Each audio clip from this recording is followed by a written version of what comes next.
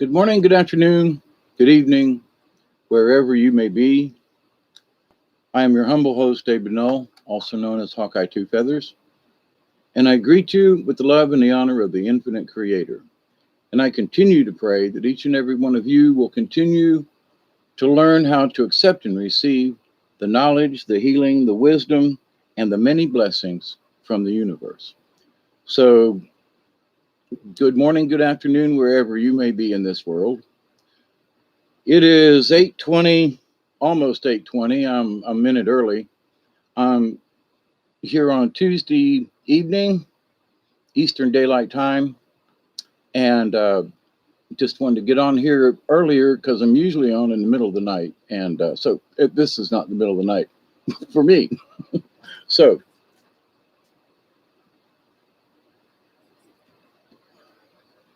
and because it's 8:20, we will all celebrate and have a 20 moment.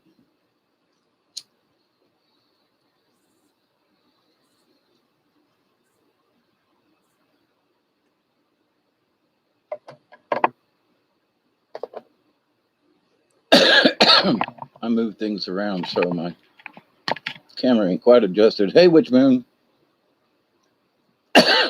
Blessings right back to you. Hey, Richard. How are you? Yeah, I'm doing okay. Slower than I'd like, but I'm still here. So, no real complaints. Doesn't do any good to complain anyway, but.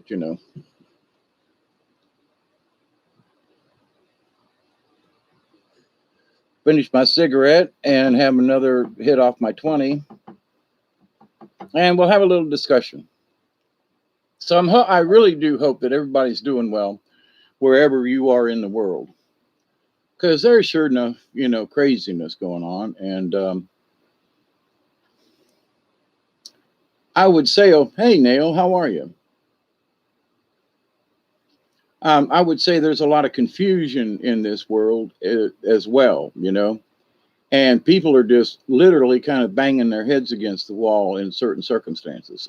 But people are standing up for their rights, and there's a lot of stuff to be said for, the confusion that's going on because people are finding their own ground and standing their own ground, whatever that might be, and saying no to the hierarchies and things and stuff. So, it is what it is. It's good to see that people have paid attention enough. And, like this last weekend, watching football games with people in the stands. And, it was just great to see that America wants to watch football and they don't care if they sit, right next to somebody. I just think it's good. Good, Richard. Good. Well, have a safe journey. Hey, Lori, how are you? Did I miss anybody? But anyway, but this isn't about that. But I do, as a watchman, I give little updates when I do these videos. And so, the updates are that, there's hurricanes in Texas and lots of places need rain. The Euphrates River's drying up. They're about to shut down some of the power plants over there in the Middle East. Those people are not banging their heads on the wall. We have gone through so much, but only a small percentage know. Well, what I mean about the head banging thing is that there's so much chaos, and sometimes when they think they got a hold on it, all the parameters change, and they bang their head on the wall for a minute and go, "I thought I had this figured out." But anyway, minor point. But with that said, though,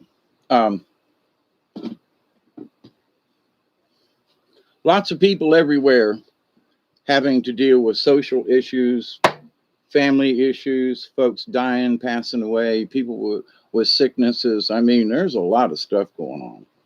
And as I say at the end of every one of my videos, and I honestly do mean this, is that I continue to pray that everybody will stay healthy, wealthy, and wise, as the old saying goes, in whatever capacity that can be in. And I know there are some folks who are going through some hard times and things like that. And it really is horrible. But having been through some hard times myself, almost losing my house several times, almost losing this and that, my health, just lots of stuff. And we just have to, knuckle down and get through it. Most people are in denial. Yeah. But I will add this to also, Mr. Parkinson, um, that there are some folks that has just given up trying to understand, red pill, blue pill, I don't care. Well, what do you mean? I don't care because it doesn't seem to matter to me anymore. So they're woke to a lot of things, but they don't seem, it doesn't seem to bother them like it does us. They say, what's it matter to me? Okay, so this or that. Okay, but I still got to go to work tomorrow. I still have to pay the rent. I still have to feed my kids, and so um, they're woke, but it just doesn't seem like that. Some of these folks, they just don't care anymore, and I understand that because there have been times here recently. It's like, what good does it do to worry about this or that? Nobody else seems to be, and so there is a definite nonchalance. Okay, I'll just say it like that. And with family members that I know and other people. So I agree with you, Niall, that there are a lot of people who are in denial. I agree with you. But there are those folks who kind of sort of know what's going on, but they're in a different thing. But anyway, it's not just black or white anymore. The people who don't seem to care are not in denial. They've just had enough. I'm just saying, but that's my 2 cents worth about that. Because there are people that I know who have just said, I just give up on it. Main problem is that we need to understand that nobody will wake up to anything. Yeah, waking up is hard. But now for me, I woke up and then I looked around and said, now what? I mean, literally, I looked around and said, okay, so now what? What can I do about it? Well, we have chats and, and people that I know, and let's try to vote for the thingy. And it goes sideways anyway. Everything goes on, whether we want it to or not, unless there's some big screaming debate here in the United States. I don't know where you are now. But anyway, so for me, I'm always wanting to vote. I'm always wanting to push people to go vote and to register and all this, right? And after this last time around, people say, "What you going to do, Dave?" And I go, "I don't know. I don't know if I'm going to ever vote again. I probably will, but talk about a bad taste in my mouth. At the end of the day, we can do nothing. That's about it." So that's what I mean about by some people are not necessarily in denial, but they've had enough. They've listened to it, the earthquake thing, the earth's going to come about and all the. So the Armageddon they've had enough and they just don't want to listen anymore. You know, you're in Ireland. Oh, blessings to you, my friend, in Ireland. Oh man, I've been wanting to go there forever. Yeah, forever I've been wanting to go to Ireland. So many blessings to you and all your kin and folk in Ireland. Honestly. Cheers to you, matey.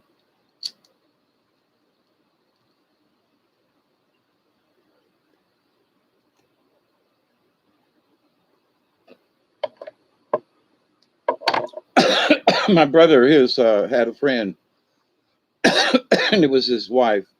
I think her name was Trisha. But anyway, from Ireland. Oh my goodness. The red haired, the whole thing. And I mean, we used to just have a ball. She was lovely to hang around with. Richard says when they do wake up, they are going to need years and years of catch up or someone patient enough to explain it. History repeats itself again and again. We are only pawns in the big game. Absolutely, Richard.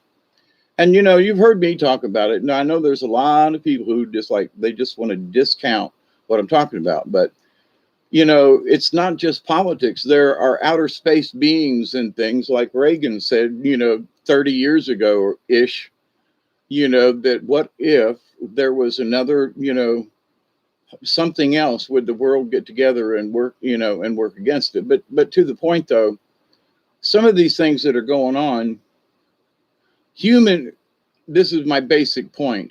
Human beings wouldn't act that way. So either they have lost their humanity for whatever reason, or they weren't human to begin with. Because some of the things some of these folks say and do, and that affects millions of people, and you scratch your head and go, what? So, but to this point in the world today, there's just so many variables that you'll wake up tomorrow and go, what? In about 10 days, I'll be 69. And not that I'm stressing that, but my point is that in my 69 years alive and looking back and seeing some of this stuff, I scratched my head. And even as a hippie in the late 60s and 70s, and I sort of still am, I never would have thought that we'd be where we are now, and that we would all get together and everything would be peaceable, and they're still talking about the race divide and this divide, and oh my God, all they're talking about is division. So there needs to be rules, there needs to be ground rules, there needs to be parameters. But I think that there are a lot of people who woke up, and for me, I damn near went back to sleep. And I know people like this, and they go, well, after the elections, I just don't care anymore. Well, thank you. We also know that there are entities that do not have our best. Absolutely. And here's the thing about that, Niall, that people don't understand this. There are critters in the universe, I'll just say, that you just don't, you can't reason with it. Now, living down here in the South, and there are alligators in the river and so forth. I grew up in Florida, in the swamps down there, and alligators and things and stuff. You don't try to make friends with an alligator. An alligator is an alligator. You give him room. So and not that all these beings are reptilian. That's not necessarily my reference, but that part is true. But you don't come to terms with an alligator. You just don't. It's just not there. Somebody might use the example, well, what about a pit bull? Well, I've had a pit bull, and pit bulls can be trained, and they can be docile, especially around family members and children and stuff like that, when they're treated right and so forth. But if somebody is going to attack you, the bulldog will come out of that dog, and it will forever be a bulldog. But in the respect, though, that these entities have no empathy, zero. So you have to have a little bit of empathy in order to be able to make a compromise. And compromise is just not what it's not just in their vocabulary. So you look at some of these entities and you say, well, what about humankind? And they go, yeah, humankind, they're good to eat. Next. And you go, but wait a minute, no, humans are pretty good, especially with some barbecue sauce. And you can't collaborate with someone like that, in meaning that if they don't have some kind of empathy, well, but there are some that are physical, Niall. But to the ones that aren't physical, they have no reference as to empathy. But there are beings, certain critters in the universe, and you don't reason with bumblebees. You don't reason with a scorpion. You don't reason. There are certain, you do not. You, they just don't have any reason or any humanity or whatever you want to go. But anyway, to the point though, we have entities that are over this who want to lay claim to the planet Earth, and they say they have the right. Now, we who live here go, no, you don't. But so there are entities that are physical, but can also enter.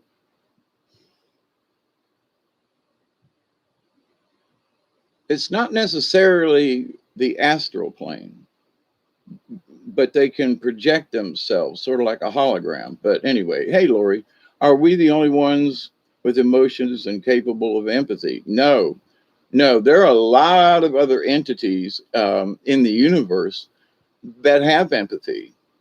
Um, but and they're very loving and caring, and those folks have been trying their best to keep these nasties off of this planet.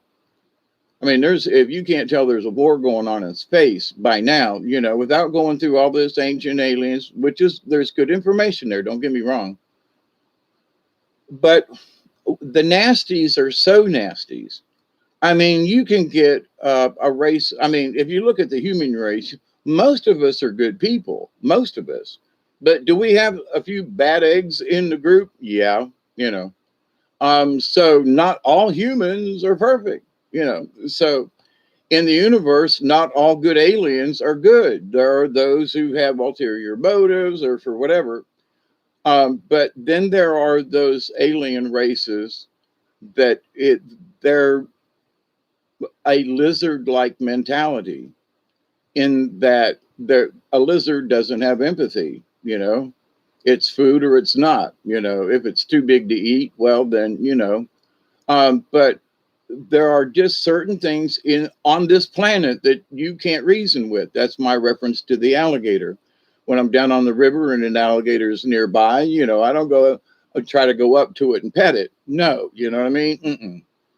Because it's an alligator, you know. But I respect it. They respect the boaters. There hasn't been an instance of alligators around here with humans or anything in a long, long time. But they're still here. So you can respect them as an alligator, and they can respect you in your own space. But alligators swim in ponds and creeks and rivers and stuff. They don't fly spaceships, you know. So, but anyway, but with that said, there is more evidence for godless beings than there is for godlike beings. You just have to study dimensions. But the thing is, though, Niall, both exist in this universe. How much of one or another, it might lean one way than another sometimes. But and it kind of seems like to those of us here on Earth, we tend to create our own nightmares. Yes, I would agree with that. However, not all nightmares are self generated, I will say. So, but anyway, as far as aliens and that kind of thing, we have to understand there's just lots of other stuff going on as to why our vote doesn't count, as to why other things. There are really much bigger players in this. Now we can go from the government and step up into the billionaires club and all that kind of stuff. They are like the next rung up the ladder. But up that ladder are also these other entities that are fooling with stuff. Anyway, so but this particular video, after 20 minutes of yakking here, the old saying, "Worst fears come true." That can be true. Yep. Especially when someone is so fearful. Then they'll make it come true. Absolutely. And for me, in using the Native American cards, it is the idea is that you become rabbit because rabbit is fear, right? And that rabbit goes out in the field and he looks up at the sky and he hollers out, you know, um, come eat me, eagle, here I am, and so rabbit pulls in the fear. But there are times to be fearful because it's obvious, don't go through the high water with your car kind of thing. Or, I mean, don't stand in the middle of a hurricane. You know, you don't pull the mask off the old Lone Ranger, and you don't mess around with Slim. Dood and doo doo doo dood and doo doo doo.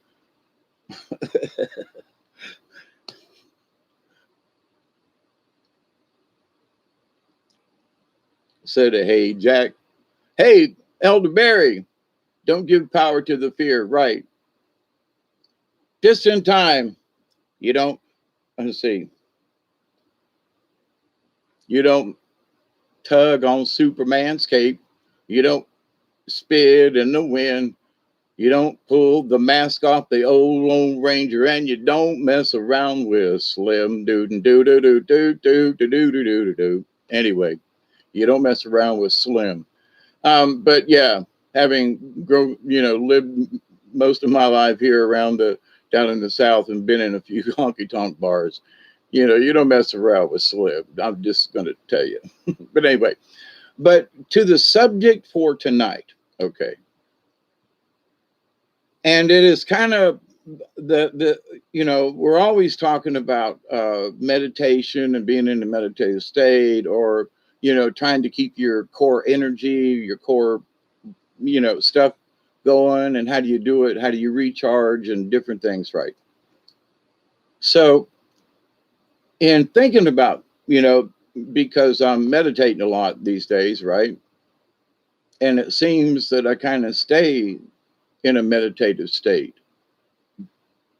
And personally, I think it's because of all the meditation I've been doing over the years. It's just like I'm just there all the time.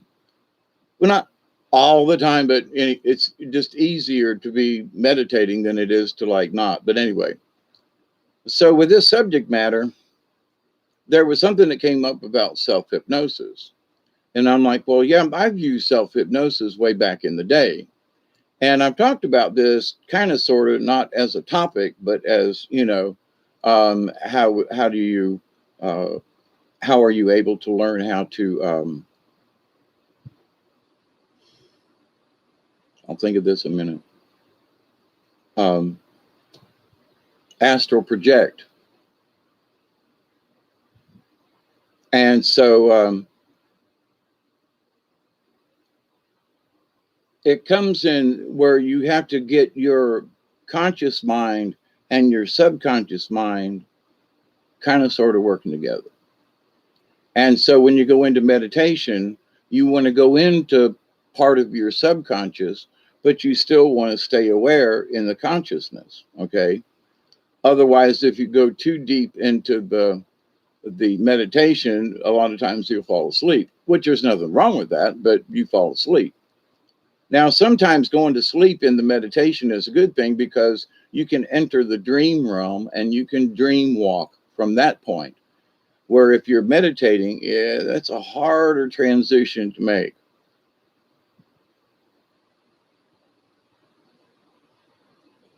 Yeah, well, that's one of the things now.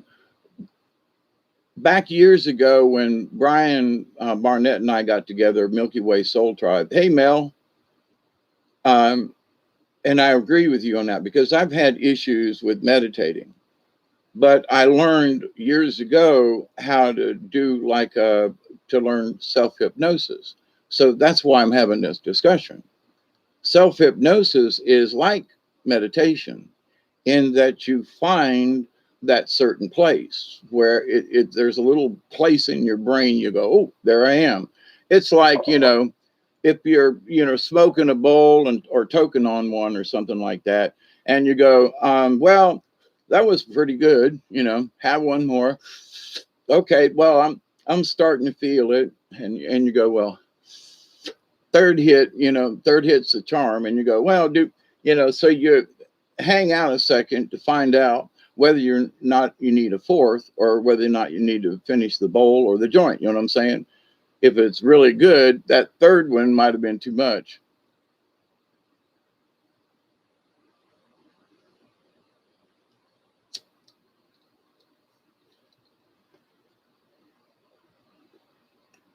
Now You talking to me about interrupting? You ain't bothering me. You ain't bothering me.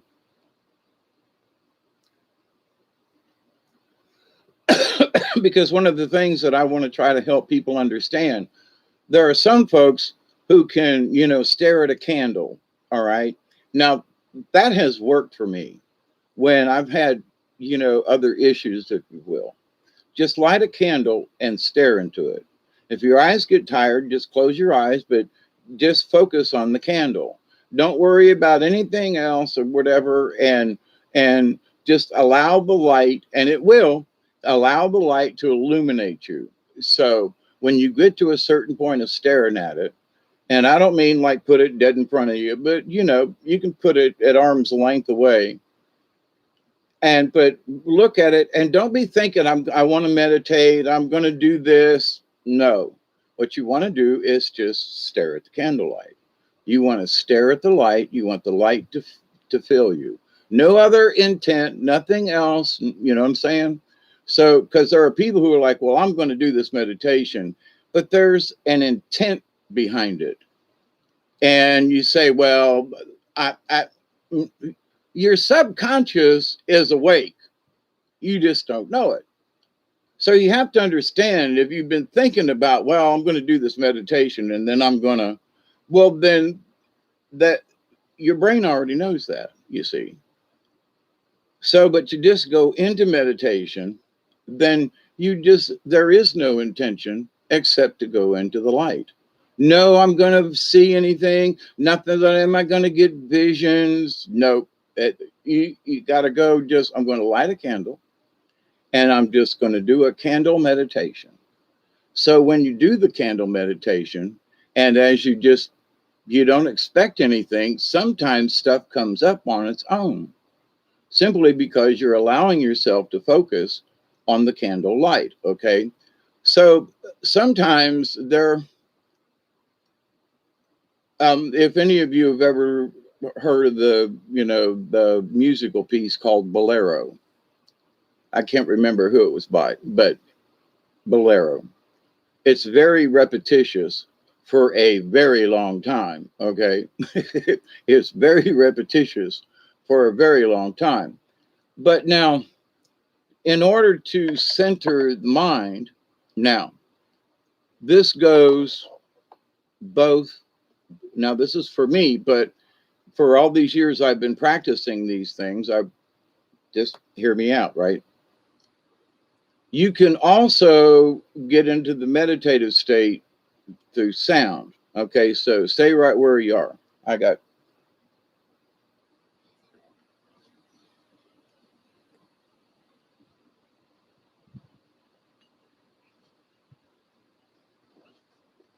Now, I have brought these things out before. Okay.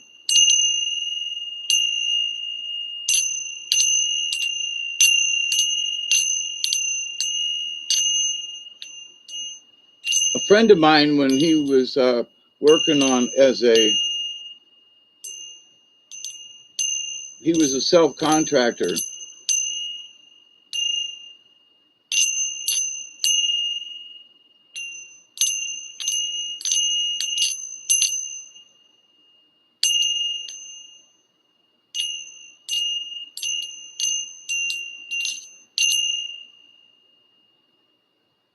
So the monks, he got this at the Great Wall of China. And the fact that the leather is still good after all these years, I've had these now about 20 years or no, 15 years. But but when you get it just right, if you remember the old days, let's all send a prayer out, a healing prayer for Lori. You're here. That's good. Yes, get well soon. Well, we can't rush it, but get well. Get well as soon as possible. But so it isn't just a candle that can help you to find a place within you to still you. Okay. So I have my drum, and there are some times when I just have to pick up the drum and just Nothing in particular. I just need to hear the beat. I need to make the beat. I need to feel the beat in my hand. With the beater, I need to be able to feel the thump in my hand. It's the combination of all the above. So if something's up, I go, oh, let me grab my drum and, and just, calm it down or whatever, and allow the spirit to fill you with whatever the energy. Now, I have different bells. Uh, they're all brass. Well, I have an old cast iron bell, but they all have a different pitch, right? So, and they're not tuned to one another, but I can pick up this one and I can pick up this one, or a little small one down here and a bigger one. And between them, there is a harmony in the chaos. Now, it's been a while since I've talked about the harmony in the chaos. So when your brain is producing too many things, the day, what you need to do, what's going on, I mean, all this stuff, right? Just life. So when just life is going on,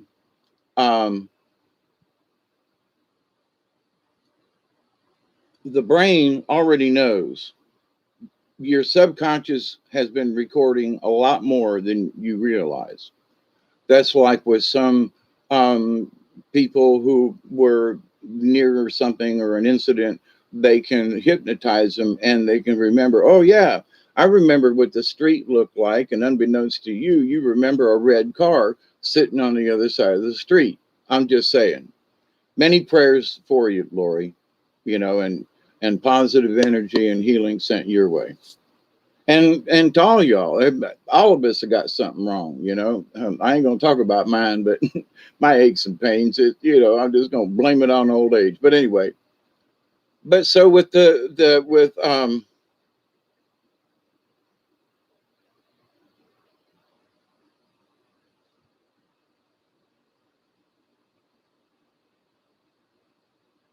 in the brain, for me, it's like if I haven't smoked in several hours or whatever, and I don't want to get stoned. I don't want to, but I want to hit that spot in my head. So sometimes it's two tokes, sometimes it's three. Once in a while, I'll slip in that fourth, but that'll usually be too much. So I just want to get that little spot. And many of you probably know what I'm talking about. So, I want two tokes off a joint and see how it feels, and maybe one more, and I put it out. But anyway, um, so the hypnotism, self-hypnosis, and meditation require that kind of that spot, if you will, when you go, okay, 3 hits, and I go, you know what I mean? Okay. So if you want to know what it to look for kind of thing, it'll be similar to like the third hit off a bowl, and you go, I'm here. Okay, just as a reference point. You may not feel the same way when you get there, but just as a reference point. Well, what does it feel like? How do I know? It'll be like that third hit off a bowl. Now, for those of you who don't smoke, well, I don't, it might be that second glass of wine, okay? That there's something that releases, you know what I mean? Okay, so how do you get there? Well, with the candle, you light the candle, you stare at it. Now, there are a lot of different methods.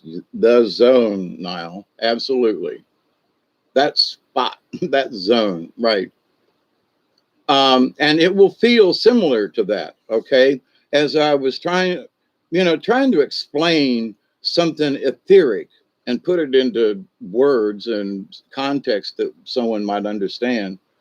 Some of this stuff is really difficult to try to like explain. You know what I mean? But anyway, so for me, what I had to learn was that if a lot of stuff is racing through your mind, then you just have to let it go. You don't stop on anything, you don't whatever, because your brain is overloaded. So if you try to put a plug in it, you're going to be standing there with your finger in the dike if you for that reference, if you know what I mean. And you're stuck there. So you can say, well, I'm a little Dutch boy with my finger in the dike. Okie dokie. These days, if you say you got a finger in a dike, that means a whole different thing. I'm going to leave it there. Laugh if you want to. Oh man, that was so bad. But anyway, that was really bad. Really, really, really bad. I can't believe I said that. But anyway, um, but so your focus then is, if I take my finger out, all this water is going to come out. So you're trying to stop this water flow. So, but what is interesting though that you should do is just allow it to run. Now, not that you're standing in front of the dam and you're trying to put finger. But you just have to let it run. So, and what you do is the process of this. If you're looking at the candle and trying to, I'm a bad boy. Yep. Um,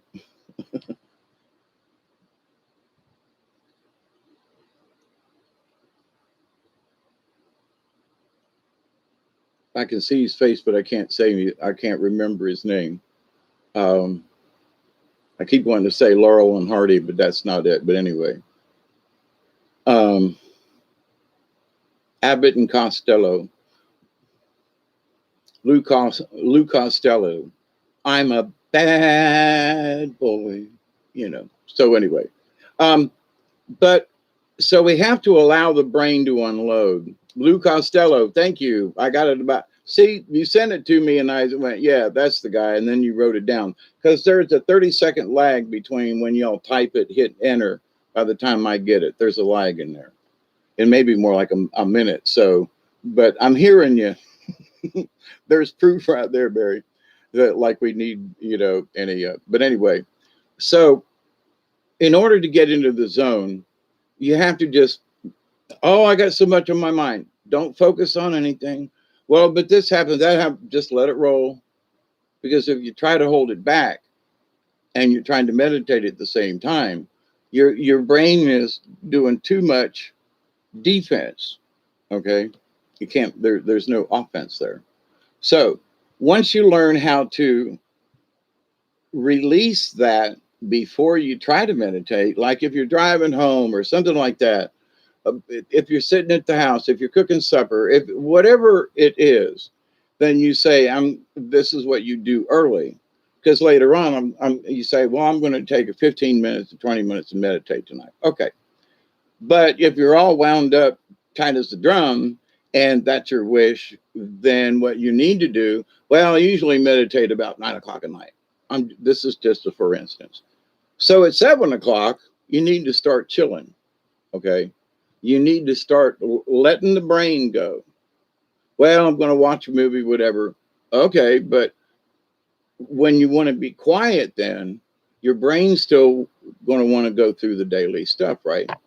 So go through the daily stuff long before you go sit down or light a candle. Okay. So it's your pre-meditation. All right. So for example, if I'm going to do a sure no serious ceremony, I will work for 2 days before the ceremony to get myself ready. I'm careful with what I eat. I'll stay in a sort of a prayer mode the day before.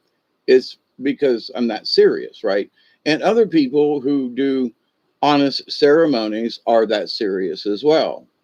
You put on your regalia, you put on your face paint, and you become, the shaman, if you will, for the ceremony. So, if somebody says, hey, let's go do a ceremony, I go, well, I'll get some sage and tobacco and we'll go light a fire and we'll just have a little drum session. But if I was going to do a full moon ceremony or something like that, or a water ceremony or whatever, then I'm going to prepare for this a week in advance. I'll be getting stuff ready and this and that. So how do you get into this mode? As you clear your mind and as you learn how to prepare yourself before you get into the serious part of the meditation, then that is you're starting to gain control of the situation. Okay, you're letting your subconscious mind connect and go, hey, you in there, listen up.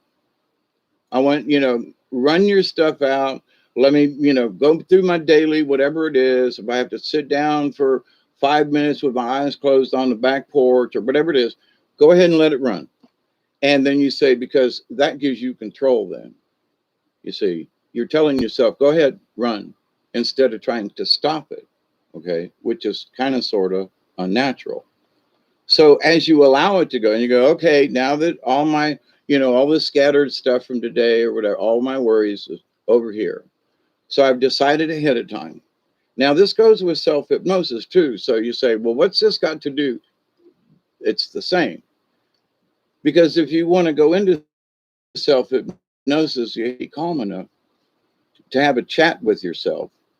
And you have to be calm enough for yourself to freaking listen. Okay.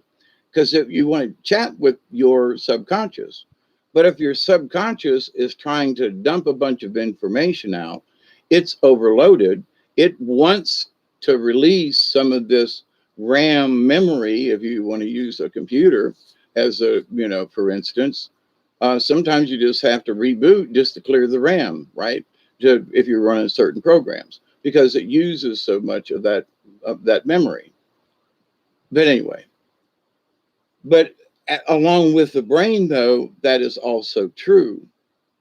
And you say, well, it is like a computer. We've got neurons and things are firing and going on and that kind of thing. So yes, it is very much like a computer in that sense.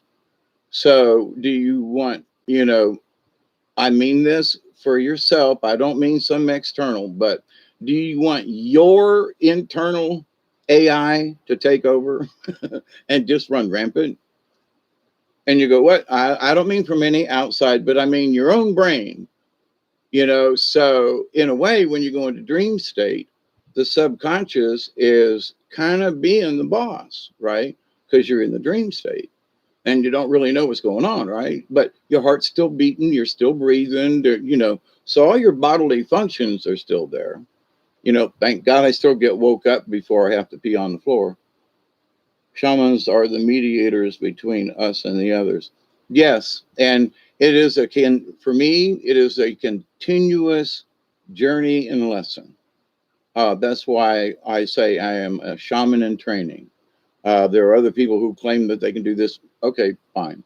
I know what I know from experience and all that kind of stuff. But to your point, yes. So each of us are shamans because each of us are searching our own spiritual journey for whatever reason. So all of us are shamans in training, regardless of the religion that you belong to. So, but with meditation, which also I have, done, said rosaries and prayed as a Catholic would, and gone down that route. There is a place that you can, the zone, if you will, a religious zone in there. Um, but it's not the same for me. It's not the same as the zone with the universe because the zone of the universe leaves out religion. It leaves out the church. It leaves out all the rules and all the rigmarole and all the baggage that it tends to put on you, right? So when religion isn't guiding you and you just allow yourself to be with the universe, that's a really biggie thing, right? So with your own brain, though, you kind of have to allow yourself to say, okay, I've got my eyes closed. I'm not going to think about anything. Whatever comes through my mind, I'm just, for me, it's sort of like looking at an LCD screen with my eyes closed. There are times because I've been able to visualize for a long time. I can actually see stuff out here in front of me, Anyway, so which made me a good engineer um, to be able to visualize like that. So the visualization part of it. So, but if you can't visualize something like that, then you need to allow your brain to run down. So now, your first way into meditation and the first way into self hypnosis, still going in the same direction here. Okay, they are.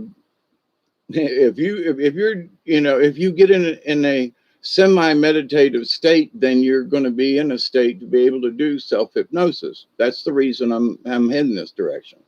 I know I'm bantering around a little bit, but my apologize. And happy Tuesday, yes. And prayers for all of those who are inundated with water. It's moving our direction here in South Georgia in the Panhandle. So this time tomorrow we might be with 2 inches of rain. So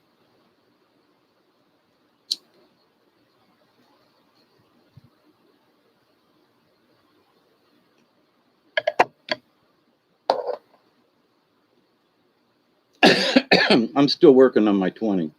So anyway, so say you've got a candle, or maybe you've got some drum music that's not real, jazzy and pumped up, but it's just good, Hey, hey, wah, hey, why, hey, oh, hey, why, hey, hey, hey, hey, playing in the background, right?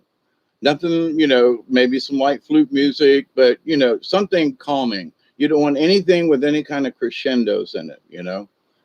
Um, or bells, or there were I can't think of his name, but he played, as a spy. He played as a cowboy, but he had a bout with cancer or something many years ago. He's dead now, and I'm thinking maybe I'll think of his name.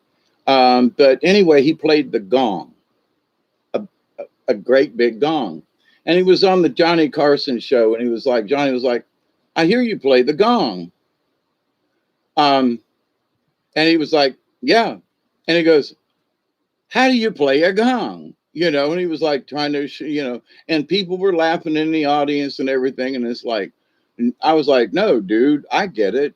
To play the gong, it's the vibration. And if it's a small gong, well, it's going to sound tinny. It's going to go dang. But if it's a big gong, it's going to go bong. It's going to resonate. And so if you do it just enough, then, you'll be able to feel those vibrations off of the gong. And you don't think about anything, right? What you think about is, I'm going to clear my mind. Whatever's in there, go ahead, do your thing. But when it's done, I just want a clear mind. So, what do you want when you're focusing at the light and you're trying to calm down? I simply want to be calm. So, what is your intent doing this? Well, I'm going to do this. I'm going to go into the astral plane.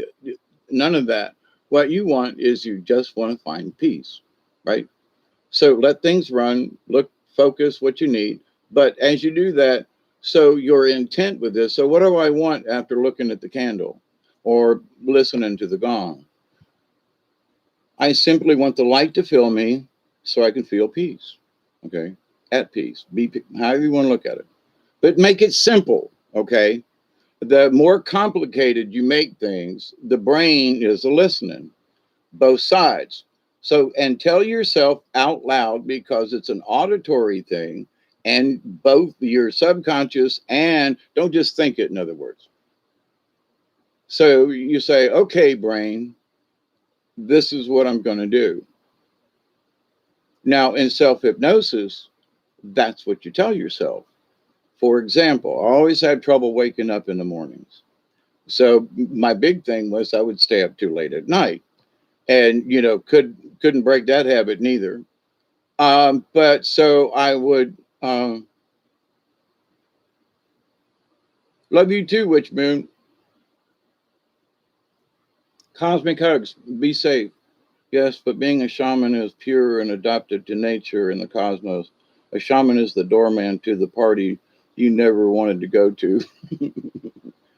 Well, actually, Niall, I've changed my mind about never wanted to go to having, I guess, walked on the other side and they walked me back. I'm like, okay, I kind of sort of understand this a little better now, but I'm still learning, you know what I mean? But thank you for that comment. Um, so that doorway, using your reference, that doorway is all you want out of this deal is peace. Because if you go into the meditation, then you still have your conscious mind. Okay. You're trying to not necessarily override the subconscious, but you want to open that doorway to your subconscious brain and be able to have a chat. Okay. And in my mind, I say it like I'm having a conversation. And sometimes it comes out my mouth, but you have to not just think that you're saying it, you have to pretend in your brain that you are speaking this to the other side of the brain, okay? In order to open that doorway, you got to kind of knock on. It's like, who's there? Hey, Ian. It's Ian. It's Ian. He's here. And you go, Dave's not here. Come on, Dave's not here, man. Dave, hey, man, it's me. Dave's not here, man. Anyway, so when you start getting this, wait a minute, I'm going to be aware of my subconscious. And you go, what? Because one of the things for me, I was in my conscious mind and doing crazy shit. And my subconscious mind is watching and recording and then when I started getting more, learning more about the shaman and Native Americans and things, just stuff, I was like, holy crap, there's this other self, it's maybe it's your id, it's the good side, the bad side, it's the good angel, the bad angel, don't know.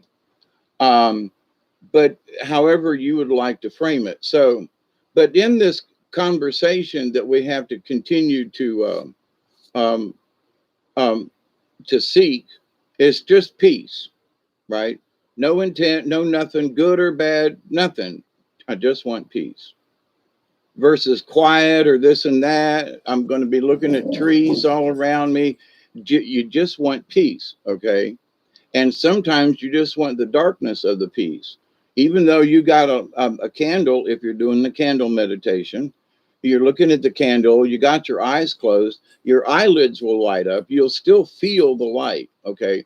So you're going to get the light and the energy off of the candle, and that will fill you. But then you can also, from the light, go into a dark spot or the darkness, the dark door that leads you into the subconscious. And what? So it's 8:12. Yeah, I got a couple more left in here. But so anyway, so how do we get there? So you start early, but then as you do your meditation, which the next thing, it should actually be ongoing. So as you're allowing these things to run through, if you're listening to a gong or a drum, or maybe it's one of those, spirit bowl things, those brass bowls, whatever it is that can help you to, just calm yourself and just not be frantic, because being frantic, you're not going to be able to make that connection that you really need. Okay. And what I mean by the connection with your conscious and your subconscious to work together on that which your conscious mind tells your subconscious mind. So, in my self hypnosis, I don't want to drink alcohol anymore. And, if I have any alcohol, it's going to make me sick, which is exactly what happened. You see, I couldn't drink, that much beer in a glass and I would get sick. And I mean for days. So no alcohol for me. But I was also taking some drugs that I shouldn't have been drinking anyway. But to the point though. But as you're going into your meditation, whatever it is, whatever behavior or whatever it is that you want your subconscious to remind you. For me, it was like I need to wake up at 5 o'clock. I need to wake up at 5 o'clock in the morning. Okay, so as I'm going to sleep, I'm not worrying about it. And there is a difference. And there were times I would worry. I would not. I just had to say, I just had to be calm about it and just tell my subconscious, you know, my internal alarm clock says you need to wake up at 5. Okay, nice and calm, right? Just a subconscious, but you tell yourself out loud, or at least speak it as that internal voice. You speak it, not think it, and tell your subconscious, hey, hey, you back there, you quiet guy back in the corner, you're writing all this stuff down. Wake me up. I need a courtesy call at 5 o'clock. Wake me up. Okay. And so you persistent with that. And it's a subconscious, but you're aware that you're planting it. So it's not kind of some kind of heebie jeebie. Okay. Now, if somebody else is putting you to sleep and giving you suggestions, that's different. You are in total control of this, and nobody's got nothing to do with this, right? So, ahead of time, if there's something that's really bothering you and you really need to meditate on it, which could also mean that you need a little bit of self-hypnosis. Okay. Hey, that way, how you doing? Thanks for subscribing. I didn't know that you were not subscribed or that you're a new subscriber, but thank you. So many of the things I'll talk about, I got several years of history and other folks in here, but you're absolutely welcome in here, my friend. So, but anyway, with this idea though, so we have to set up the pattern ahead of time. When you're going to take a bath, or whatever, you go in and you turn on the water and you get the water just right and you fill it to the height you like and you do what you're going to do, right? So, um, whatever you're going to do, well, I need to calm down. Okay, well, if you have to go take a shower or literally, get in the tub of water, well, that's okay too. But when you get into that zone mode that we have been talking about, hey, Ian, did I say hi? Well, hi anyway. Lori, Niall, that way, Michelle. Okay, I haven't missed anybody. That way is my best friend. Well, cool beans, Michelle. So anyway, so in there, if you can reach a certain amount of zone in your brain, now if you got to take a couple of hits or something, and that helps you calm down, okie dokie. But at the same time, remember this. If you say, I can't get there without 3 hits, then you set up a pattern. So if maybe you need to meditate and you ain't got no weed, then you say, but I can't get there because I ain't got my 3 hits. So don't depend on it. It's okay to use it. My point is, don't focus on it. Well, I'm going to take 3 hits and go meditate. You know what I mean? Because then you're setting up a connection between the two. Well, thank you that way. So, because the other side of your brain's always listening. So we want to find peace, just calm. That's all. Nothing, you've let things run in your head and you've reached the zone. Now, it might take you several tries to just reach the zone. Okay. But here's the thing, that in and of itself, in trying to just get to the zone, nothing special. We're not going to go visit the, universe. We're not astral. We're just talking about getting in the right zone. So you can find that once you get in the zone, and maybe you take 1 hit, okay, just to kind of relax you a little bit. Or if you took 3 hits, maybe it was earlier on in the evening, and now you're going to go sit, meditate, just take 1 hit, right? Just and then go do whatever it is you're going to do. Oh, is it time? Almost, ain't it? It's almost time. We got a 20 coming up.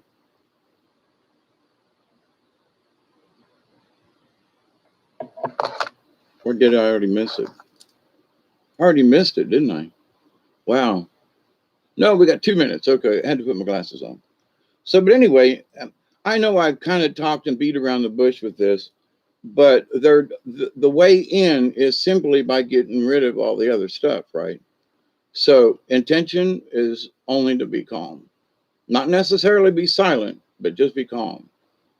Candles or sound, or if you're lucky enough that there aren't any sounds and you just want to turn everything off, that's okay too, okay? So, however you decide to get there.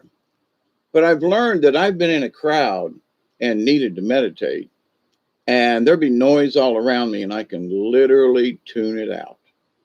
Just go into the zone, and I know that there's stuff going on around me, like a waiting room in a hospital or something that's really busy or something. I mean, just some intense places. And because I think it was because of my time in jail, there was always noise within the jail, and you could never go in the corner and light a candle and meditate. But I learned how to do it in jail, and how to.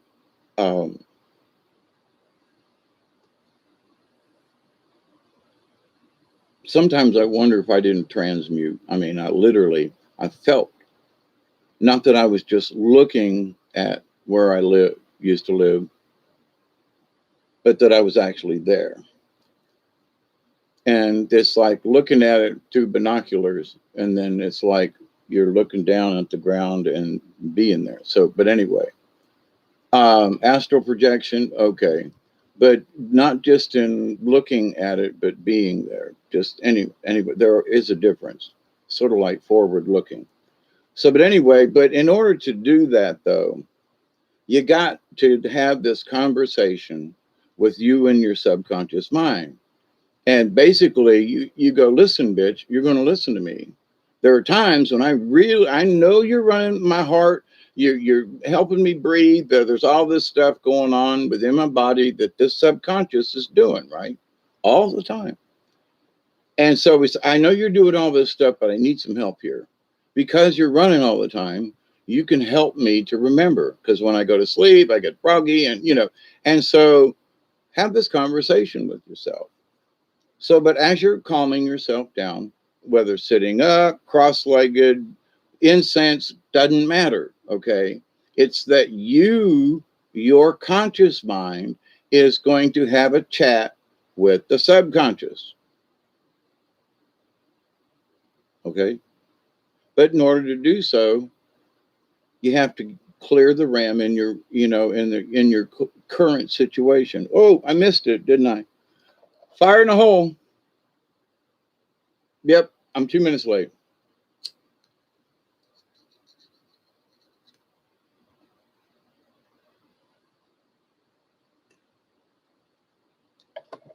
So you say, well, Hawkeye, Mr. Day, this is hard to do.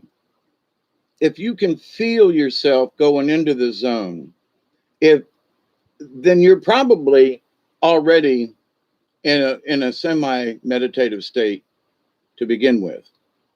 As soon as your intent is to calm, you've already started the meditation process, which is the beginning of getting to the self hypnosis process. All right. So you get into this meditative state.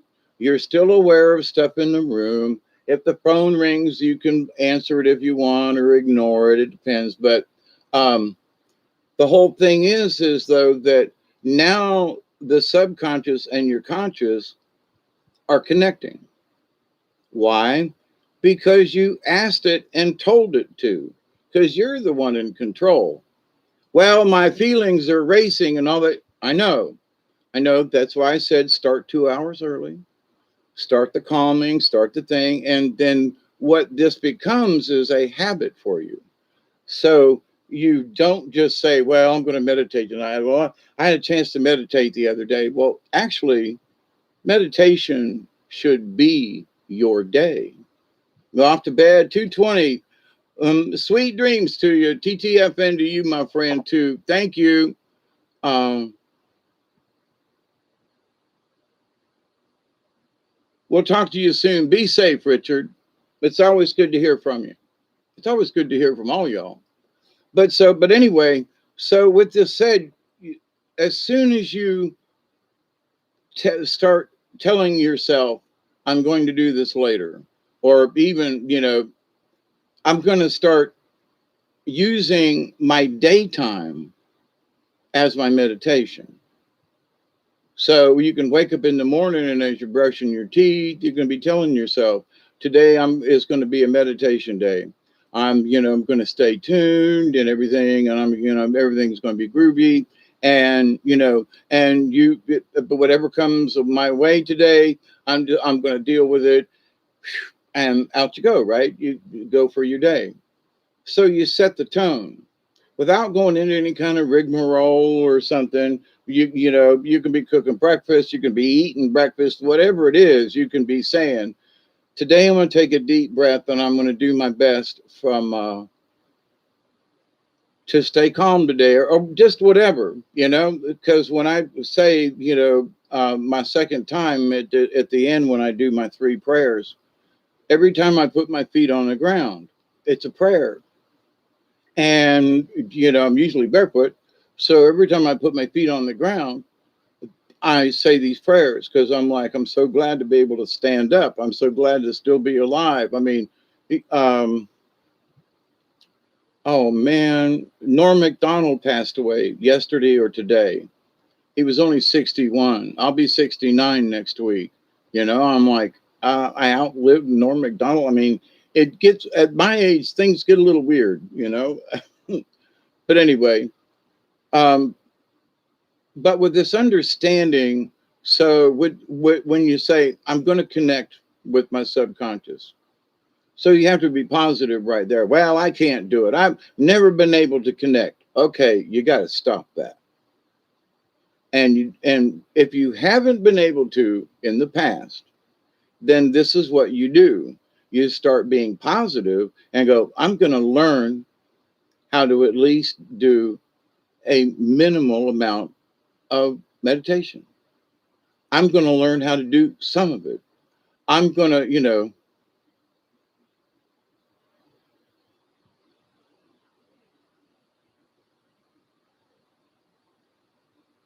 Niall, you want to ask me, or did you want to ask Richard if he's off to bed?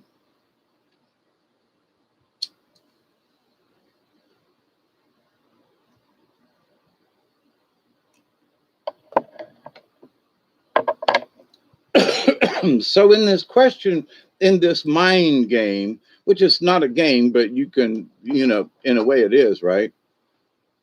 And we don't get a handbook with our what about our brains, right? So, but when we can learn to make that connection to our subconscious mind, then you can feel your heartbeat. Hey, David Castle, then you can not only feel your heartbeat, but then you can feel how many times you breathe. And I mean, then you can feel the tips of your toes. Then you can, you know, so when you gain control of certain things, your awareness.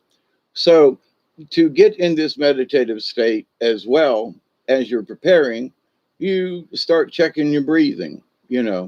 And like I said, you can start ahead of time by taking a big deep breath an hour or so before you quote go to meditate, or when that quiet time is, if the kids are off to bed, whatever it may be, you start ahead of time. So, and if something's bothering you, and you want to meditate later on because your subconscious is starting to remind you, hey, in 2 hours you're going to meditate. Okay, thank you. And but you're taking care of the kids and they're going off to bed and all that. Um, so during that time, even though the kids can be aggravating and everything or whatever's going on, and you just tell yourself, in an hour I'm going to be meditative, and whatever the hollering and screaming is going to go away, and I'm going to feel much better after this. So rather than saying these kids are driving me fucking nuts, I didn't mean to use the F word, but that sometimes they do. And you say, but or the neighbor's dog or something like that. So when I was up in the mountains over my holiday season thingy, summer vacation, one place we stayed there, then I stayed outside in the hammock for 2 days, 3 days, 2 nights at least. Anyway, and the dogs down the hill, bark, bark, bark, bark, bark, bark, bark, bark, bark, bark, bark, bark, bark, bark, bark, and they had like 8 dogs, and one would shut up and 2 more would start. It was horrible. And then the dogs down the road, and living in this holler, it echoed, and it was like I just want to, and so I was learning my own lesson, if you will, in that I was allowing the dogs barking to keep me from meditating, kind of thing, and just zoning out. And I was like, Dave, you know better than this. We learned this years ago, but the constant barking, and they'd shut up for like 10 seconds and you'd go, and so that was interesting. But during it, I was like, man, I've learned this lesson. I just haven't had to use it in a while because I don't have these circumstances. It's quiet down here at night and so forth, so. But in the meditative state, we still have to tell ourselves, calm down. But this is bothering. Oh, shut up in there, and take control of the situation. So your subconscious wants to replay things, and there's stuff stuck in your, current memory from the day or whatever, and let it come out. But at the same time, you are captain of your own ship. So when something is bothering you too much in your brain,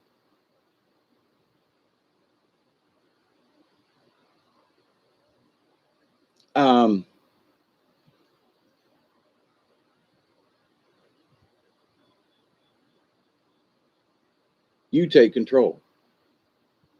Oh, but I'm feeling crazy and everything, and my insides are jumping up and down, and I'm having a panic.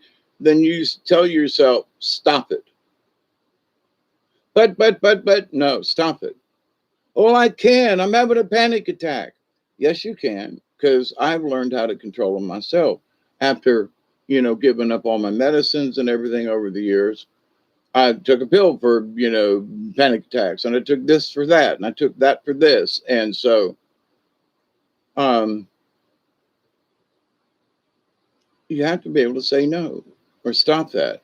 I don't like this behavior. So when I was having seizures, I developed these little tics, and I would look down at myself and go, what the hell are you doing?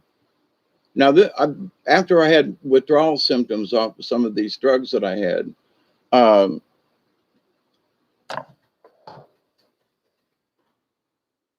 oh, the spider's going to get that roach. Don't know where it came from, but he just crawled in a spider hole. Spider, there's your dinner. Get him. We have to take control. Um, you know, People say, well, I just can't do it. Yeah, you can. Because when you continue to tell yourself that you can't, then you never will, right? So this starts out speaking in the positive, being in a better mood despite it's raining outside or whatever the situation. It's like, well, okay, this is an inconvenience. Well, it's flooding. Well, it's a drought. Well, it's a this. There's all, there, as Rosanna Dana would say, it's always something. You know what I mean? It's always something. And that's an absolutely true statement. It's always something. So as we allow to our energies, as when we come home from work or whatever we've been and we want to calm down, we start there. So you say, well, what's this got to do with the meditation and hypnosis thing? All of the above. Because if you can't get rid of your day, if there's too many other things bothering you, if now there are things like there's a relative who's sick and you're really worried for them and you're concerned and it don't look good. I mean, you know what I mean? Um, you have to just sit down and say, okay, I'm going to be at peace with this, because up to the moment you have done all we can do. We've said prayers, we've helped, and so we have to allow the universe. We've done it. So the question to the universe to help us find our peace in these really intense moments, we ask the universe for help. And we say, this has been a lot of energy. I've spent some time, a person was sick and I need to recharge. Help me recharge. For no intent, no, for any particular reason, you just need to recharge. And just ask that. Don't ask, if you want to ask God, okay. But just ask the universe, help me recharge. It will. And if you use this mindset in your everyday life, you'll find that you'll be calmer in the evenings because you've been thinking about this ahead of time. Well, I'm going to meditate tonight. Okay. Well, see, that's your subconscious and your conscious having a conversation. Okay.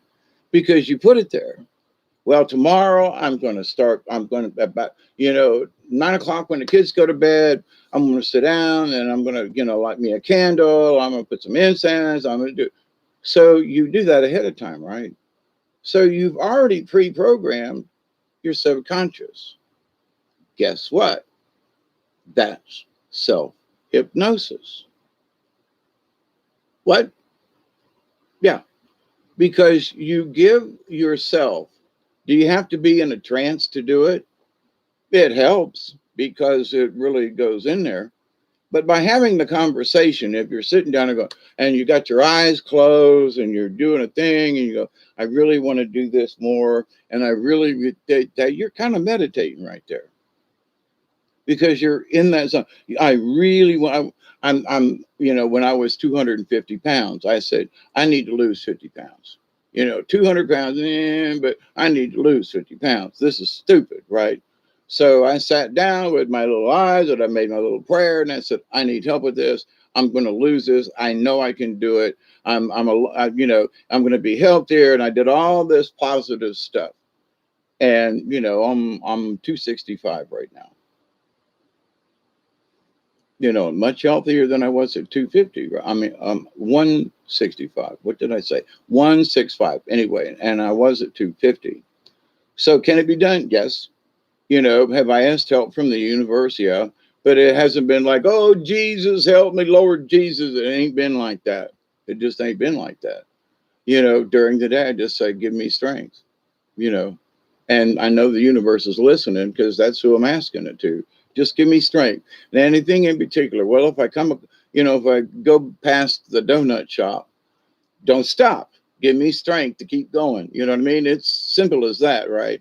Well, I'm used to getting, but then give me strength to don't buy that again. Well, you've had 3 this week. Maybe you should cut back. Whatever it is, right? So that's your own internal self. That's you in there talking. So this thing about self hypnosis and about being uh, meditating, in my learning to be a monk, I realized that meditation can be an all-time thing. I've seen people who meditate all the time. And then on some days, I'm like there. I don't get nothing done much, but I'm there. There are different things and stuff. And I realize, I go, wow, for the last 2 hours, I just kind of been in the zone and without really trying kind of thing. And one could say, well, your mind wandered off. Well, okay, but it was in the zone that I wandered off. I mean, the TV was still on, but I wandered off anyway. Like it really wasn't sleep. So anyway, um, we can go off into these states without having to go into deep meditation or whatever. Once you understand that you want to communicate verbally out loud when you can from your conscious mind to your subconscious. I I want to get better. I want to learn to play the piano. Now, I'm just saying, I would love to learn to play the piano, but I've had issues with my fingers and even playing the guitar. I am not a lead player, but I can play chords. Um, can I do a bunch of riffs? No. But I can play chords, okay? And I can fake it really good. But in that though, in this you can't fake. But your subconscious is always listening. So you have the conversation. So, but to stay in the zone though, as far as we've done the candle or the thingy, we're in a relaxed mood. If you're in a relaxed mood and regardless of what has gone on during the day, and you take a deep breath and go, then you've reached it. Well, am I meditating? Yeah, because you've been able to reach that deep breath moment. And you go, wow, I sure feel better. Or, but if you're worried about, well, I just can't, here's the thing, I just can't seem to focus tonight. You're allowing it to get you.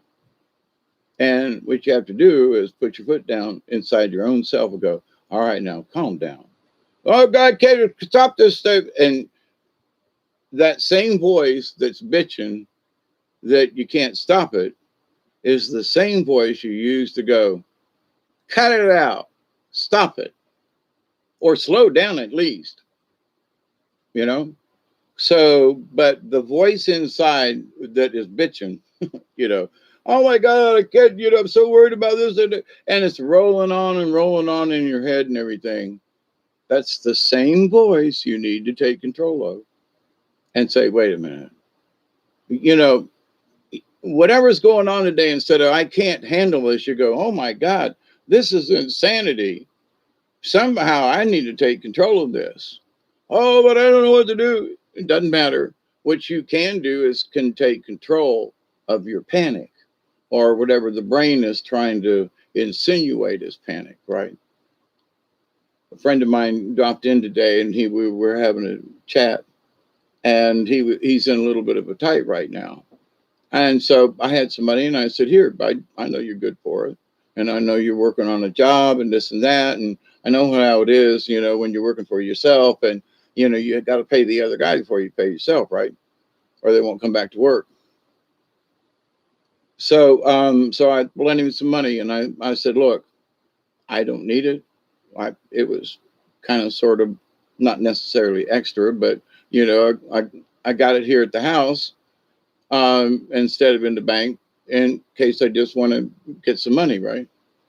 Or anyway, but I told him, I said, I'm going to give you this, but I'm going to give it to you, but you can't worry about it, getting it back to me. I said, you got to promise me that. Otherwise, you're just going to keep worrying. You need this money, go pay your bills so you can quit worrying about that. And don't worry about you paying me back, because he's done so many things around the house and stuff. I know if nothing else, he'll come mow my grass again and do that. I mean, I'll get my money's worth out of it. But my biggest thing was that he was stressing. And I was like, nah, stop that. And I've been in situations myself younger. And there's been times when people said, here's $100, go do whatever you got to do and calm down. And that's basically what I did for him. So, but to that point, though, it was the stress level. So in life, is there things that we can do? Well, not everybody has extra money they can give folks, but to this point, that it was something that I could do. And I know he didn't come over here to borrow money. You know what I mean? He just come over to check on me, and because he said he'd stop by about Tuesday, which he did, and but then it was like, I can help you out here if you'll accept it, So, but to the point, we take control of the situation. The little voice inside you goes, hey, we can help here, or stop, So I could see he was making his own panic attack. So I couldn't stop him from having the attack, with brain waves only, but by, giving him some money to help him through this tight spot right now. Relieved him of that. It did the same thing. It can be achieved. You know what I mean? So for me, that's being aware of where somebody else's level is. So as a shaman, those are the things that you try to learn. It's not necessarily trying to get in somebody else's business, but if you know them, or you can read them or see them, there's some kind of emotion and they're on edge or something. The fact, the thought of your friend before you thought of the money is very rare. I, yeah, okay. But you know, at my age, have been so many people that when I was in a pinch, that were good people, old elderly like me, who said, "Here, you know." But no, here. And in my old age, closer I get to my birthday, I'm like, son of a bitch, I'm 69. Man, oh man, this decade went quick, Um, and I'm trying to be more invigorated about it versus, I'm going to die tomorrow kind of thing. Because, hearing about, Norm Macdonald, of course, a lot of people didn't know he'd been sick for a while. I didn't, but the fact that he passed away at 61, people are going, what? He's only 61. I go, I'm 69. How do you think I feel? And I feel lucky is what I feel. But, there are things for me to learn. I guess they're for, as far as my shaman duties are concerned, because I don't really have a pattern for this. They don't really give me an outline. They just say, here's the subject. Let's have this chat. So, but I know I've gone around the edges, which seemed like I went over here, then I came back, then I went over here, and I came back. But if you'll stop and listen to what I've been talking about, it's all relative. The more that you can calm yourself before you sit down, it's all about not trying to clear your mind. It's just be calm. But your brain's racing at 90 miles an hour. Okay, but learn to be calm. So when I was in prison and all the noise and all in hospitals and there's noises and you can't sleep and there's, you have to take control and go, okay,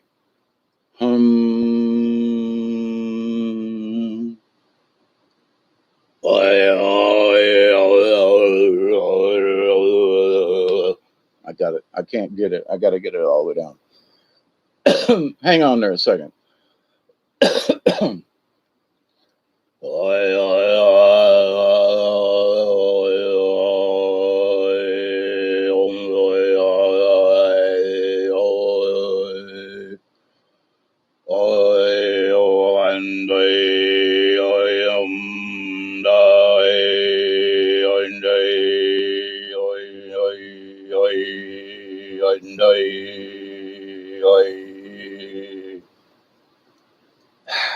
Little throat singing. Boy, that'll get you high right there.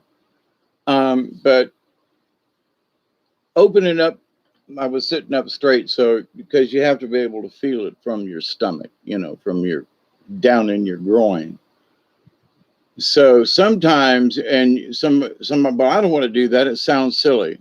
Okay, but if you can learn how to do like a throat song, which is basically just open it up and it's a lower, not a higher. There are some people who want to like sing it and you can't. You just have to there's a note that's there and you breathe it. So, but with that said, so you can do throat singing. You could get up and dance around and all that. And okay, but in the dancing, go ahead, Doug. In the dancing, there is a space because as a dancer on stage and just general dancing, but also as far as being a dancer in ceremonies, that you can find that zone, you know, if your intent, if your emotions, because it's not the dance that does it, it's the intent of your dancing that gets you to the zone. Because I've been out at times and have danced with, at powwows, but didn't feel any energy. And I was like, why? Hey, Teresa. So it's like, so why am I not getting this energy? Why am I not feeling this special, gut wrenching? And I realized I was picking up on a bigger energy. And this was way back, but that I was not um, allowing my own energy to flow with their dance. I was trying to emulate them, or, I was watching them. Well, I can't do it like them. So, but I could still dance. So I learned that my dance was mine as a Heoki before I knew I was on a shaman's journey. I mean, way back, right? So, and in learning that through the dance, it wasn't the copying of people's feet and how they did it. That's important to me, that I follow customs and so forth. But as a Heoki, I did it absolutely backwards. And to this day, I still have trouble doing it in the right sequence. That's why I have not been able to play the piano or something, because there's something in my brain, because I've been hit in the head so many times. It has to do with being fluid, like this finger, and then this one, this one, this one. Now, I practiced magic and hand tricks and stuff back in the day. So you learn how to do this without looking, and you learn how to do this just without even thinking about it. You touch your fingertips to your thumb. You do it on both hands. And here's an interesting thing about the brain. This is my left hand on my left side. If I cross the meridian, my midpoint of my brain, and put my left hand on the right side and do it, it takes the brain a special skill, because I've crossed this mean point of the body. My left hand is now in the right hemisphere. Okay. And but it helps to develop your mind. So these are some of the tricks that I've been doing to get my brain back from all the brain damage and all the hits in the head and all the medicines and so forth. But you can do something as simple as that. When you don't know it, you want to practice, then allow yourself to do this. And it's like, what are you doing? I'm calming down. Are you counting? Nope. Because what you're doing is you're allowing your brain to find your thumb regardless of what you're doing. You can allow it to keep going. You're aware of it, but see, you're starting to gain control of the conscious subconscious, because subconsciously it's allowing this to happen. So it's the subconscious in the self-hypnosis area that you want to be able to talk to. You want to have both parts of the brain working together. And you don't, now I say this tongue in cheek, that there have been times when I have screamed at the other side of my brain, going, you will pay attention to me. Meaning that coming off of the drugs and all of the things and stuff that I had that went along with withdrawals for 7 months, 8 months, almost a year with certain things. But you have to learn to put it and go, no, I'm in control of this. Now, my subconscious, I'm going to be nice to you. But there were times when I had these little tics and things, and well, I'm not taking the medicine anymore. Okay, then why are you doing this? I developed it from taking the medicine, and now I'm doing this little thingy, and I can't stop. Oh, hell yes, you can. And, people go, well, I can't stop. I do the same thing. And I say, yeah, I know. But I looked at my hand doing it, and I said, excuse my French, I'm going to use a dirty word, a wordy dirt. I said, no fucking way. You're going to listen to me. There's no reason for you to be flopping around over here doing this thing. Now, I'm withdrawn from several drugs, one after 15 years, right? I'm in serious withdrawals. Damn near died over it twice. Had, someone who was here that cared for me and loved me. Still does. But so, with that said, though, as I was coming out of shaking all the time and doing this epileptic thing, and I was like, my brain took a really bad hit. And I said, no, I'm not going to be like this. You're going to control this. I couldn't walk. I couldn't speak. I couldn't hold a spoon or cut anything, I could hold a sandwich between two, it was horrible.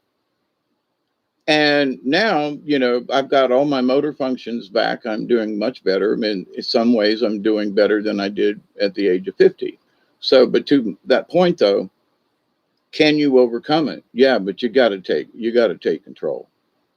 You got to say, I'm going to do this. I'm no, oh, but it always stop it. And what you do is you can refer to it in the past tense. If you continue to say, every time I do this, blah, blah, blah, or it seems like blah, blah, blah. And so you're kind of projecting that if you do this again, it's going to happen again. So how do you change that scenario?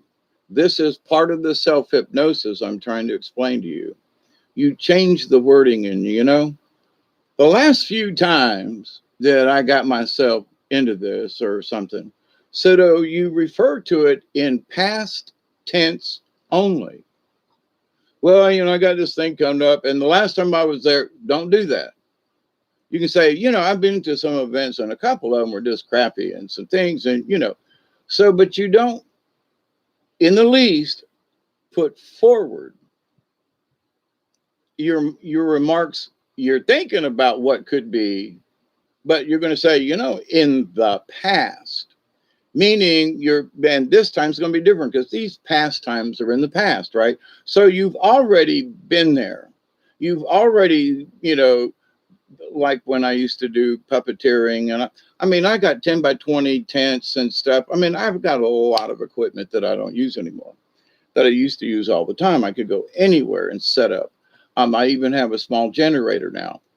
But so I'd go out and do an open field at a state park and do puppet shows, literally. And so the idea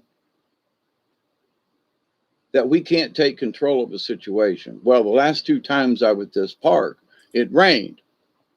And you go, man, I sure hope it don't rain again. And so you can, it's easy to project, well, there are showers in the area, so that's an odd excuse. But having been doing puppets for 20 years and traveling around, I said, well, I've been to this place before. Last time it was freaking great. And I hope it's that great again. And you get there and it's a dud. So, but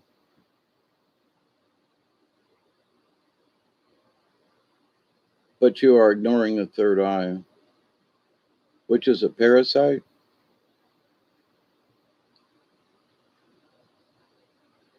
Okay, I don't know about that, but what I know about what I consider the third eye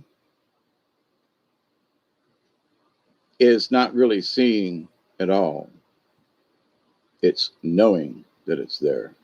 And now it's time for me to get firewood up and everything. I'm cleaning out an area over here to stack my firewood this year and keep it away from the sheds and the buildings. Anyway, so in splitting firewood, it takes me, 20 minutes, we'll say, of having not split for, the last 6 months. To get my little, things set up and to get my arms swinging again. But I can hit the same spot in a tree. If you hit it and you say, okay, and you swing it around and hit it in the same spot. And I have amazed people over the years. I've talked about this when I used to work the high striker in the carnival. I could ring the bell 3 times in a row with one hand. And I was smaller then than I am now, right? I was like 140 pounds. So, I got a little bit more on me, but it was all in how you did it. And it's the awareness, boom, ding. And then some big guy comes up, 250 pounds, and big muscular guy, and pounds the crap out of this thing. And it only goes halfway, Yes, it's in how you hit it, but it doesn't matter how big you are, is the point. So, but in splitting wood over the years, an old guy taught me years ago, he goes, don't overthink it, brother. He said, your body already knows where that axe is going to go. And if you try to, I'm going to I'm going to hit it, and I'm going to, no, if you just, because your brain has already calculated the distance. So you have to let it go. I can almost close my eyes and do it, but that sometimes will get you in trouble. But my daughter, years ago, I've talked about this, but every year that I go split wood, I'm, takes my brain a chance to get adjusted to, I got a log that I sit my logs on, I get my height just right, and then I get my distance. And, but once I get it's there, no matter how big or small the log is, whap, I don't really have to think about it. So people say, well, how do you do that? Well, people who roller skate, do they really think about how they skate, or ice skating? Or, for me, if I'm paddling, do I have to think about paddling? Only sometimes, but I'm so used to paddling in the kayak. If I'm getting to, my brain sees a situation, my paddle's in the water before I can tell it to slow down. So, well, I need to slow down here. My paddle's already in the water. So this awareness of things in general in life is part of the opening up, and some might call it the talk to your subconscious and conscious, to where there's this third program that's kind of running between the two of them. I look at it as sort of like a little app. Okay. If I'm going to go cut firewood, I'm going to split firewood. So I open up my split firewood app in my brain. Okay. So if I'm going to go do this, okay, I put that app and I turn it on in my brain. So I'm running an app. Well, I can still talk or function or whatever. So what is that? That's self-hypnosis and awareness and the conscious and the subconscious mind talking, chatting, and being active at the same time, but you're aware of it. So, did you have to go into any meditation? No, but to learn how to get there, you learn to find calm. Well, I'm not meditating. My question: ask yourself this question. Quit putting that in your head. Well, I can't meditate. I can't. You got to stop saying that. Well, I have trouble. Stop it. When you use the past tense and all of these things, that's, you can still talk about it, but it's the past. I've never been able to in the past, but I'm working on it now, and I hope to have great success, which is really what you feel, right? You're hoping that you can learn something else to learn how to do this, to get to this fight, right? So, but if you continue to say, man, I have trouble doing this. Every time I have trouble, you got to stop it. You have to change that brain pattern, because the other side's listening. You're telling it you can't do it. I can't do this. You can say, well, and the brain knows that in the past we've had trouble, but this time's going to be different. Even if it's 1%, this time's going to be different. Why? Because I choose for it to be different. Well, I've always had trouble in the past, but this time's going to be different, because we have the choice every single moment to make changes in our lives and in everything, right? So, meditation comes with awareness. You're aware that you want to do it. Well, I'm going to meditate later on tonight. Okay. Did you set a time? No, but you've already told your brain, later on tonight, and you didn't say tomorrow morning. Now, for me, it could be 2 o'clock in the morning and it would still be tonight. But to my point, some folks have to go to bed early and get up and all that. So what you do, though, is, so you say to yourself, later. And the answer might be, your brain might want to know, like, when later? Is it now? And you say later, I'm going to meditate later before I go to sleep.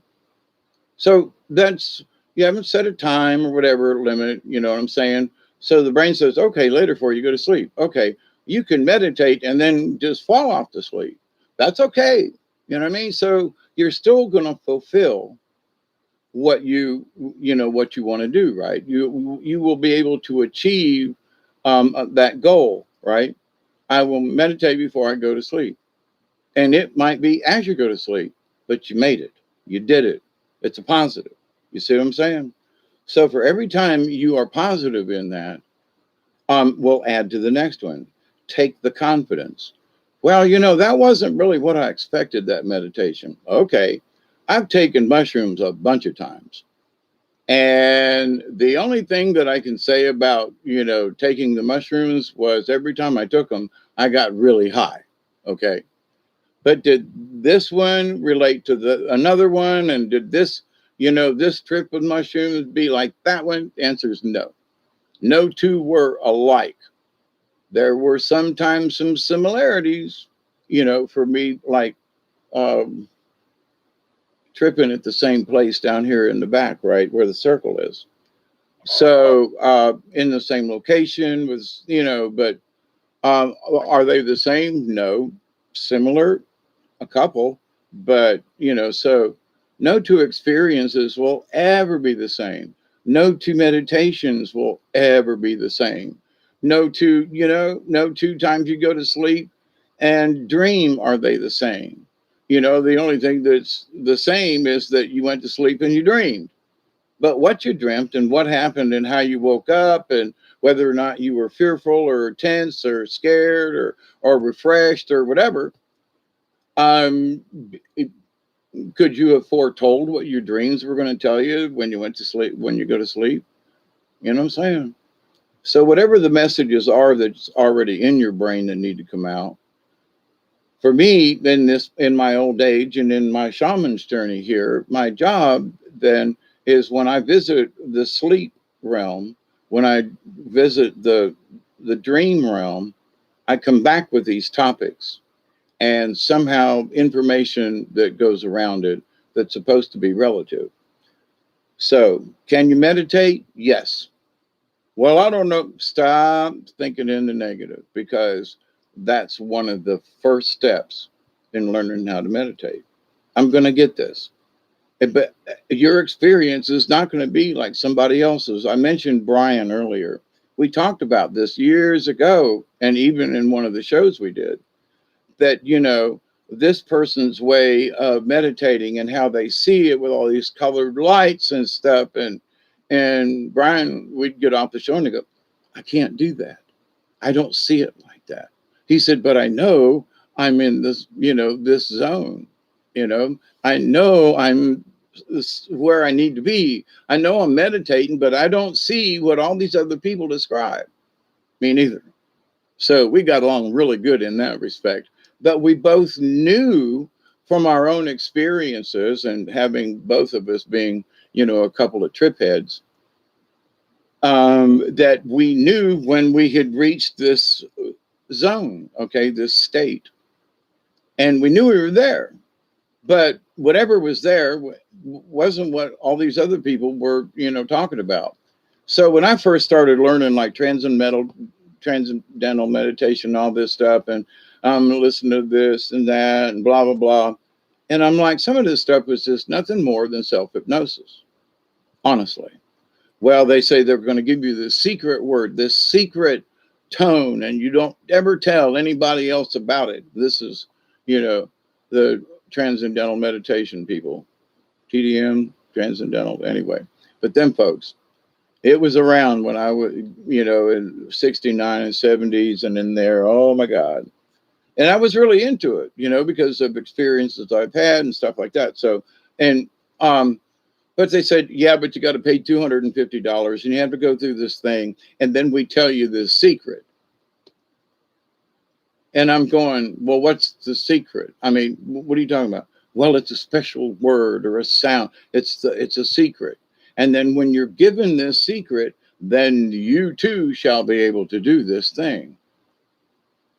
And I almost did it. And I was like, it sounds hokey pokey to me.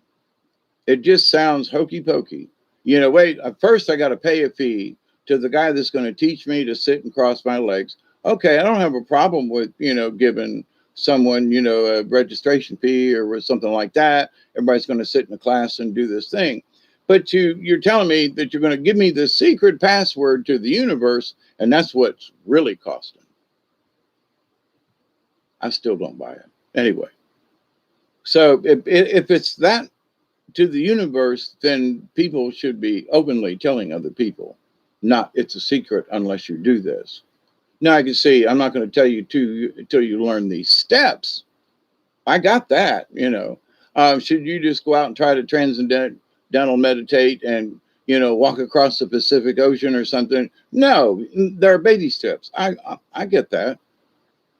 But this idea that it all costs money and it's all was money based and it was all about the secret word. Nah. So, but to the secret to the universe is that all the answers are there, like the native cards. It is so amazing. I keep coming back to those cards. And that the secret to the universe is there for everybody. You just have to be able to go into the darkness and listen for every answer, every question that has ever been asked, not just by humans on this planet, but by any question that's ever been asked is in the universe. How do you think Tesla got stuff? How did this guy get? Because the information is in the universe. So you say, well, you tap into it. Okay, you have to allow it. Now, this ain't like going out there, I want some spiritual entity to enter me. It ain't like that. So you have to learn to be quiet and calm, which is meditation. The steps that I've talked about for the last hour or so, these steps are very important in all of the above. Now, if you work it into your life and for me, now this has been, 30 years ago, I realized that I could be calm during the day. I could quit shaking my fist.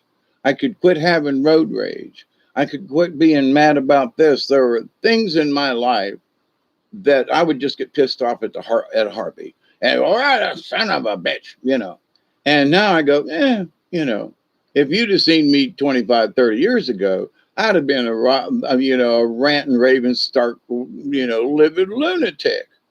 And I realized that I can do what I want. I can say what I want. But is that really correct for me? And it took a long time for me to figure this out.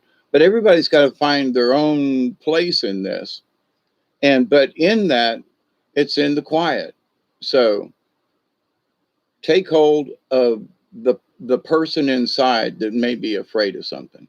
Well, that negative Nelly or negative Nandy or negative Nori or negative whoever,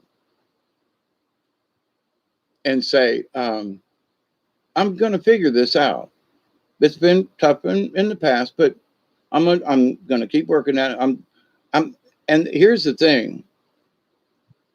Some people who are trying to meditate are trying to meditate to someone else's standard. Okay.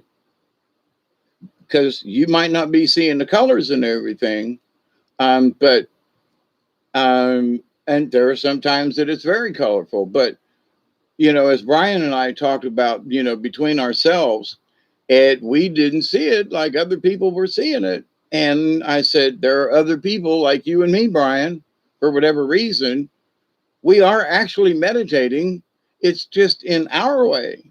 It's not like whatever the colors and the thingies and the transition and all. I've tried every single one of those. And the candle will work sometimes. Now, if I need to do a ceremony, I will use a candle because then I can use the light and the energy of the candle as part of the ceremony versus do I want to just sit with my eyes closed and the TV off and just connect with the universe? I've had so much practice at this that it's a whole lot easier. Sometimes I find myself out there when I should be here. But to the point, though, I still know I'm here.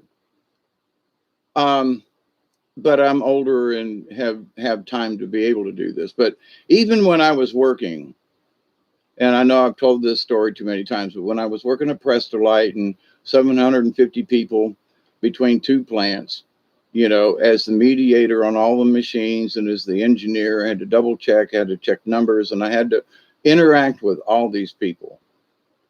And at first I had trouble. And then I started listening to White Dove, the Native American entity that would sit and chat with me. And she would just tell me practical things. She goes, do you really need to act like that?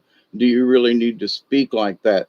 Do you really, do you need to use that tone of voice? Do you know you're scrunching your face up when you say that? And to other people, you look angry. And I went, no. I mean, just so, but in the course of over 2 years or more, but at least 2 years, they gave me a going away present. I found the card upstairs where everybody signed it on second shift.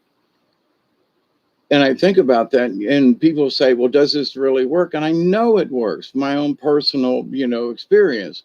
And it isn't, how do you influence friends? And, there was a book written about it, but the thing is that you listen and you're attentive, you're aware. You don't have to agree with everybody. You don't have to do, but you can give honor to other people, whether you like them or not. And there were people who hated my guts, and by the end of it, they didn't hate me anymore. We weren't necessarily, but they came up and shook my hand, and later on in Facebook and stuff said, we miss you, wish you were still around. So those folks you think, are angry, maybe they're, from whatever reason, your facial expression or whatever. 10, 15, we got 5. And then I'm going to wind this down. I hadn't really planned on this, but I wanted to get on here earlier and be able to say hi to folks. And, but this is something that it is your awareness, not just when you're going to do it, but way before. So same thing with the self-hypnosis. But when you get to the self-hypnosis part, here's the trick. What do you want changed? What do you, like if you want to be, if you need to wake up at 6 a.m, then just kind of like, please wake me up at 6 a.m. Thank you. Please wake me up at 6 a.m. Thank you. And a repetition. And you can go to sleep on that. And at 6 a.m, you'll wake up, or maybe 2 minutes till. For me, it worked until I got a lot of, same to you, Teresa. To say I'm glad, it was difficult to use that word, but, I'm glad that things worked out, you know what I mean? So, but I know I know you understand what I mean by that. But circumstances might make that word kind of awkward, I'm glad that, things worked out. And maybe, but anyway, but that you're home safe and so forth. So rest up. And earlier on, before you got on, I said, there are times when we just need to ask Creator, but just say, universe, I just need help recharging. And so, without getting into a lot of fanfare, I ain't talking about you now, Teresa, but there are folks who are going to I prayed to Jesus that he would give me the strength. And they spent so much energy in that. I was like, wow, maybe you should just go, help me, Jesus. I need a little bit of something for the day, and trust in that. Have faith in that. Oh, from the video from yesterday, the other day, have faith in that. So have faith in the fact that your brain, for me, is like splitting firewood, that I'll remember the next time I split firewood. Once I get my logs up and get my little splitting station going, I'm a happy camper, right? So, and I don't have to do a lot of thinking. In fact, splitting firewood is one of those things that I can go zen, that way you can watch TV. Hey, Christine, pick up stuff that isn't the news. Yeah, don't install fear. Yeah, I always look between the lines and stuff, like, okay, they're telling me this, but what do they really mean? But anyway. But the other side of that coin too is by watching the news, there are some reports and this and that, and I go, wait, I've lived long enough to know that sounds like hooey, or they're making it up or something, or maybe it ain't as bad, or maybe it's worse than they're saying on the other side of that too. But anyway, hey, Christy, I know y'all been inundated down there. I hope you're as high and dry as you can get, or high and dry. I'm in an odd mood today. 2 hours. We got 1 minute. So I'm packed up and ready to go. So my theme for tonight is, just find quiet. Just find a peace. Well, I'm meditating. If you're searching for it, if you're trying, then you're meditating. If you're using a positive intent, you don't know about Houston. Yeah, them folks.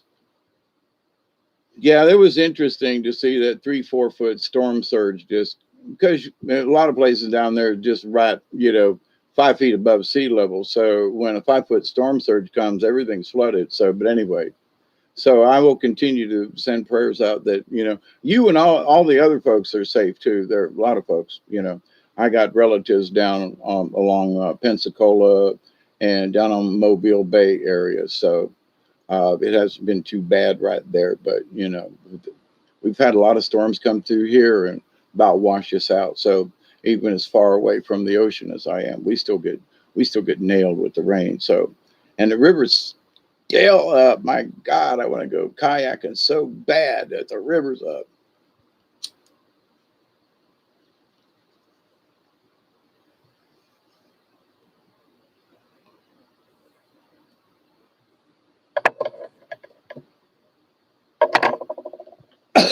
Well, I will read what she wrote because, as a matter of fact, since I've been back from Ohio the last couple of months, I'm always looking up at the sky.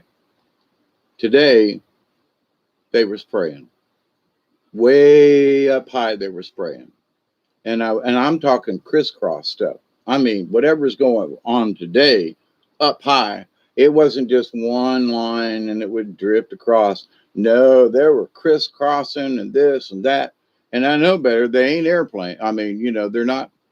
Well, they probably aren't airplanes, but they was putting something in the atmosphere up there today. And I mean, all day long as I could see through. Now, but the storm's getting close to us, so we've been picking up, other cloud cover. But earlier today, clear as a bell, and I look up there, and me and the dog go out in and out all the time. And I'm looking up, and I go, whoa, So 11 o'clock, it was okay. 1 o'clock, but already sprayed. So in the 2 hour time, they're very high aerial spraying.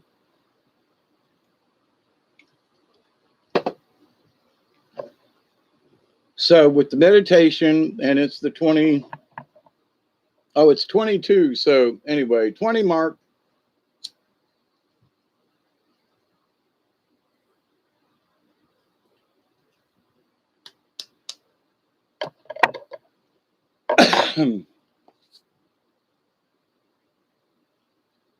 You're meditating regardless of what you see, regardless of what you hear, whatever. You're meditating when you're calm. If your eyes are closed, you can be meditating with your eyes open, driving down the road, but remember that you're driving. But the self-hypnosis part of this is that the hypnosis, somebody else can put you under, and it suggests that you need to be under.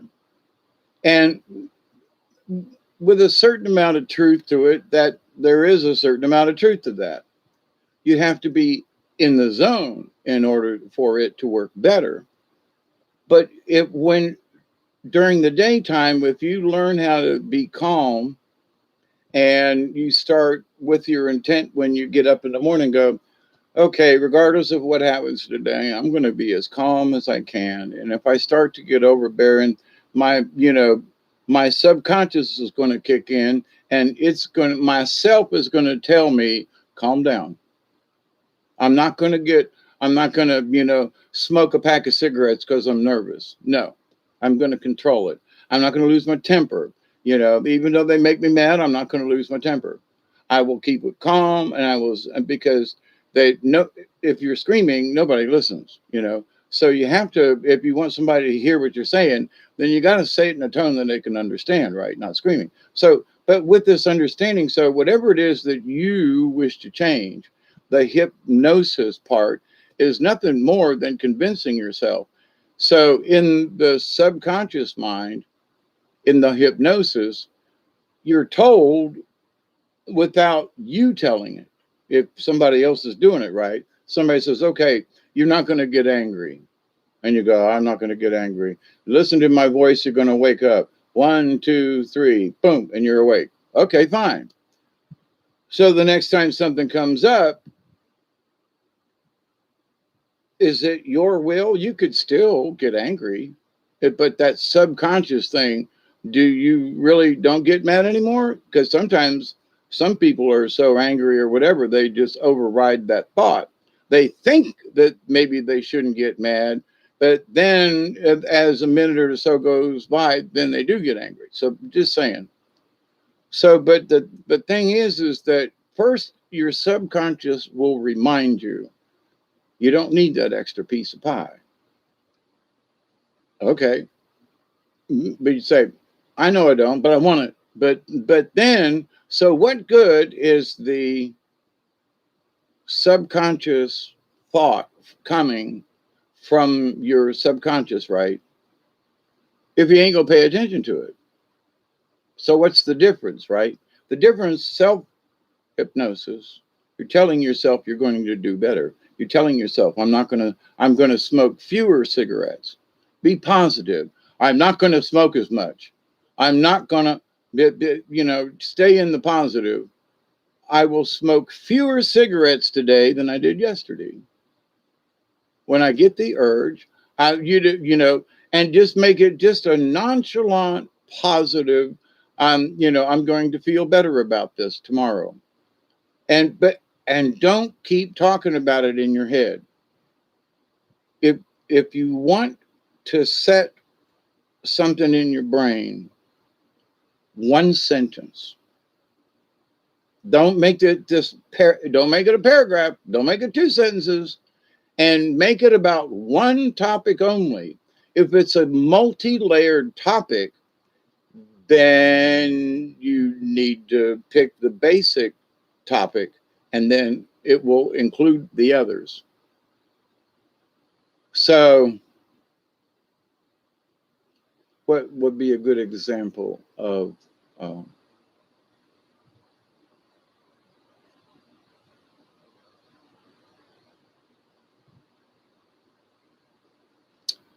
say there's a situation, road rage, and you go, well, you could say I'm road rage. I'm going to be better at road rage. I'm going to try not to get mad, and I'm going to try not to do this, and I'm going to try to.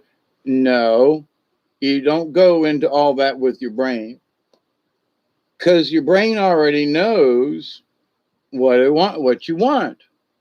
And you go, Hawkeye, what are you talking about? Well, if I'm thinking about telling myself to think about it, I'm already thinking about it. You get this? It's weird, but it's true. So as you think about it, you kind of already know the answer. But now, are you going to let the other side of yourself pay attention and have the gumption to not smoke 2 cigarettes more than I did yesterday, or whatever it is, right? So there are those things that your conscious mind just ain't paying attention to.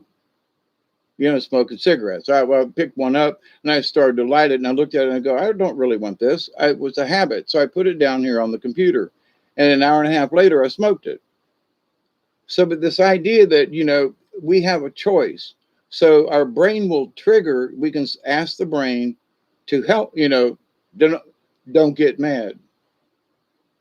Well, but somebody's slapping you around, you need to get a little something. You don't need to just go, hey, okay, no.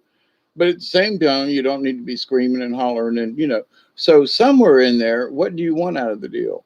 You want to be peaceable, because when you go into meditation, the what you seek is peace, not any kind of grandiose, eternal something. You just want to feel at peace, if it's only for a moment, right? I want 10 minutes of peace. Okay, doesn't matter about the quiet thing, because you can learn to tune that out. But um, so we be persistent. Make sure for yourselves, those who are having trouble. Okay, baby, we love you.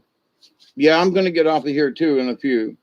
Um, I got stuff to do, even though it's only 10:30. Is that it? 10:29. Yeah.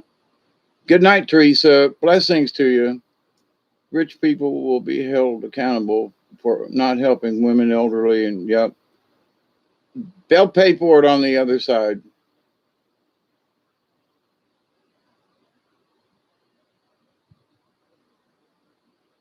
I agree with you, Christy. The money to this foundation business on very rarely does 10% ever really get to the people, and they're really pushing the Red Cross. And years ago, people don't remember or forget, or maybe up and like, for those of us who said give to the Red Cross, we was like, if I gave you $1, 90 cents of it's going to go to, because no, it was like 20 cents was getting where it's supposed to be. All the money was getting held up in salaries and this is and that. So, oh, but, donate and, and yeah, but so where's all this money going to then? It ain't really going where it should. So too much red tape. So yeah, if you want to help something out, go into a community. If somebody's got a bunch of money, and buy up the properties and fix them up and allow the people to work out the thing, and and set some kind of simple value on it, so you don't just give it to them. But if they can pay you $100 a month for the until they die, and it's not too hard on them, that or whatever. That if they can't pay, they still don't get thrown out. But I mean, you want to do okay, so donate $100. So that money that you would pay back for someone who maybe bought the house or whatever, that's a dollar that you would pay back, then would go into a fund to help somebody else build their house. And then when their house is built, the dollar that they give back, or the $100 they give back in rent, will go into the same fund. It's kind of sort of what Jimmy Carter's been doing. And, people donate their time. And, even as an old man, he still travels around and does things. Folks say, well, Jimmy Carter's this or that, the other thing. He's done more for people, in his after presidency lifetime. And, I still honor the man. And he lives up the road from me, kind of thing, as far as he's in South Georgia, this area. Well, he was a peanut farmer. Peanut farmers do a lot of hard work. Hey, Chloe.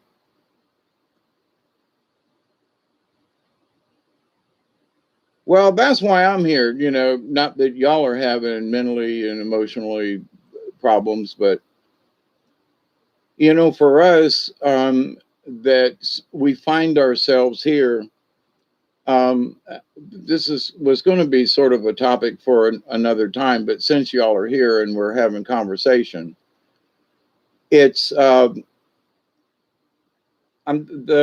video I did the other day about the burden of faith, and it isn't a burden unless you make it a burden, So, but I'll tell you that when you become, I need to choose these words wisely. Okay.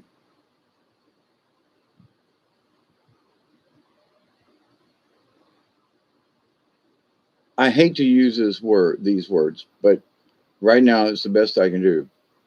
As you learn and really know what you know, and it's agreed upon that, like, like, for example, I don't care where you're from and what you've done or whatever, if you agree with the law of one, that we should do no harm, then you're part of my club. you're a member of the League of Like-Minded Beings. That's it. If you believe in that one law and try your best, for others and yourself, to do that, to do no harm, and to extend a hand when it's necessary, not just hold off, and be, to yourself. But so how we get along, or where you live, or what goes on in your area, or whatever, it doesn't really matter, because in the long run, we're still members of this league, right? And it doesn't require much to get in.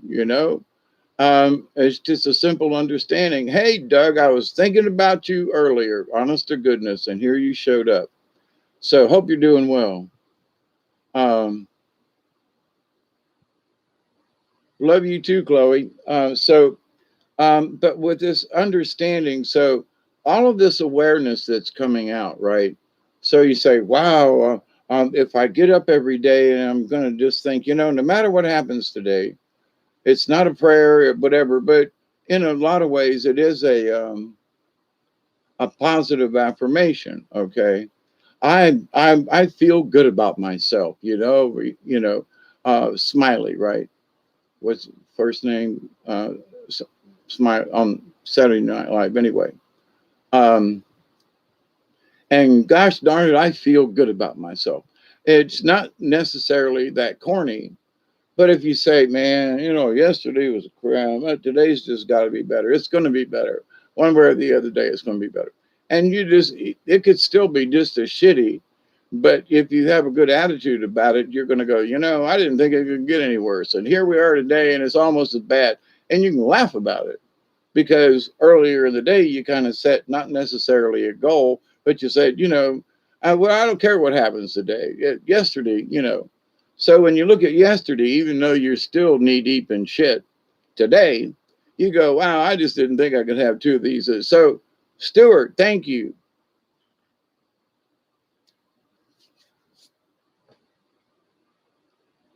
So, but if we're negative about it and we say, oh, well, oh, God Almighty, if today's as bad as yesterday, Jesus Christ, I don't know how I'm going to do it. Then you set this precedence up. You're actually in a self hypnosis kind of mode, bear with me, in that you're telling your subconscious how you feel, and that's what you're expressing, what you expect out of the day. Not that it's going to be that or whatever, but to the point though. So it's like we have to stop doing that. So if you're doing it, you have to be aware of it. You have to stop it.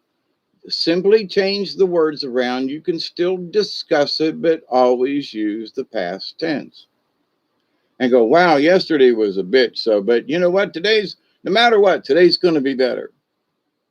Even if it ain't, by the end of the day, I guarantee you, because you decided at the beginning of the day that you were going to make it better, even though it's the same crap as yesterday, you still feel better the second day. I don't know what it is, because, and when I was in prison, there were times when it's just like, I can't do another day. I can't do another day. 7 days a week for, 7 months I worked in the kitchen, 8 months. Um, I wasn't in the kitchen my entire stay. I was in population for a while, but to the point though, so every single day, every day, without a day off for anything, I had to work in the kitchen. That was my deal, to get out early. That was my deal for the sentence I got. That was my deal. But every single day, and I mean from sun up until past sundown. And I can't do it. I can't do another day. I can't make it. I'm not going to make it. And this little Mexican is like, David, I've done time in Texas. He goes, you can think like that.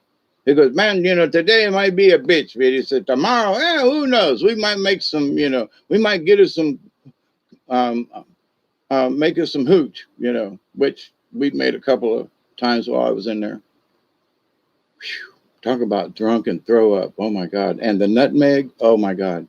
But anyway, so, but little Joey's his little Mexican self, and I loved the man. I did. He was crazy. But it was like, it is so true. And he got me to like Tabasco sauce on scrambled eggs. It was like, here, David, try this. And he'd be sprinkled hot sauce on my scrambled eggs. And I used to be really particular about them. Now, I don't like them gooey. I like them nice and hard, right? And almost burn at times, but where some people like their scrambled eggs really soft and, um, you whip them up and just until it gels and then they come out, it comes out of the pan. But anyway, another for culinary delights, right? Um, but the idea though, that the mindset,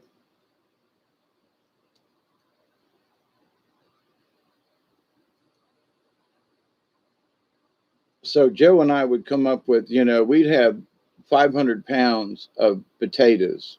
We would have to skin, peel, and dice, and put in a cooler. And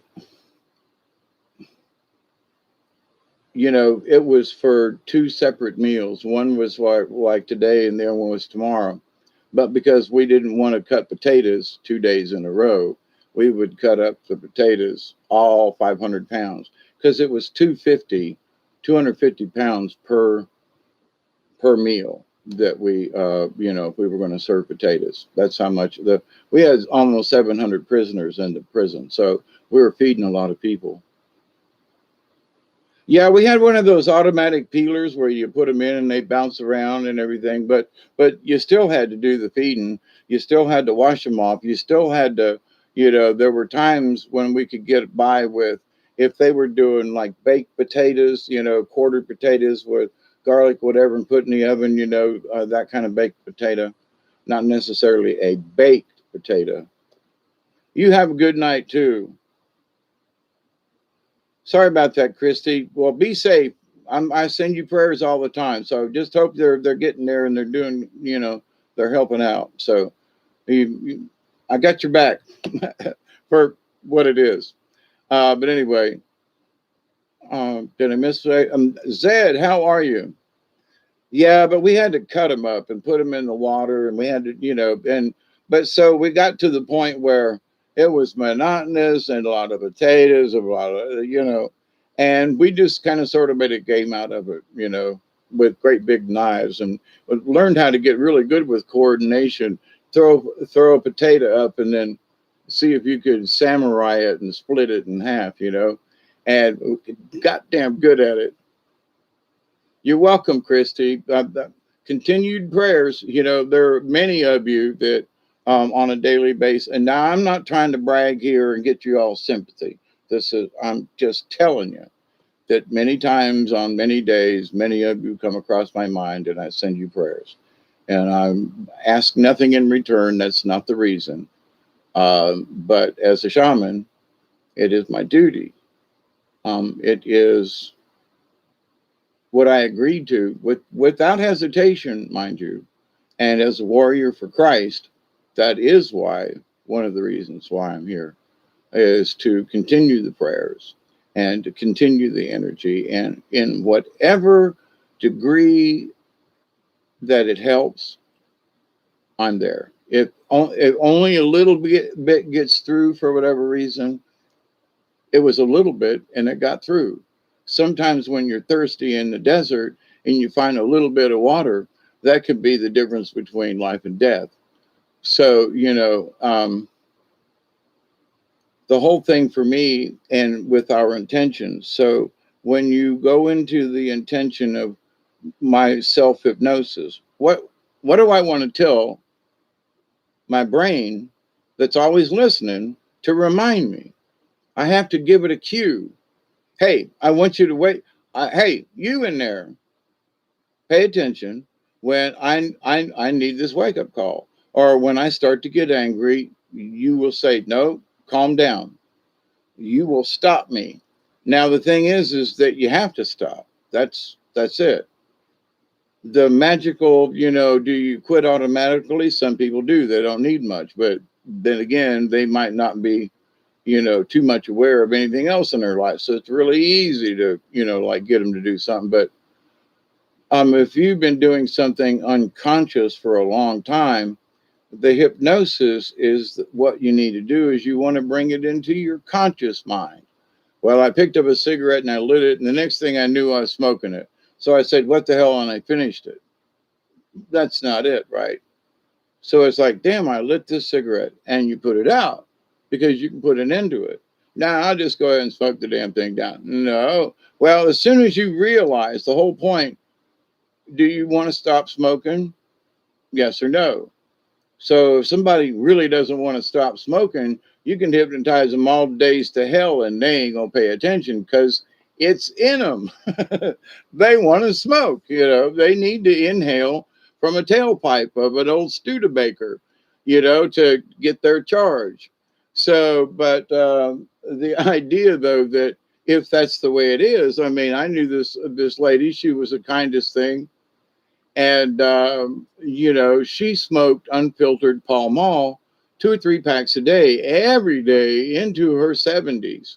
And I know she was in her 70s at least, but she might have even made in her 80s. But so as I'm getting older, I look at my cigarettes and go, that I look at, and I empty the ashtrays all the time. So when I look over there and I go, wow, there's a lot of butts in there, and I look at the pack and I go, well, I've smoked a half a pack in the last 24 hours. Not quote today, like since I got up, but in the last 24 hours. I got about, oops, see, I've smoked too many. There's only 3 left in here now. And I thought there was 5 or 6. So I have unconsciously smoked a couple of these cigarettes. So what do we want to fix? What do we want to tell ourselves? We tell ourselves, but if the trigger comes to us to change our behavior or to do or not to do or whatever, and we don't do it, then that's still up to us, right? So our awareness is, I really do want to cut down on my smoking. And so I do. When I really want one right now, no, I put it down and close the pack because I am in charge. So it's when it's like, well, I can't do it. Well, I'm addicted to cigarettes and I don't know what to see. No, take control. And I guess maybe being the adventurer and the wilderness guy and getting stuck with all these crazy things in my lifetime, you have to buck up, sometimes and just go, no, or yes, depending. Like the yes may be, I need to do better at this, rather than saying, no, you shouldn't do that. Say, yes, I'm going to do better. Meaning I'm not going to holler. I'm going to change my behavior. Why? Because I really need to. Well, because, back in the day, I used to use the word fuck all the time. This, that, man, potty mouth. And I just said, this just isn't necessary. I know I can. I know I'm, American. I've talked about this before, but to the point though, should I? That's all. Well, fuck that. Yeah, but should I? And the answer that I come up with, because if I want to be the right frequency, right, then I want to do better than I'm going to change. And I'm going to pay attention. I don't know if I can get to the phone or not. It's up here and in the back.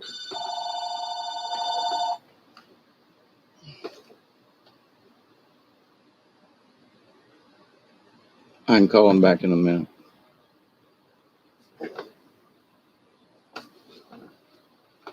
But anyway, so finding peace, a simple thing. Well, where do I find it? Is it inside? Is it this? Is it that? Don't get hung up on on how you could get there. Don't listen to other folks. Listen to yourself. What's the simplest way to do it? Okay, relax your breathing. Find a way to just, get relaxed. Okay, that's not hard to do. It doesn't take a special class that you need to go to. It's common sense. So with common sense, you say, all right, when it comes time for my meditation and I'm going to soak my feet, I'm going to put the kids to bed, and I'm going to be calm. And when I get there, man, I'm just going to be able to go right into my own. And you will. Now, circumstances might change along the way.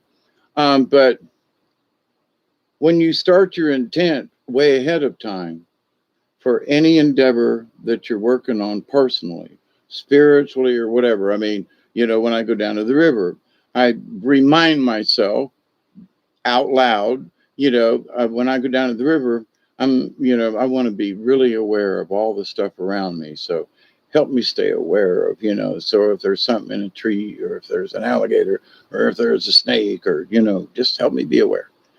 And so I know that I am anyway, but it's sort of putting my intent out there.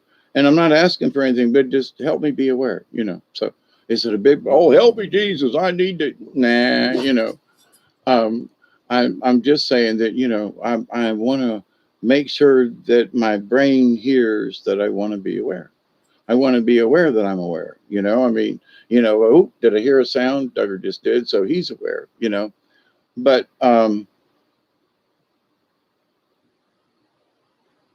calmness, do you need to say Om? No.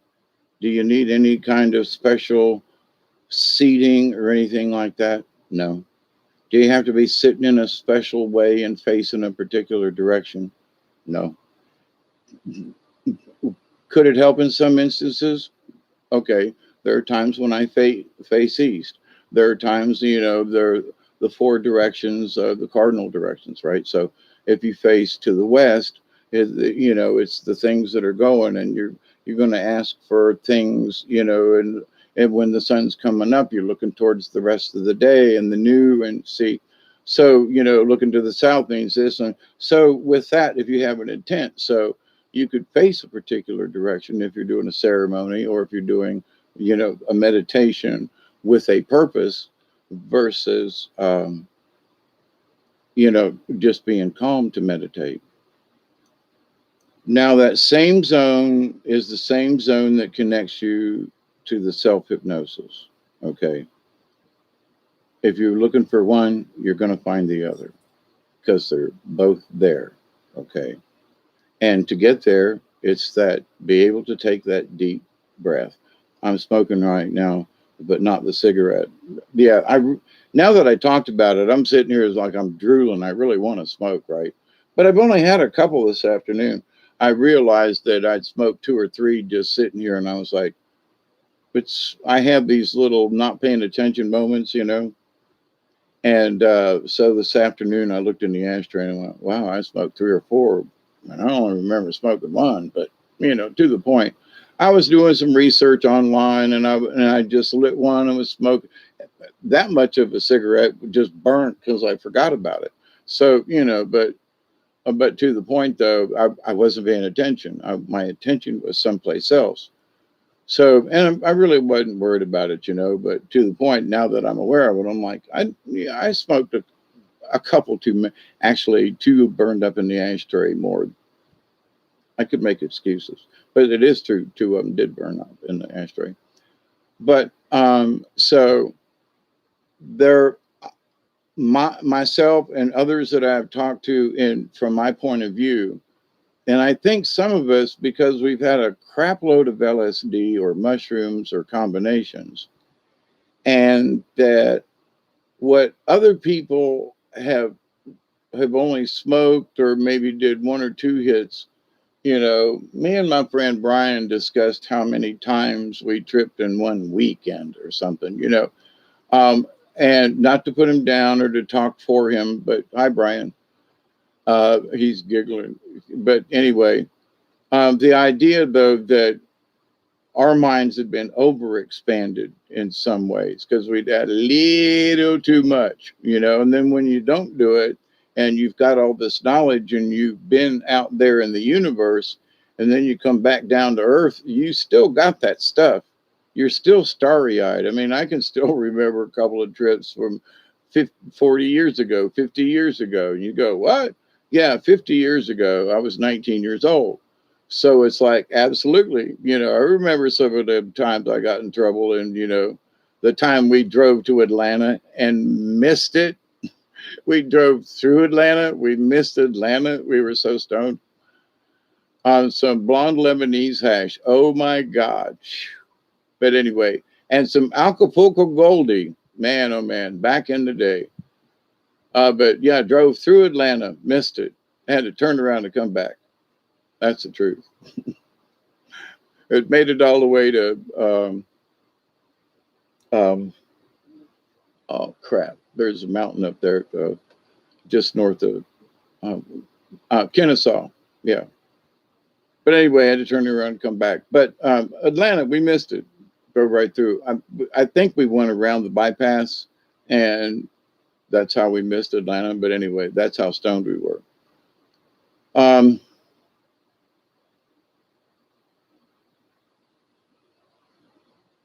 I know that as Brian and I talked about it, we kept trying to see what other people explained. Well, when you burn with the candle and you let the flame envelop you and you feel the warmth in you, and okay, but not all of us feel that. And I'm not putting anybody that says that down, because you do. You try to allow it to come in without any kind of special. Some folks try to make, oh, you feel the glow will make you. No, just no. And because now you're expecting what somebody else feels, and that might not be your cup of tea, but you would still feel something, but not what somebody else felt. Okay. You might still be achieving this meditation, but only through your eyes and from your experience.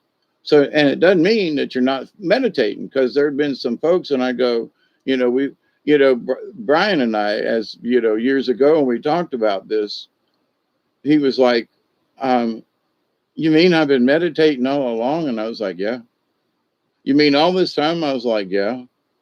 It's that your meditation and my meditation is not like others, but it's very similar to you and me. And I think that was one reason why we really got along right off. He was one of my first subscribers to my channel, by the way, too. And so, I still remain friends with him. I've got my Milky Way uh, t-shirt on here, by the way. So, in honor of him, just because. But of this understanding, though, so we can't push the meditation. We can't push the self-hypnosis. But what we do is we remind. So while I expect I would have learned this by now, nah, can't go there. Because sometimes some people, even myself, I have meditated on a certain subject or something, and I get these kind of like hum ho hum ho hum hum. Yeah, me too, Chloe. um and there are times like tonight, it was like, I need to put Brian's shirt on. I need to put Milky Way on tonight, for no particular, not that I'm trying to.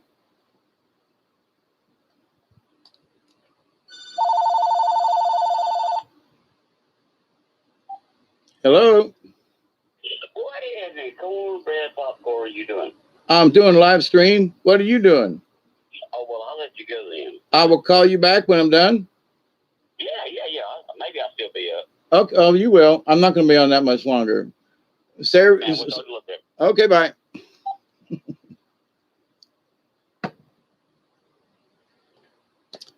Anyway. Oh no, what in the cornbread hell?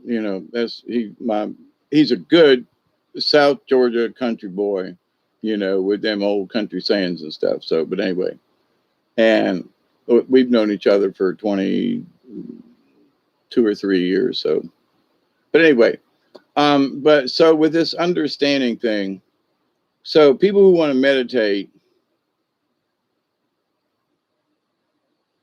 using the candle and the light, and don't use a great big one, just use a small one, but make sure it's not going to burn down while you're, if you end up honestly meditating for, 30 minutes or something, the candle burns down. So, and just sit quiet. Now, sometimes burning sage helps, sometimes certain incenses, sometimes certain smells. It's all about the, um,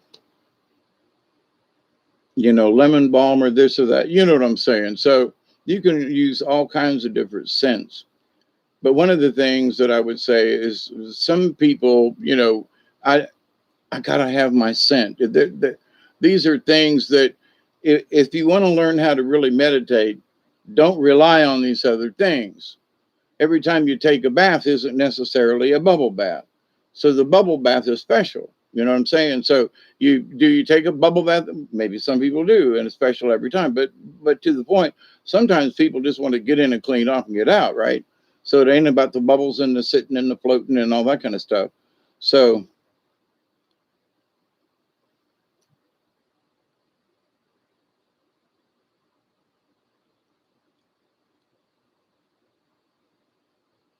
someone's idea of meditation might be a bubble bath.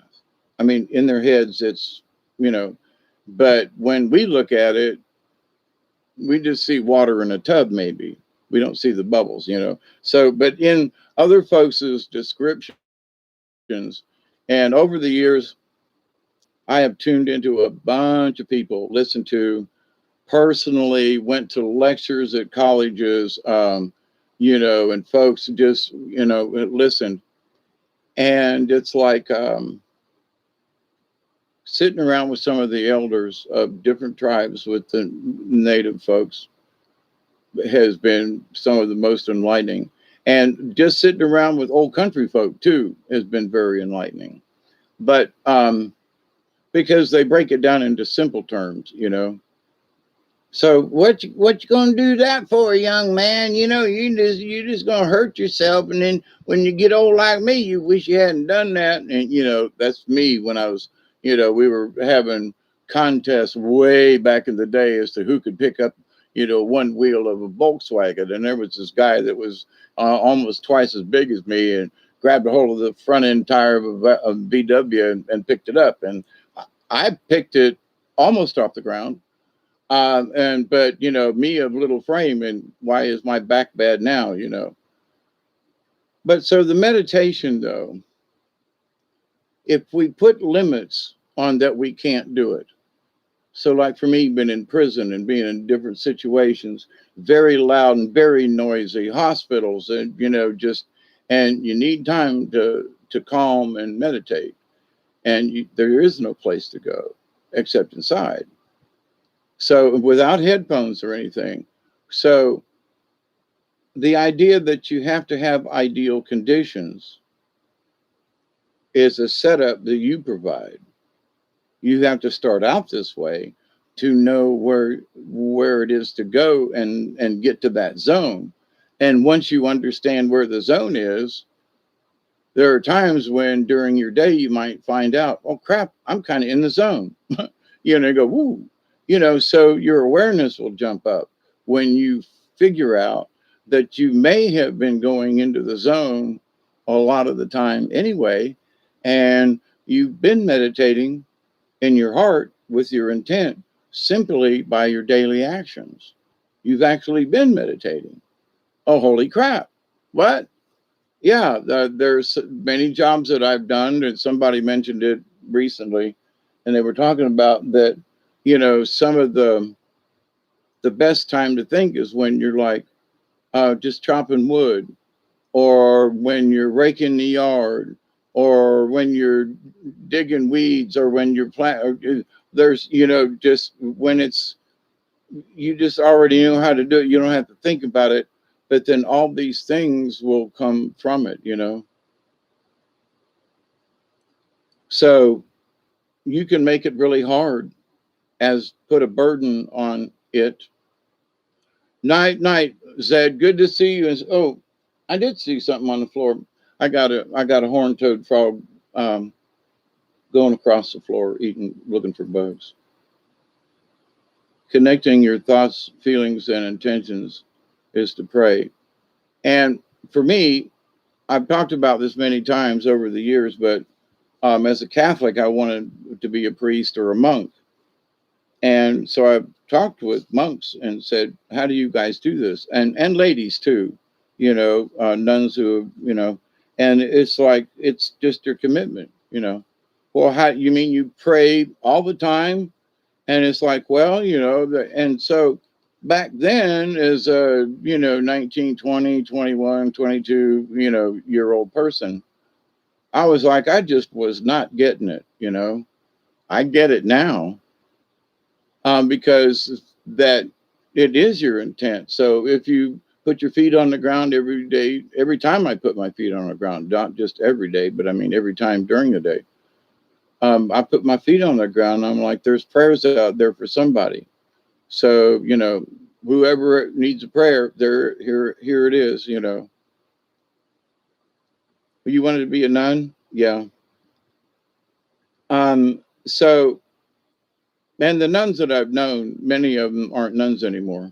But Sister Helene, as I've talked about before, I asked her, I said, why do you still be a nun? Why are you still for the Catholic Church? And she said, because I made my vow to God, and this is the best way for me to fulfill the promise that I made.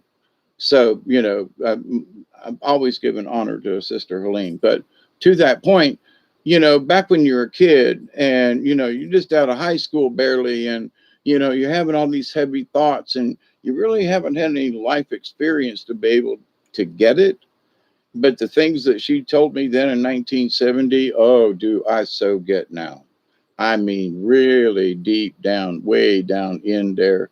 Can't get them out, ain't going, if somebody says, Hawkeye, if you want to live, uh, you've got to, commit to Satan or the dark side or something. I'm just, no, cut me up, chop me up. No, sorry, ain't going to do it. Now, there might be a situation where I might lie so I can stay alive to help people to, it depends on what my mission would be. But I wouldn't turn in a friend, for example, to save my life. I've already been there, done that as far as other situations. So someone was going to get busted and I took the rap for it. And so it's like, no, they didn't have anything to do with it. It was my deal. So thank you, Chloe. I've been through a lot of shit and I created my own shit. And from that shit, I've learned don't do that shit again. You know what I mean? So, but also then, so how do we walk better in this life?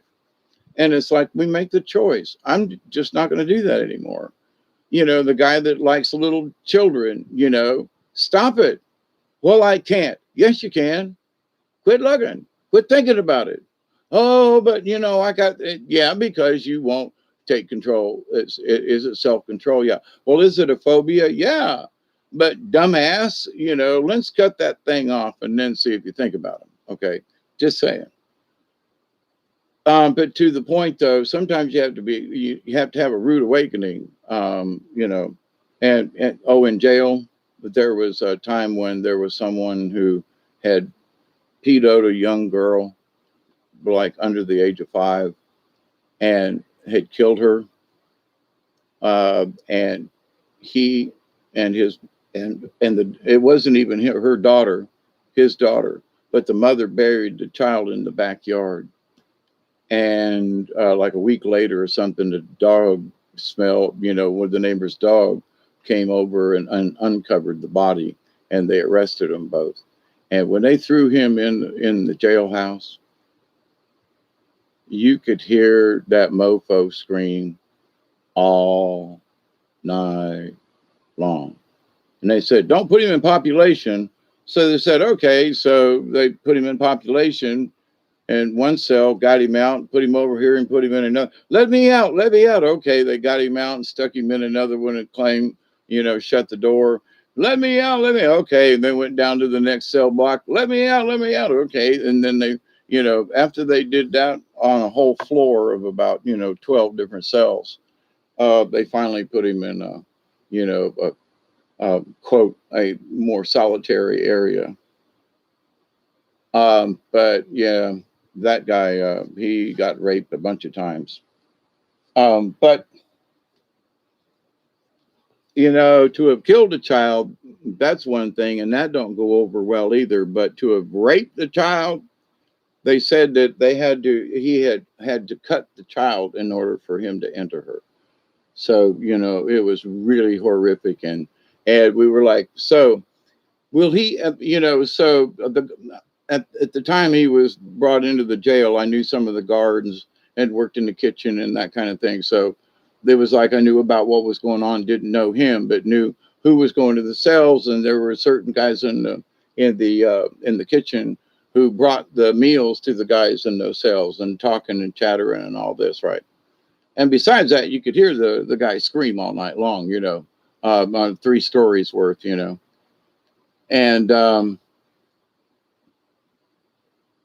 well, 2 stories because the first floor is a lot of office and stuff. And anyway, the chatter amongst everybody was this guy's never going to get justice. They're if he gets a sentence or whatever, he'll never really get justice for the cruel act that he did. And so it's like, yeah, you're right about that. So there are those people in this world. And then I don't want to say the prison was full of animals, but being in prison around other folks who have whatever intentions they have, has a tendency to bring the animal side out of you because you're caged up. Okay. So, you learn how to get along with the lions and tigers and bears, oh my, and not to tug on Superman's cape. And you don't sit in Victor's spot, by the way. That's a whole nother story in and of itself, but you learn these things. So when you understand that these other rules, wherever they are, exist in the world at the same time, we're like having freedom and running around doing stuff. There are places on the planet and within companies and this that there are hierarchies and stuff that, everybody's got to play the game and go by some kind of rule. And oh my God, it's power over power over power. So you can say, well, you bitch about it all the time. 10, 10, 11, 11 right now. We Kent is an angle like on my ski boot. We're all different. Yep. Well, I don't, there are a lot of things I can like overlook, but murder and mayhem and rape is just, sorry, it just, forgiveness. Yeah. Okay. I forgive you, but stay in this cell. I forgive you, but your rights are taken away. I forgive you, but you ain't living in my neighborhood. Okay, fine.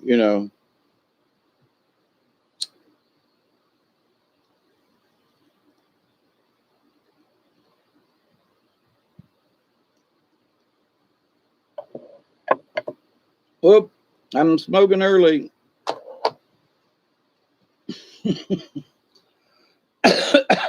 I do want to wrap it up. I've gotten into the dark side here with that conversation, having remembered that incident, but I don't want to go there because that's my choice, you see.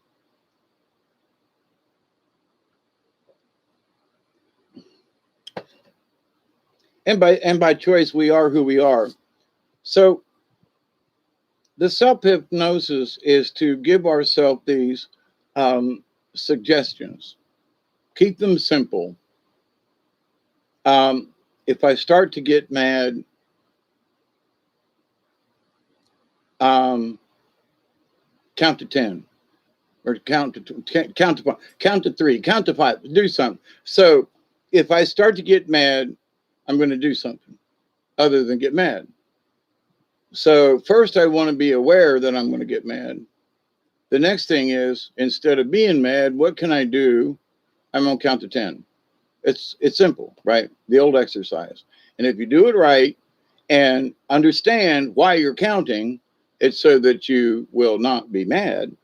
By the time you get to 5, after a while, you're pretty much, you're not mad anymore. You've gotten over it. You stopped before you got there. And with practice, you will just get the awareness of, that's going to piss me off. And you go, and you shut up. and you think about it and you go, this, your brain is telling you, this is one of them times where your mouth would have just said, you son of a bitch, you, blah, blah, blah, blah, and then you'd have got decked, knife, shot at her, or, okay, so, but now I've learned to just, yeah, it does piss me off, but I got to keep my mouth shut and let my brain slow down and go, okay. So whatever it is, that is the control. But the self hypnosis and the meditation in those states is when you tell yourself, I want to be a better person. I want to be more aware of the universe, whatever it is. But every time you go into a meditation, keep it very simple. If you're looking for one item, stick with one item. Don't go, well, I want to lose weight and I want to get better. And I went, nah. You have to stick with one topic. I want to lose weight. All right. So you can say, all right. So, well, all right. That the brain says that's an obvious thing. So, but how? Well, I want to lose weight. How? So, what do you want to really focus on? What are you eating too much of? Well, I'm having too many sodas. Okay. So you say, when I go to have another soda, I'll get water instead. So you trigger yourself where you would automatically have put money in the machine and hit the selector. You go, wait, I think I'll have water. That's where the choice is, right? So the hypnotic suggestion, if you will, is to tell you, well, you're buying another, you're not thinking about this, you're getting another soda.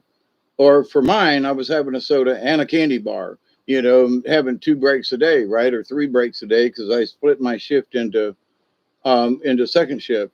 And but so anyway, cut out the candy bars. I replaced it with something else, and then I just quit having a snack at break anyway. So the thing was change your habit. So it's like, okay, so something I can deal with. Well, first off, I want to be aware of it.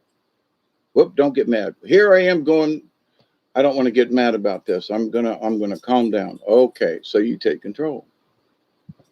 The hypnotic suggestion is the trigger. Whatever it is, I'm going to smoke again. I'm going to cuss again. I'm going to get angry. Whatever it is, the meditation part of it is in the same realm. Because if you were meditating, you say, holy crap, you would recognize that the energy flow and so forth, that as you were meditating has changed your anger. So if you're technically aware of that, you can be in this meditative state all the time with your intent, then as you go to get mad, your safe house is that, oh, holy crap, my brain just triggered me to not get angry. That, here's the thing, that must mean I'm connected to my meditative self. And the answer is yes. Because in the meditative state, you would have said, oh, bad behavior, calm down. So, so in the subconscious mind, who's in the meditative state, because it's looking out for you to not be angry, you see. So you say, well, this is just hypothetical. Try it, my friends. I used to be one angry mofo back in the day. And, I I get pissed off sometimes just for the fun of it. And I'll like, you son of a bitch. About halfway through, I'll realize that I'm faking it. But there is a truth to, I wish these people would, quit throwing racism and all, I wish things would change like that. But yeah. Um,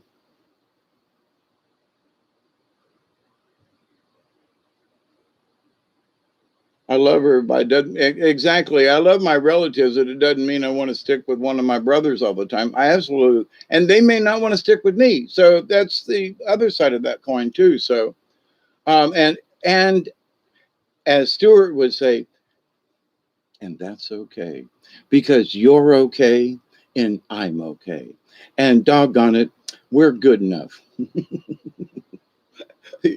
So doing a very horrible. Uh,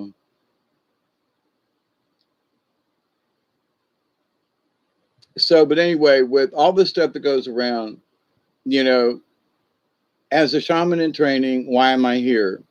For y'all to come and hang out with each other. You know, for me to, to have somebody to smoke a bowl with at 20 minutes after the hour, just for the hell of it, even though I might not do it on my own, it's a really good excuse. And I get to hang out with people. And, a lot of the topics that I bring up and have these chats about, these little fireside chats, are prompted by the spirits, by the angels. It's sort of a combined effort in that, in the awareness for people to understand stuff. Well, how hard is it? Well, here's the thing: don't make it harder than it already is. Well, I've already been through this, but I hear so many times, and I used to be one of them. Well, I can't meditate like these people do. I don't know what it is, but like I said, then I realized, oh, holy crap, I am meditating in my own way. I'm seeing, I can close my eyes and picture a candle burning. If I use the candle, and so my brain will understand what the candle looks like if I don't have one. So I can close my mind and imagine the last time I used a candle as to meditate with. And whoops, so it's like no hocus pocus, no special words, nothing, just the candle. Now, I didn't speak on this 2 hours ago specifically, but the idea is to see the candle, and then it's to feel the candle and feel the warmth of it. So you can go through your own little there is no, for me at least, there is no order in how you feel what you feel from the light of the candle. It's the fact that you allow yourself to not just see it, but to feel it. What color is it? And just let your brain just, what, oh, is it a warm color? Is it white? Is it yellow? And it doesn't matter, but it's your observation. Does it change color? Does my thought pattern change the wavelength of it? And it's about 20 now. Good. It is. Okay. So here we go. My last one with y'all for tonight, because I really got to do some stuff.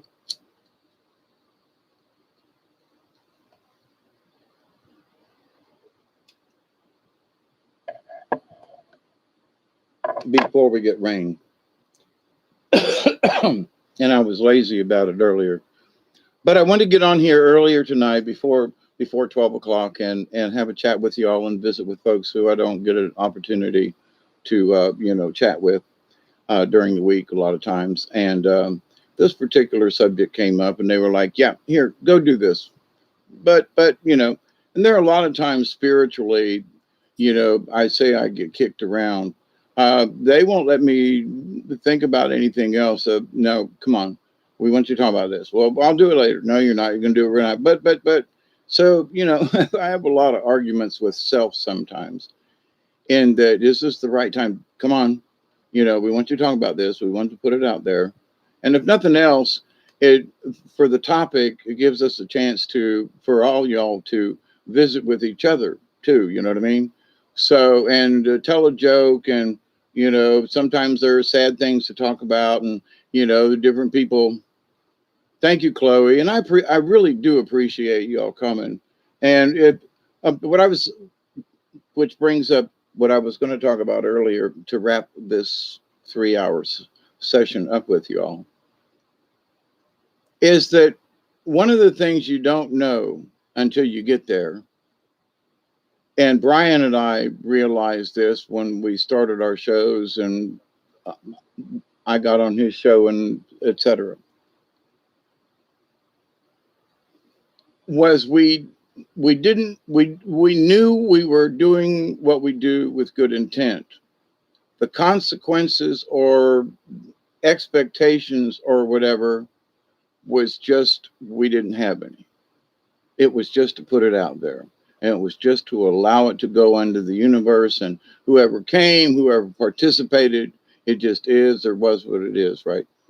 We just had to leave it open, but with good intent. So we didn't have any expectations. I remember saying, if I get 25 subscribers, I will be tickled pink. And there's over 500 of you, I think. And it's like, how did it get here? And so it's like, I'm very grateful. I'm humbled by this, don't get me wrong. But the idea, though, that somehow um, we can have no influence. And so he and I were very happy with 25 people each, right? And that was that. And it is what it is now. So, but we had no expectations. We didn't go into it with that. So, but the lesson from that all these years later is, you know, even though you don't have any expectations, there are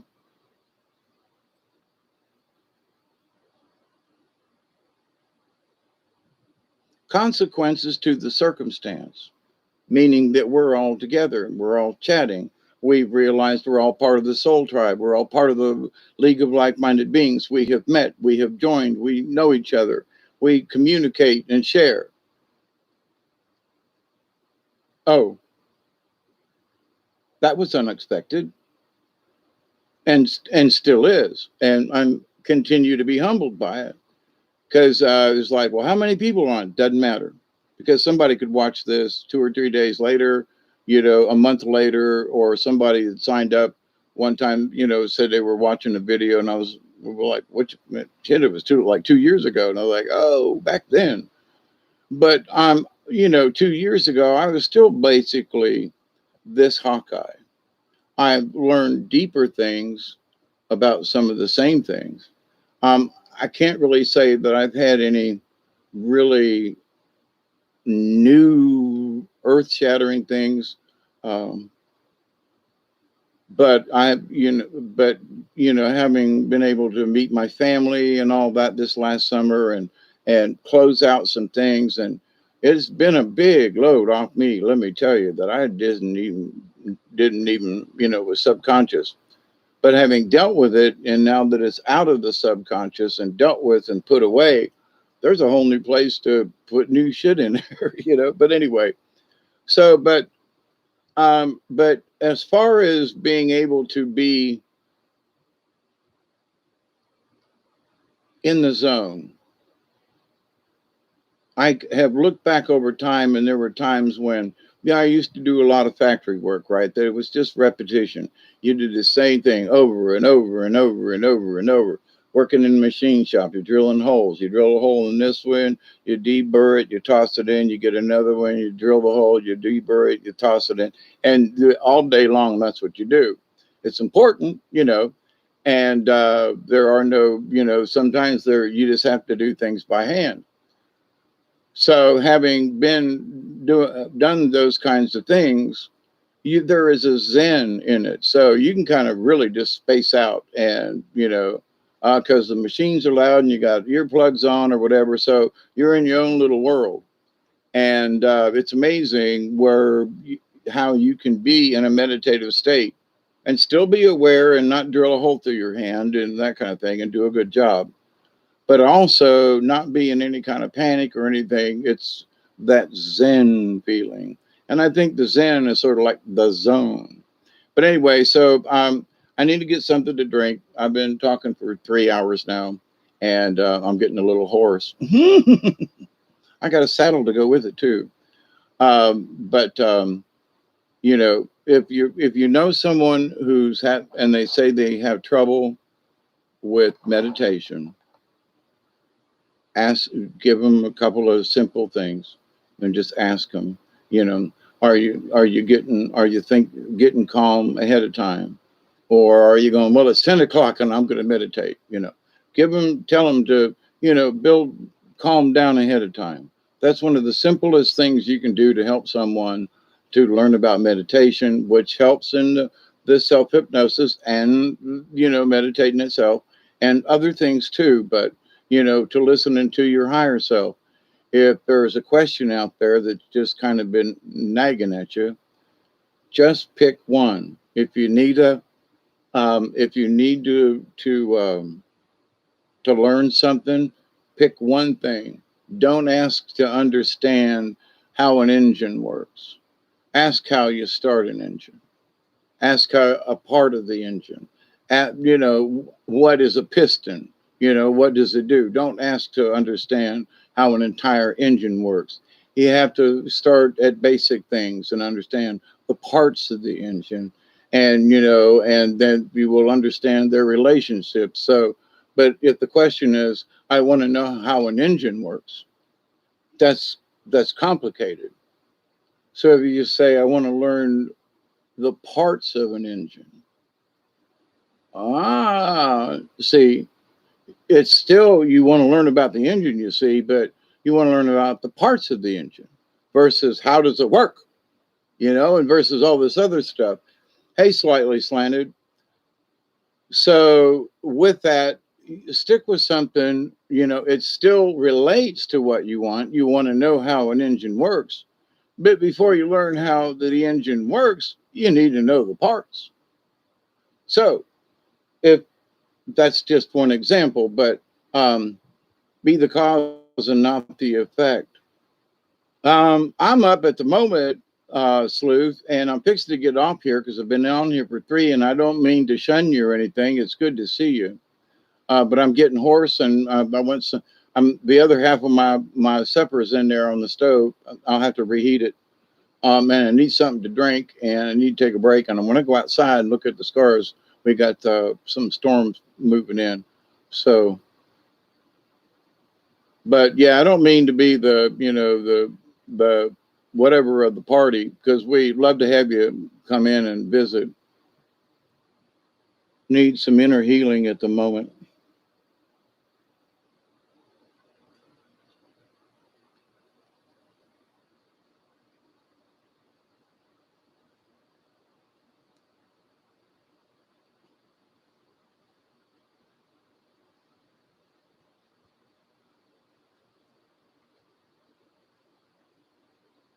One of the interesting things I've found during my lifetime is like, now, Chloe, I'm not specifically speaking about you, okay?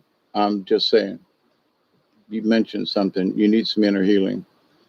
There are times when that was necessary for me and for some other people that I've known. And one of the things is that we have to be patient. And I don't mean we need to crawl. Sometimes we do need to crawl in a hole, but I don't mean crawl in a hole at all. No, sometimes we just have to. We might not even know we have a question. Whatever the inner healing we might. No, Chloe, you might. This. I'm not trying to relate this to you. Um, I'm actually thinking of myself and someone else, but if this relates to you, okie dokie, but you triggered something in my head. So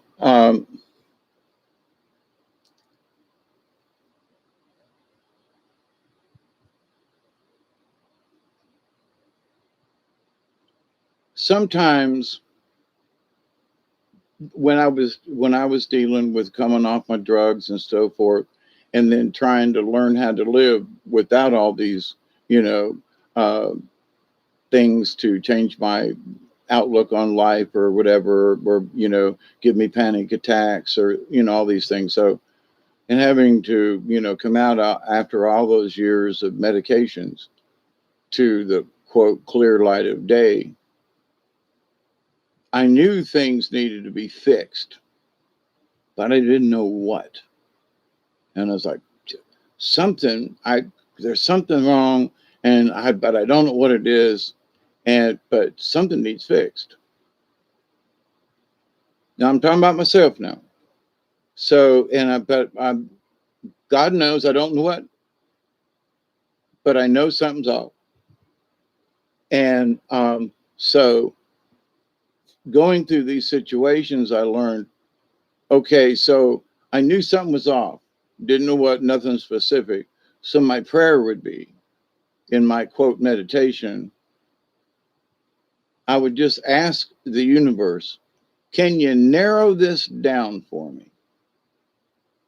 In other words, if I was feeling hyper or sad or something, I would just ask the universe, can you narrow it down for me? Because my brain would go off in 100 different directions, right? So, and having coming off all these drugs and stuff, I didn't know what was real or not, right? Trying to get my connection back to my spirit side again, making sure that the guy I'm talking to is the guy I'm supposed to be talking to. So, um, but the answer, as the cards have said, and I every time I, I go, sometimes I didn't know what was wrong, but if I projected, well, there's something wrong, and I know it is, and I got to fix it, then it just got worse.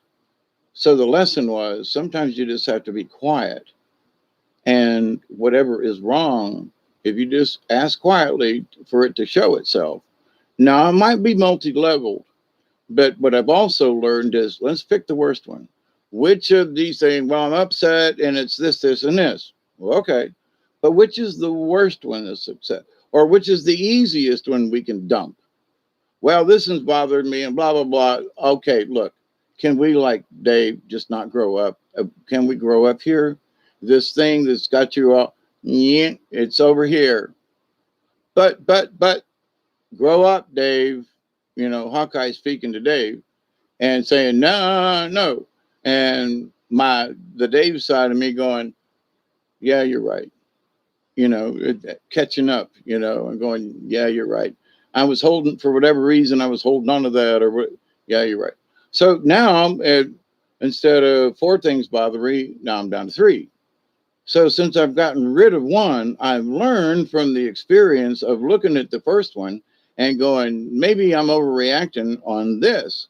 Or so I look at it and I go, I was angry and I was mad and I was pissed off and my blood sugar was high, or, I was stoned or whatever, making an excuse. But now that I look at this other layer of what I'm all pissed about, I can see, well, okay, that might be valid, but do I really need to lose sleep over it? Do I need to combine it with these other things that are making me upset? And, so wait, well, and so what's my decision about that? Well, it's already happened. So what's the deal? Well, I'm afraid it might happen again. So this whole thing and this losing sleep and upset stomach is because you're afraid it might happen again. Oh, stop that. So threw that one away. So now I've got 1, 2, 3. Now I'm down to the biggie, whatever the biggie is, right? So those things that have bothered me that I didn't know about, okay, I just knew something was wrong. So you just listen. So by listening, the answers are, well, it's this thing's been bothering me. Well, I wonder why. Well, do you want it to bother you anymore? Well, no, then okay, delete. Well, what about this? Because you're just being quiet. You're not looking for an answer. You're allowing the answer to show itself. And it is sometimes very difficult to do, but when you can learn how to do it, so the things, and again, Chloe, this ain't so much about you, but those things, there are times for I mean, I still have these issues myself, see, so I'm still speaking on this.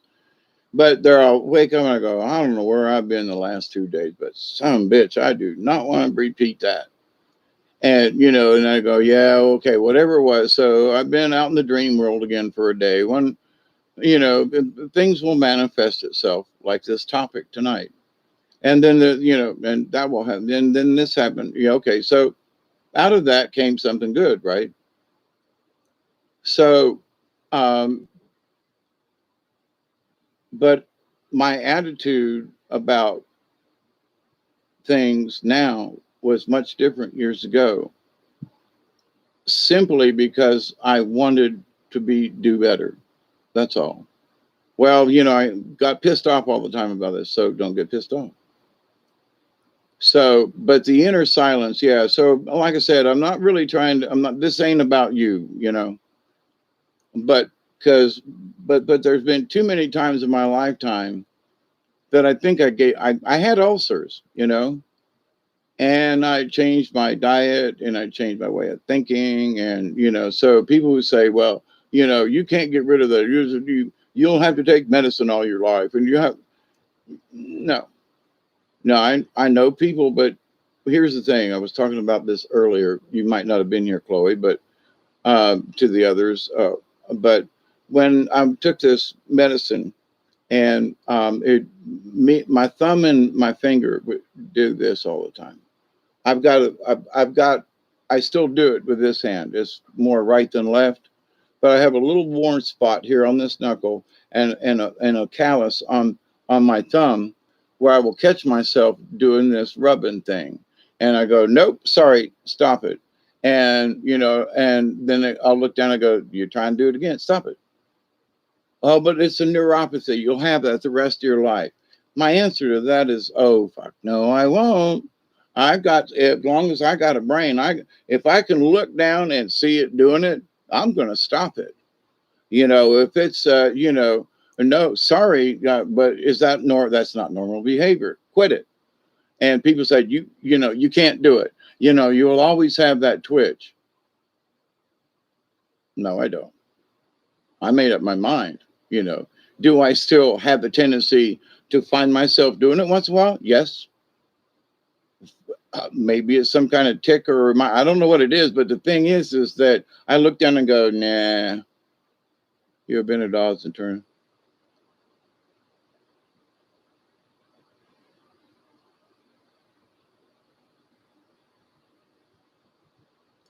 So, but with all of this said, that's where we find the strength, and we share it with each other. That's why I'm here, not to make me look good or put me up on a pedestal. It's to say, hey, look, there, I've had people say, well, it's really shitty for me. Okay. I'm At some point I might have shared that low myself, and not to say that, that I'm better than you or whatever, but, you know, but I kicked its ass and came through it. And it's hard sometimes, and yes, it takes motivation. Yes, sometimes it's painful emotionally and spiritually, and sometimes you gotta wade through an acre of shit to get to the other side. But once you do, you're so damn glad you made it. And that, yeah, but I got shit on me. Yeah, but I'm across it. Yeah, but you had to wade through it. Yeah, but I got across it, and I don't have to go through any more shit. I've been through the mud. I've been through the mire. I've been through the brambles where the rabbits wouldn't go. Ran so fast that the hounds couldn't catch them. Down the Mississippi to the Gulf of Mexico.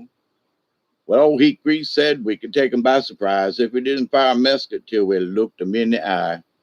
So we held our barrels and we something with the powder. But when where the Gators lost their mind, yeah. Anyway, but so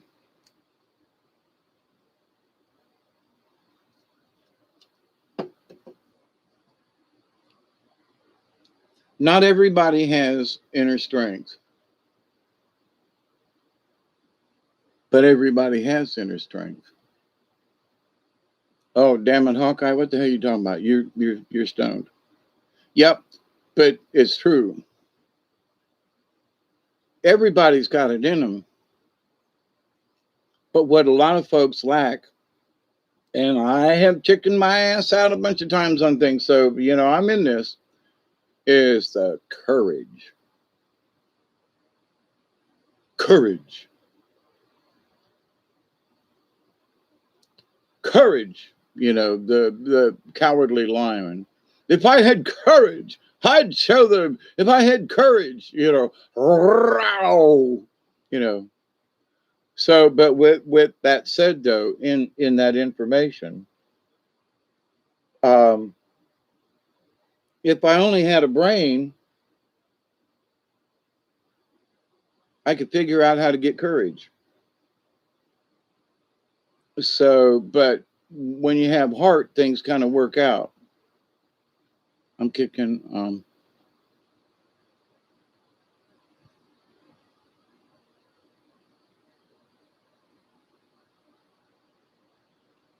kicking ass, and it is hard. It ain't easy. I mean, at my age, I float through, but lower back pains and aches and groans, and I'm just getting older, damn it. But you just if you want it done, you just gotta suffer through it. You know. Hey, Roman, how are you? Good morning. Well, it's still nighttime here, by the way. I'm so early; it's hard to imagine.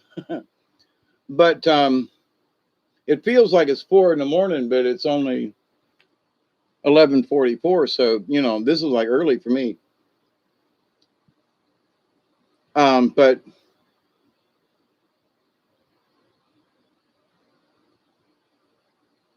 in listening to chatter of other folks and stuff, and there are times when I will lurk in the background and just kind of watch what other people are talking about.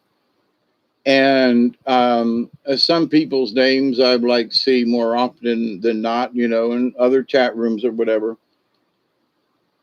And I've had the thought, don't they kind of ask a very similar question every time this situation kind of arises? And my question to the universe, have they not learned this? If they continue to have these issues that keep coming up, then they've not learned their lesson. It's sort of like the rat pulling the rabbit card. Hey, Hawk, I'm over here. Come eat me, right? And so it's like, but here's the thing. What's interesting is that they're seeking an answer still, even though they've only rephrased the same question and they asked the same question the same way because they've asked it so many times. So they have lost, there aren't any more ways to ask the question. You know what I mean? So it's like but I had this experience but we talked before but then you had another one of these, oh yeah, blah, blah, blah, blah, blah. And I'm listening or, you can hear them talking and you go, so there are battered husbands too, but a battered wife syndrome. And that you got to go back, right? Or, you got to there's got to be controversy. There are people that they honestly don't know it. But if they don't have someone that's picking on them, or, well, this person's attacking me, or this person said something about me, or something, there's always gotta be something. They're never happy unless there's some kind of little thing going on. And to those kinds of people, men and women, I say, would you cut it out? Stop it. Grow up. And would just stop it. But he said, she said, you both need a paddling. I mean,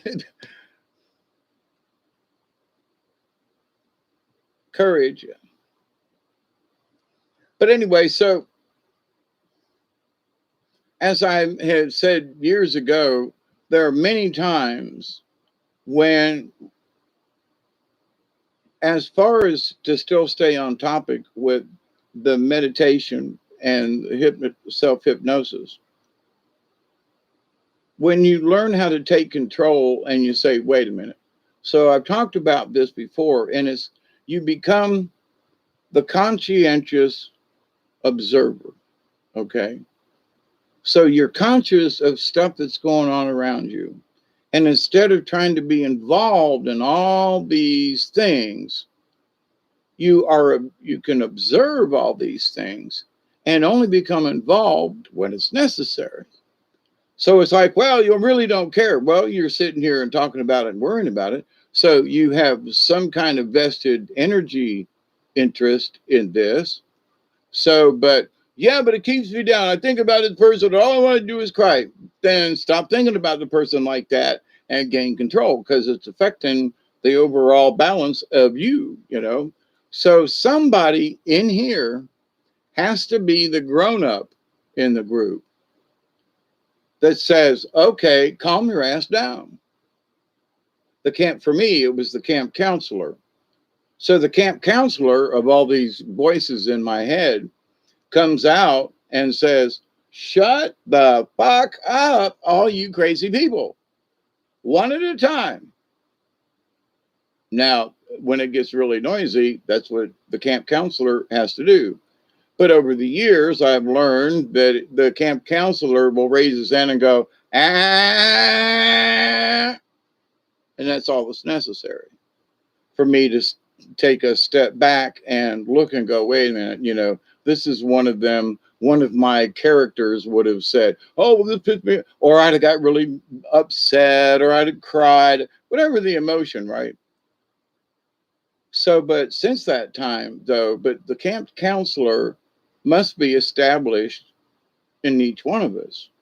Because when you're crying and you're weeping and if you allow only that side of you to operate, you got to pull in your gut the courage that, and the camp counselor or the grown up in the room in your little world and that you have to stand up and and bone up, mother up, man up, buck up, whatever it is, and go, okay, we've cried long enough.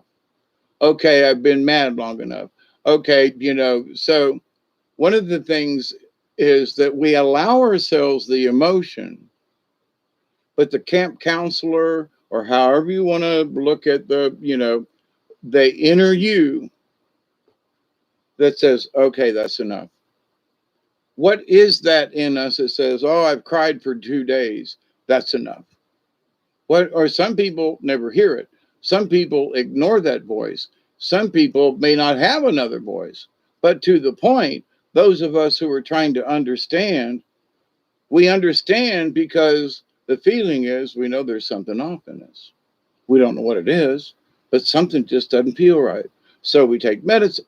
For me, it was to take medicines. It was go to therapy.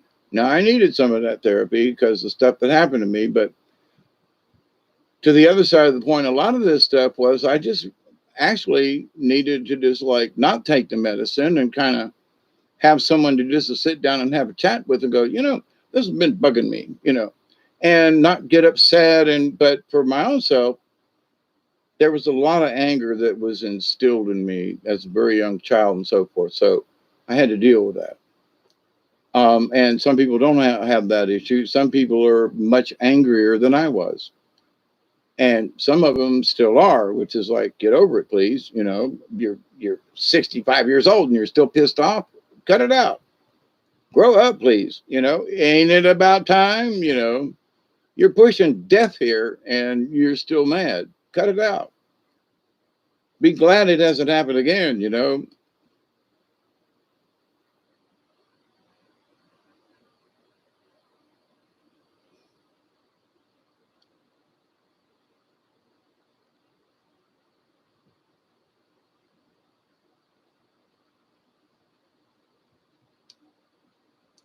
Slightly slanted, I absolutely agree with you about saying too much.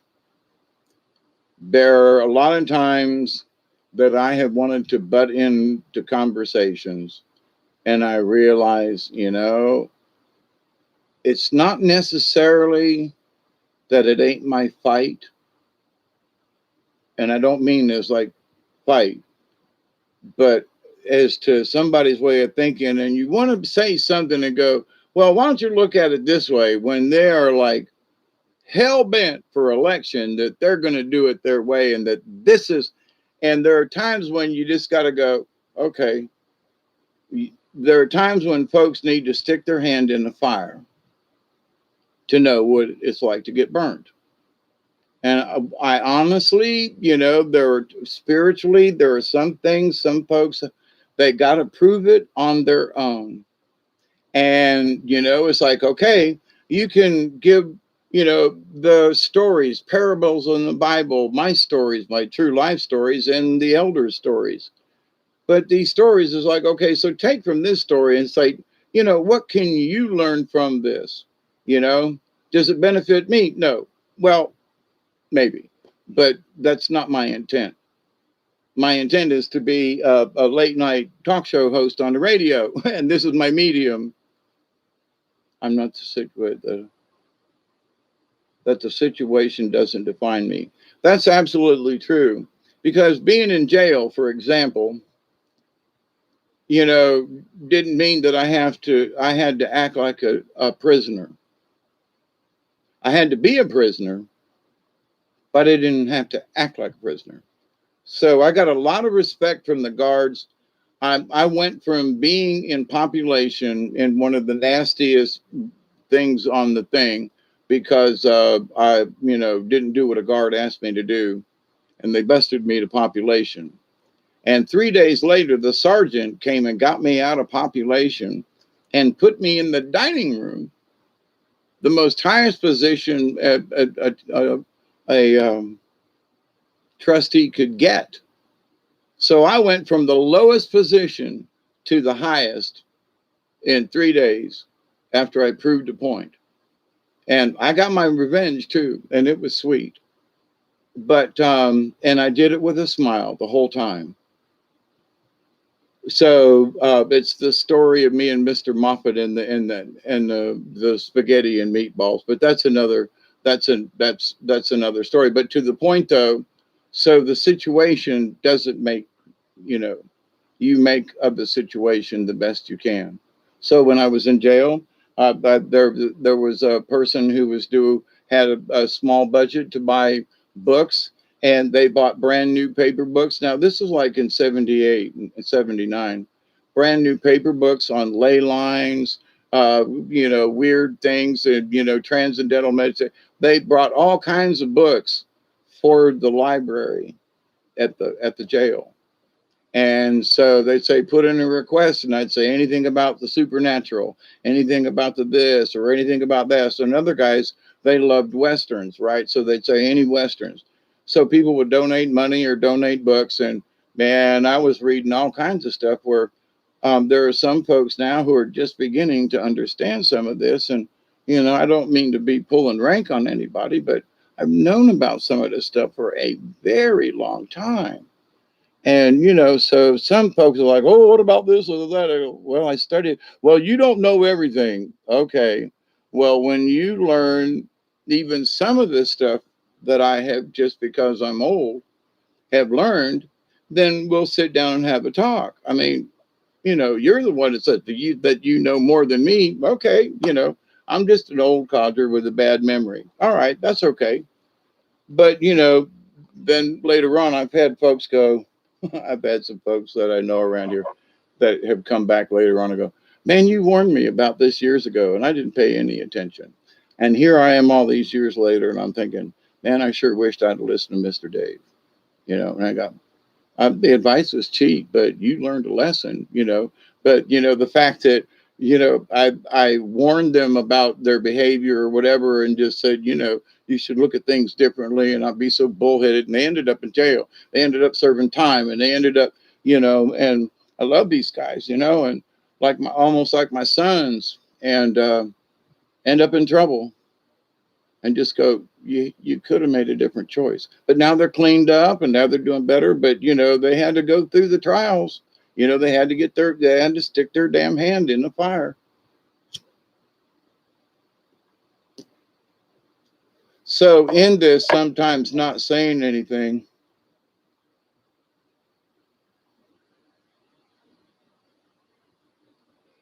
I used to think I was always right, right? But now I know I'm only right because I'm all that's left. I kind of get that. Now, again, I don't mean to hurt anyone's feelings, but I've been looking at the pyramids since I was in grade school in the 60s. So for people to talk about, the pyramids and this, that, and about the pyramids, that they've just become aware of it. And I'm not picking on anybody, I swear to God. But until somebody comes up with something else that really like makes sense, um, you know, I'll listen. Or even if it doesn't make sense, but it's like it's at least intriguing. But some of the stuff that comes up to try to keep the subject of the pyramids like I mean no harm. And this is no disrespect to anybody that talks about them. Okay. But for me, it's like there's nothing new in this topic. And well, we thought about this, and I'm like, seriously, come on now. Look at this and this and this. Seriously, you want to use that hypothesis? Seriously, I mean, okay. And that's okay because um, I had, 40 and 50 and $60 books back in the day of the ancient hieroglyphics and the Book of the Dead. And I was researching and doing all that because, when I was growing up, the mummy and the Egypt and Boris Karloff and all that was like intriguing, right? So, but I also felt a connection. And later on, I figured it out. I was an engineer back in the day. I worked somehow as an engineer during the days of the pyramids and this idea of rolling stuff on logs. But to the point, though, the folks who have not had whatever, they've read a couple of things, but I've got a lifetime of experience and listening and reading and not been to the pyramids, but I'm very in tune with the people who have been to the pyramids, who have used their own critical thinking, like, how is this block cut to a precision we can't do today? How do these inside if anybody knows anything about cutting an inside corner, they would go, and being a machinist, cutting an inside corner is like really hard. And to have these corners on these big pieces of rock and stuff cut with these precisions, and they did it with, that's just insanity. So, but people who don't understand it, well, you all are just talking conspiracy. No, there's proof. So, but, when people don't understand that there's such a deeper level to like the pyramids or something like that, but they're talking about, oh, the spiritual thing and it's pointed, yeah, okie doke. But it's this and that and the thing, okie doke. But they don't really have a full understanding of like how difficult it was to make and the precision that how it was made and how it was put together. So somewhere in the back of one of my lives, I, this idea that there were slaves, and there's been some folks that have talked about this too.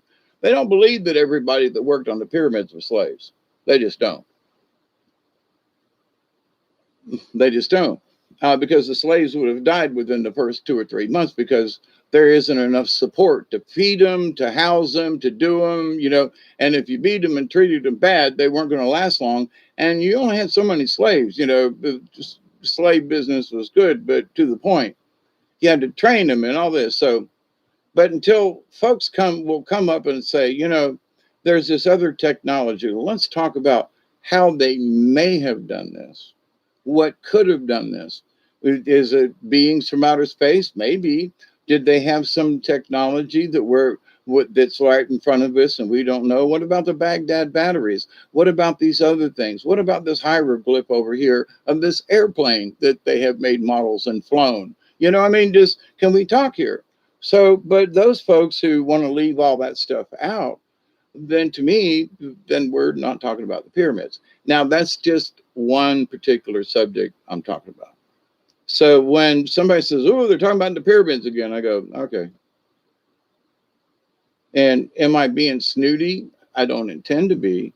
I'm just like, unless y'all going to really bring up something different, or at least discuss these anomalies that maybe other people aren't aware of. Let's make these folks aware of these strange anomalies, not what some guys thought about or had a dream about. And, ooh, this is what the pyramid. Oh, come on.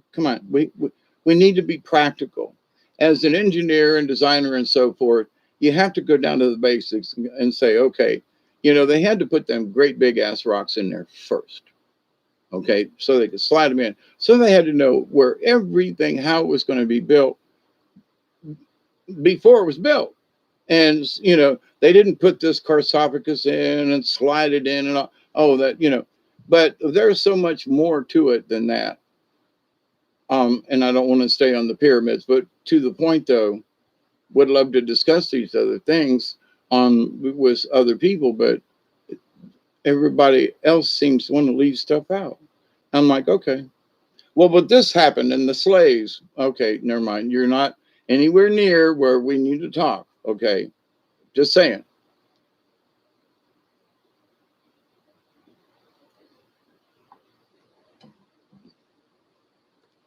I would like to have a discussion with some engineering type folks and really like, how did they cut that inside cut so perfectly into granite?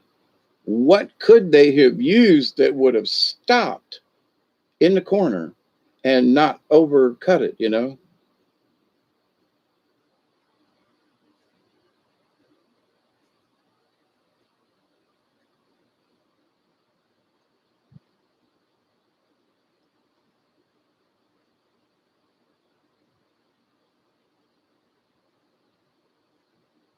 Are you talking to me about Waterhammer or somebody else? I know there's another David. Um, I know y'all been talking amongst yourselves. So imagine witnessing shining a beam into the cosmos. In a way, I think it still does. Um, Slightly slanted. Uh,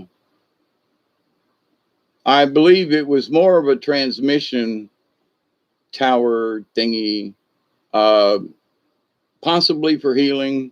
And it could have absolutely, in my humble opinion, been sort of like a Stargate in a way. But we have to understand some things. When they actually constructed it, the stars and the planets and everything are not in the same place they were 2,000 years ago. They are in a similar place, but they are not um, in the same place.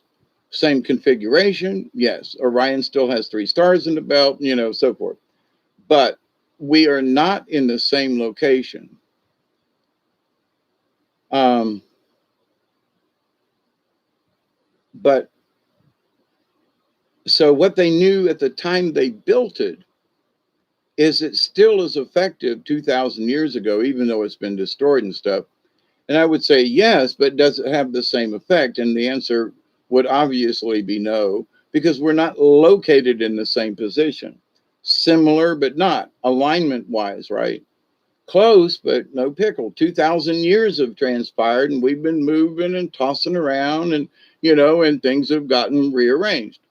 So, and that's, you just have to look at it from a practical standpoint because stuff happens.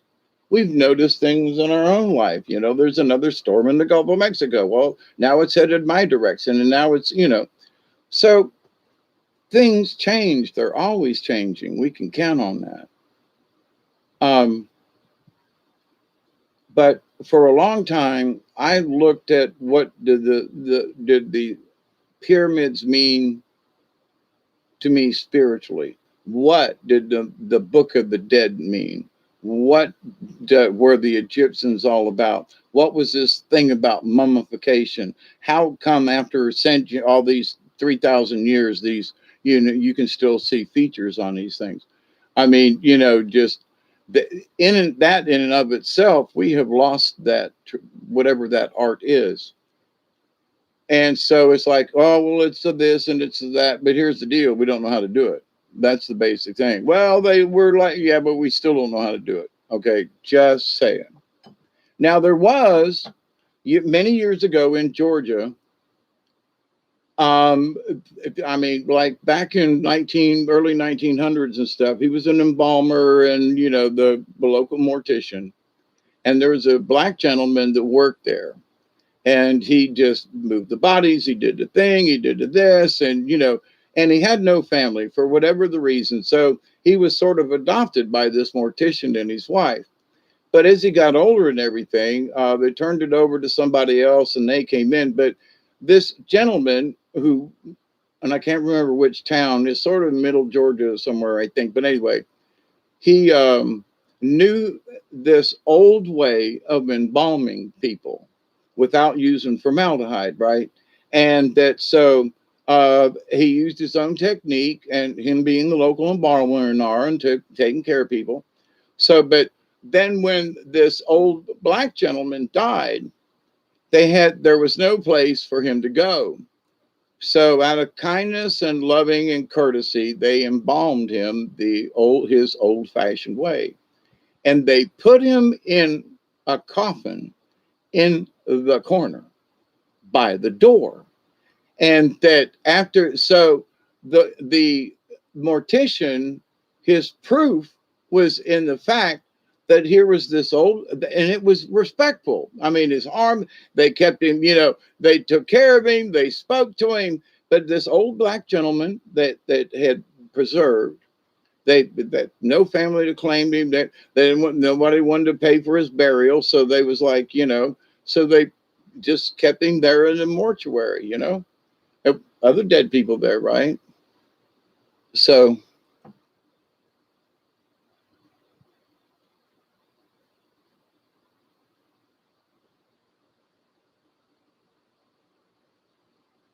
yeah, we lost the knowledge out. It honors. Here's something that a lot of people don't know because we don't listen to AM radio much. But I learned this many years ago, having worked for AM radio stations, that the AM radio stations, a lot of them are put on wet spots, low spots. I mean, if it rains, where the antennas are set up, they're standing in water. And I asked somebody, I asked the guy that I worked for, his brother was an engineer and they started a radio station. Me and my friend Randy used to work for him. Anyway, so I'm like, so why? And he goes, because AM radio, you can bounce a signal off the atmosphere. That's like when I was a kid, I could listen to WLS out of Chicago on a wireless radio in Tampa, and but FM radio is linear, it's straight line kind of thing. So in the mountains, FM radios don't work, but an AM radio, because it uses the earth as a ground and water helps the signal, so the signal is transmitted through the ground and also through the atmosphere and is simply directed by the antenna. So without the earth and the water and the thingy, AM radio wouldn't work. But that's the same reason it does work in the mountains. Okay, because the signal can bounce all over the place because there's earth everywhere, where FM is a frequency modulated and in a direction. But the king's chamber was the resonance chamber. Here's the thing, slightly slanted. This is what we think. Now, I'm not saying you're right or wrong. I'm just saying all these things, this is what we believe they used it for. My point is, there are so many people who are, oh yeah, this is what they used it for. Oh yeah, we know. And I'm like, no, you don't. Well, yeah, we do. Yeah, we do. We know. We studied this and this and this. No, you really don't. And what I mean is that, you might not really know what you're talking about because these other crystals and things and stuff might have a total nother purpose that we are simply not aware of. We are not aware of how they cut them stones. So we cannot be aware of why they use certain rocks and places. We can only assume and guess.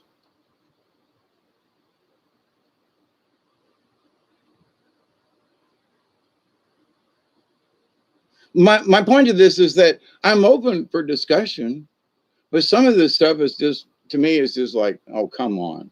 You just literally, some of these people, well, I went to the pyramids and I had this dream. Okay, I'll go with you on that. That it was this and this, and it's somebody else. And okay, all right. So, um, my point, though, that is, let's talk about what it could have been used for. Okie doke. But the people who made up their minds that say that, yep, this is what they used them for, I got to go. Sorry, because nothing's definite. When the builders come back and we get the original blueprints, then we can say, because I've gotten blueprints, I've worked on stuff, and I go, I don't know what, this thing has no function. And then later on, if that little part breaks, you're screwed. And you have to take the disassemble of this big complex machine because of this part broke. So, but anyway, been there, done that. So this idea that we assume, well, this was this, and back off. Could we say this is a possibility? Okie doke, I'm open to that. But when people start saying, no, this is how it, nah, no, you don't.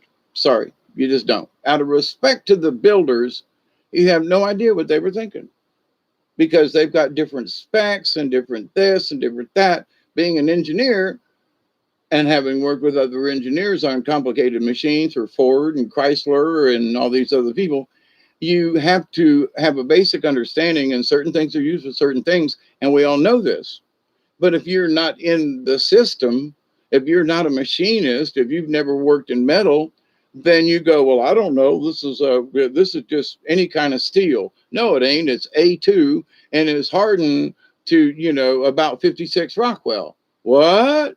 Well, what's Rockwell? What's 56 mean? And what is A2? There you go. So we can look at stuff and say it could be used like this, and I'm with you. But when they say this is what it's used for, and you don't know how the machine works, you don't know the components. And if you've got a piston out of an engine, you don't know what the rest of the engine looks like. Sorry, you got holes, but you got a piston. Well, it belongs to the motor. Yeah, okay. Tell me how it works. Where's the rocker arm? What? Where's the valves? What's a valve? Where's the intake manifold? What? I'm just saying, we have no idea. But anyway,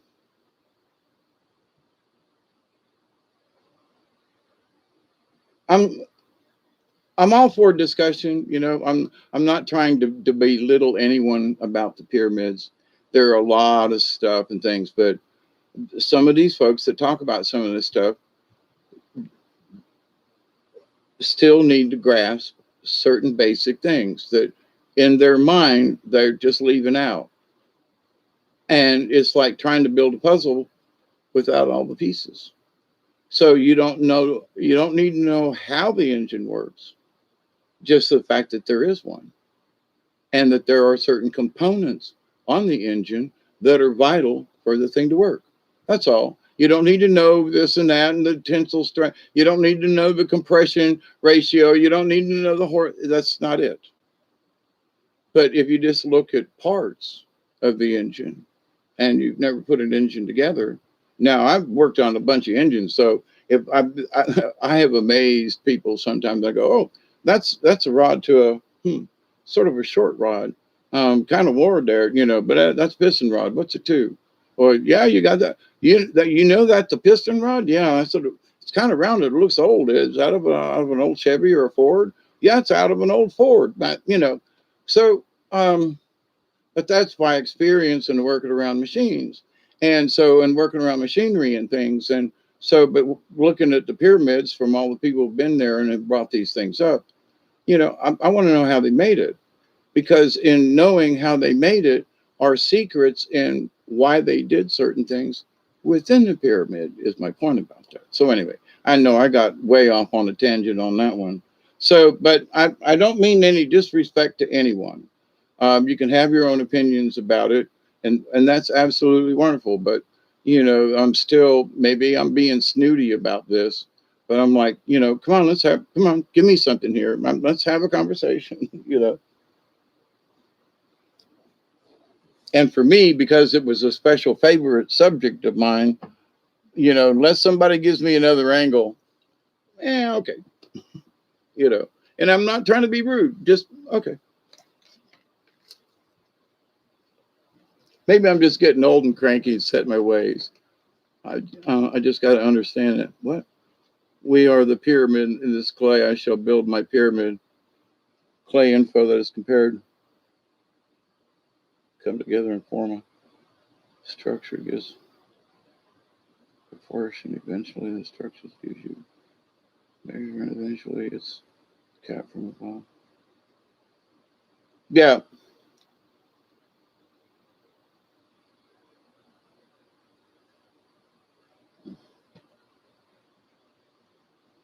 Here, I'm going to get off the pyramid thing, but here's something.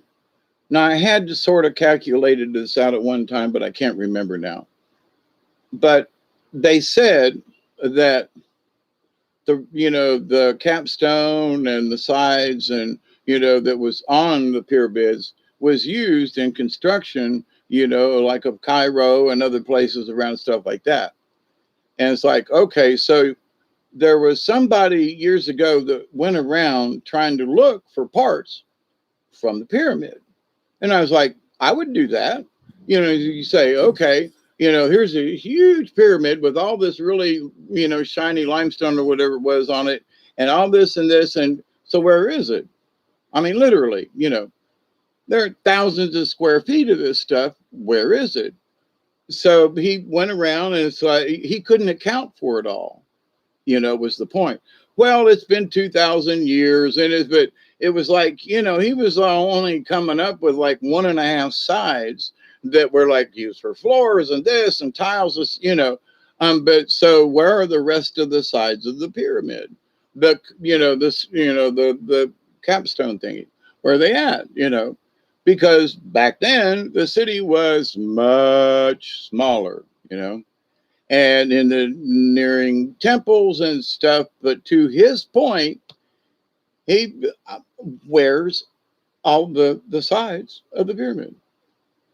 They should be everywhere. I should be able to go, here's a side, there's one, there's a panel, here's one, there's one, there's one, here's one, there, and he wasn't able to do that. And that was, way back in the late 60s, early 70s, there was a, whatever documentary it was.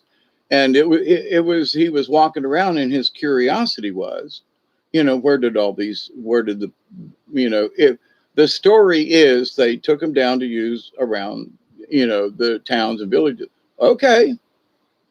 But he goes, well, some could have been shipped overseas and some could have ended up over there and some could have, okay. But to his point, it was like, man, locally, they couldn't find much. So could it have been exported? Absolutely. Is there another twist to this? Yeah. But my point using this as an example is I've not heard anyone else bring up that subject. Where did all those face pieces go? So have they just ignored the subject? That death is based upon 3 principles. We are, we believe, we die. Well, but here's the thing. When you get as old as me, slightly slanted, I ain't dying. Nope. I'm making a transition, but I'm not dying. Okay. Sorry, y'all, but I ain't dying. All right. I definitely will be making a transition, hopefully later than sooner, but I ain't dying. Okay.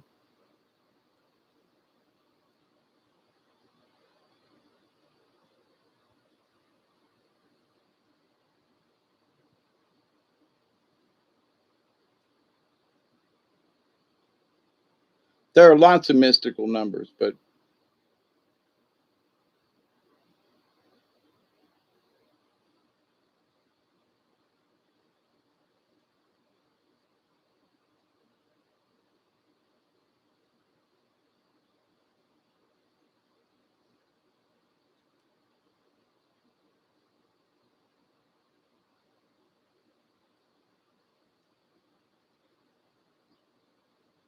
well, but now to the story of the story, though. See, we speculate that it was finished. We speculate it did this. We speculate, and what if they didn't finish it? That's a very good point. So that would account for all of the. But one of the issues that I discussed years ago was so they built these ramps, right? Now, they've been in another section and they have noticed that the inside of the pyramid is backfilled, which makes total sense. A rubble of dirt and stuff. But one of the things that I want to know, number one, because it's difficult, sand does not pack well. Okay. So everything that you see about the pyramids is based on these ramps made from sand. Now, sorry, but sand, that kind of sand, you see it in the desert, you step on it and the whole side crumbles down.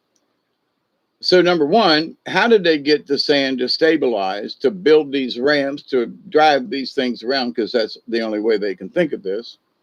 The blocks are too heavy to use any kind of timbers or cranes or something, although earlier pictures showed cranes on the pyramids made out of wood and stuff. And it's like, okay, but they only had, copper chisels. Okay.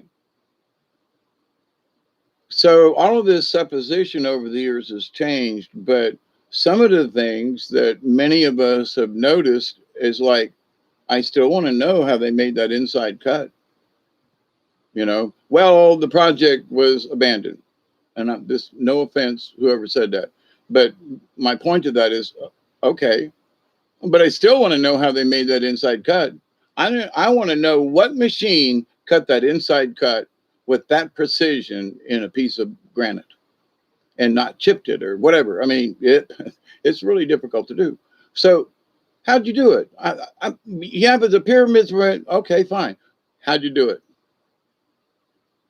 Well, why does that matter? Because it really does matter, because it's a really big deal, but nobody wants to talk about inside corners and pieces of granite. So, but anyway.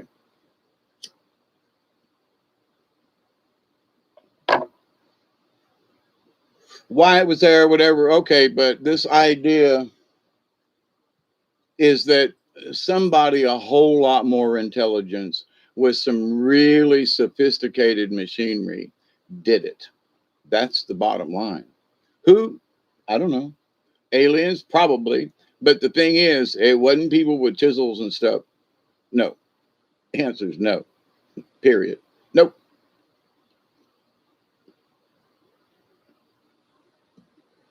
I have chatted over the years with people. There have been videos of people, machinists and so forth, who've been to the pyramids and go, oh man, we missed a 20. 5 after. Shame on y'all didn't tell me. Y'all blow my mind in the bestest of ways.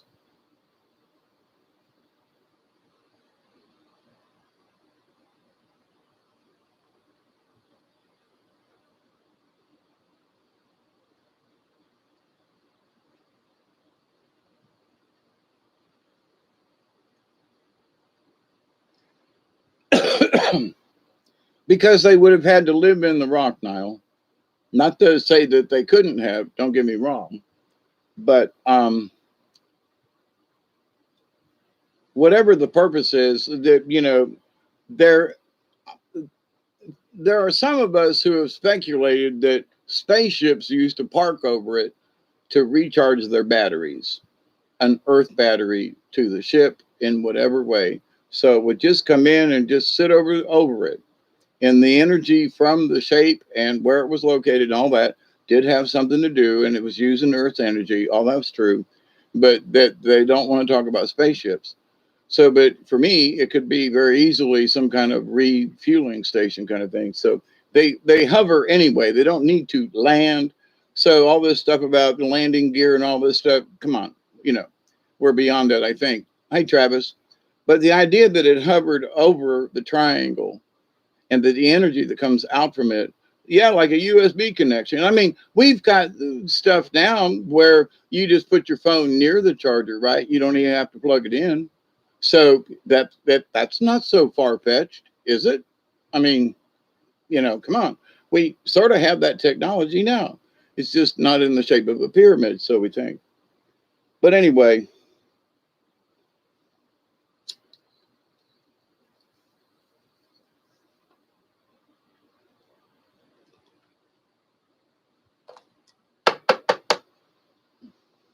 we all can become Anunnaki, which means Father, we have Father from this knowing. It can mean more than that too, slightly slanted, but that's just one opinion. Nothing spiritual, cosmic real estate project. It could have been. But here's the thing.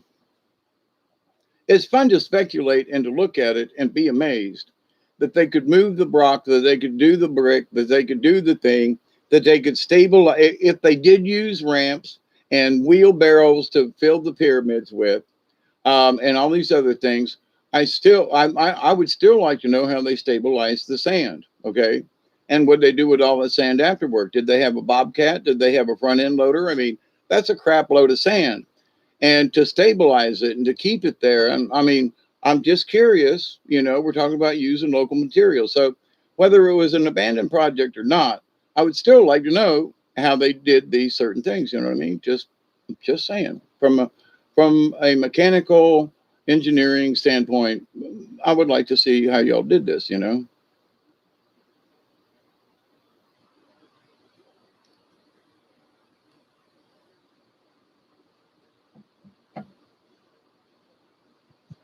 The Anunnaki is one of the good space beings that some of us may be related to. And they're trying to help us again, along with some other good folks. So, there are folks who say the Anunnaki were the bad guys, and yeah, there've been a lot of other folks that much worse than the Anunnaki could have ever been. But there is some proof though that somewhere along the line that the Anunnaki made a mistake, and that humankind's kind of sort of been paying for it ever since. But every mistake can have its good, bad side. But anyway, um, if we can control all the ants in the world, I could build the pyramids. Really, yeah, you betcha. Well, one thing I haven't mentioned in this conversation about the pyramids is that in my opinion, we must include giants in the picture.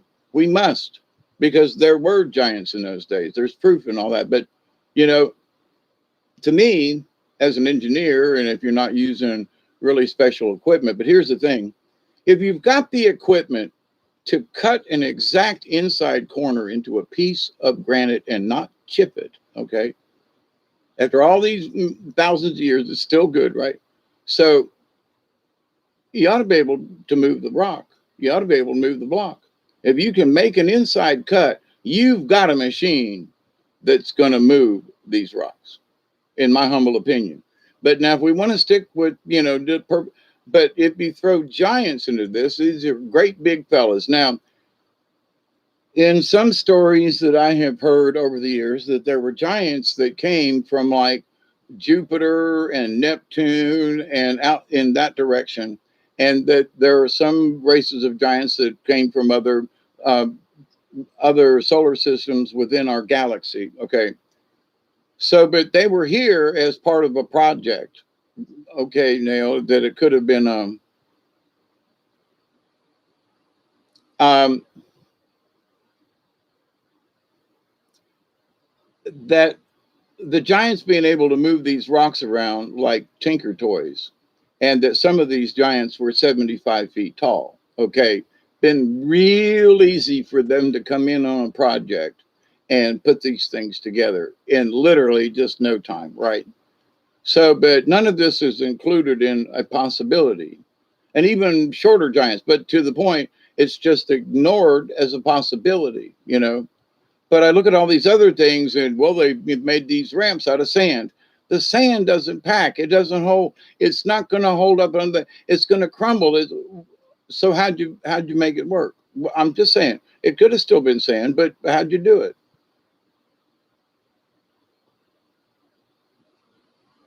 And there are places where there is, the giants came from different planets and solar systems within our galaxy, and that some of the really big spaceships that some of us have witnessed coming out of the sun and backing up to the sun and putting out that little tail, and getting recharged, are actually inhabited by very large beings, big, large, like 75-foot tall beings, and they need a big place to stay, you know. So, but there are people who are like, well, that doesn't have anything to do with this. Yeah, it does. But it all has to do with, it has to be explained only through earthly terms, you know. Now, there are a lot of those with the ancient aliens and so forth that are trying to discuss this, and I applaud them. I really do, and I'm on their side. I am. But when somebody said you could do it with a laser, here's the thing about a laser: the laser wants to cut through something. It's very difficult for it um, to not overburn. Okay, there's a type of welding I'm trying to think of, and I can't think of it at the moment.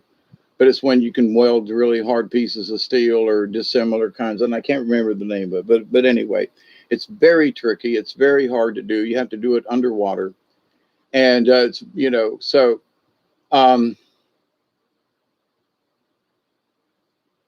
but with the laser, but if they could cut it, the fact that it had to have been digital is one important thing, not just a laser, but it had to be CNC. And you say, well, why is that? Well, because it had to be able to make this cut and not overcut either way. And having worked with milling machines and so forth and CNC machinery, it's very difficult to get that inside cut without undercutting it or, leaving a little hump. It's very difficult to do, even with the best of equipment. So even if we have the technology now, could it be done? Absolutely, but it's not with chisels and things, which they still wanted to sell that story.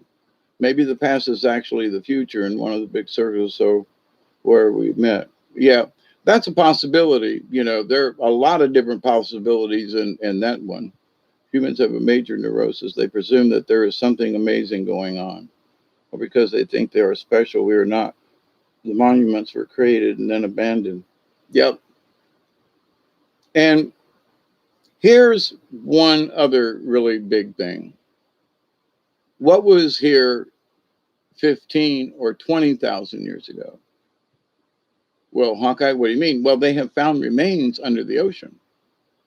How old are those remains? Off of Japan and also off of Bermuda and down in, not Bermuda, but down in the Bahamas. And that there are whole trenches and things and stuff, and nobody talks about that. It's sort of an inside. People are like, yeah, there's stuff under the ocean out there, but they really hushed that stuff up. It's hard to even find a video or anybody even talking about it anymore, but that stuff still exists. So but how old is it? It's under the ocean. Well, was it built during it's Atlantean. Do we know? Well, that's we could presume it's from the Atlanteans. Okay, I'm not against that, all right? I'm really not. But to just say, well, it is like, hang on, let's get a little proof before we make, we point the finger, that's it, that's the one. It's got to be, let's say that maybe, that's all I'm saying. Just what, maybe that's Atlantis. Could it be? But one thing we can all agree on, there is something down there. That's what, but it's Atlantis. Let's not give it any names. Let's just say there's a sunken city, and we would like to know how long it's been there. Okay, what civilization created it? What happened that its destruction and that it's sitting, in 60 feet of water or whatever? What happened? Curiosity here. But for folks to just automatically, it's Atlantis. Maybe not. I'm just saying, maybe not. It could be somebody else. Okay, is my point. It may not be the Atlanteans. It may be somebody else. Let's check it out first before we just, it looks like Greek architecture, so maybe it was the Greeks. Let's calm down. But we can agree on there's something there. Who did it belong to? Let's go find out, But there are folks who don't want us to know that information. But to that point, what was here before the things we see that are still here? What was here before that? Dinosaurs. Well, nothing. I mean, after the dinosaurs, and then when it came time for, quote, the Bible to come into existence 10,000 years ago or whatever, nothing else went on this planet. From the time of the dinosaur to the time of when, quote, the Bible story started, nothing went on this planet. Nothing. Nobody came to visit. Nobody built anything. Nothing happened. Well, but there's, they find certain things and this and that. Okay, but what went on from the time of the dinosaurs to when, quote, the story picks up? We don't know. Okay. A lot of stuff could have happened. There could have been New York cities somewhere. There's evidence, for my point. I've done some Google searching out there in the desert west of Egypt, the pyramids and all, and out there, there's a lot of weird formations and stuff out there. And why is there all this sand? And why did North Africa, when there's evidence that it was, it looks like there was a war that went on in Northern Africa, which would also explain a possible demise of the pyramids, in my humble opinion, when they took out the North Africa and turned it into a desert that also affected those things that were in Egypt. I don't ever hear anybody talking about that. But in the desert out there, there's a lot of evidence that some major catastrophe happened. Do we know what? No, but we can agree on this. It ain't natural. It ain't normal. And it looks really weird. And you know what I'm saying? So we can agree on that part.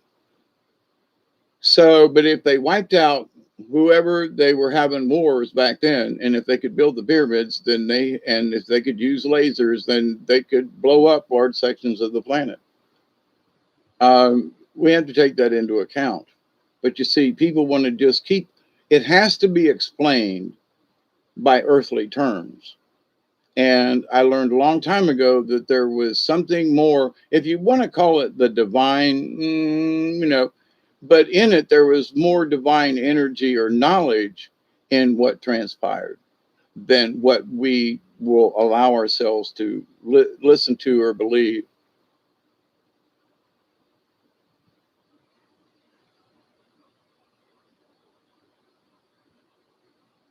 That's BS.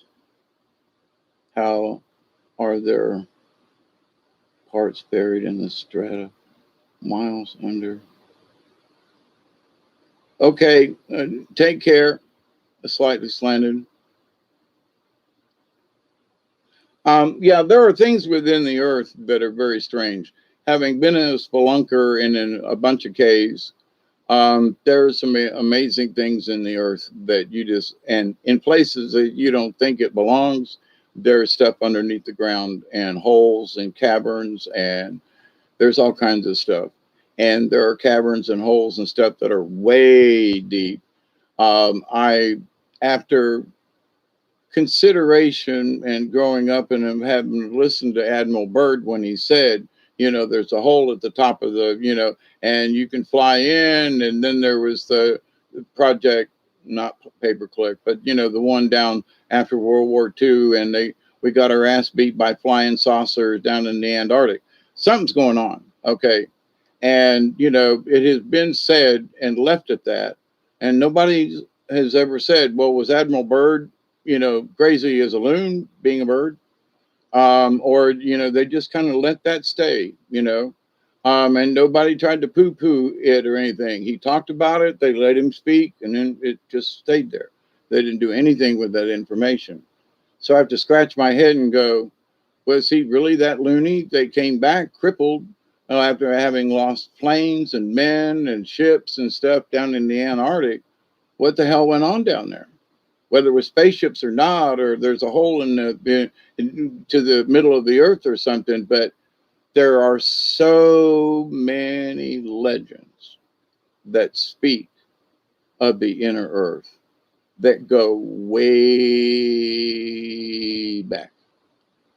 So there is a part of me that says, some of these other legends have a decent amount of truth to them.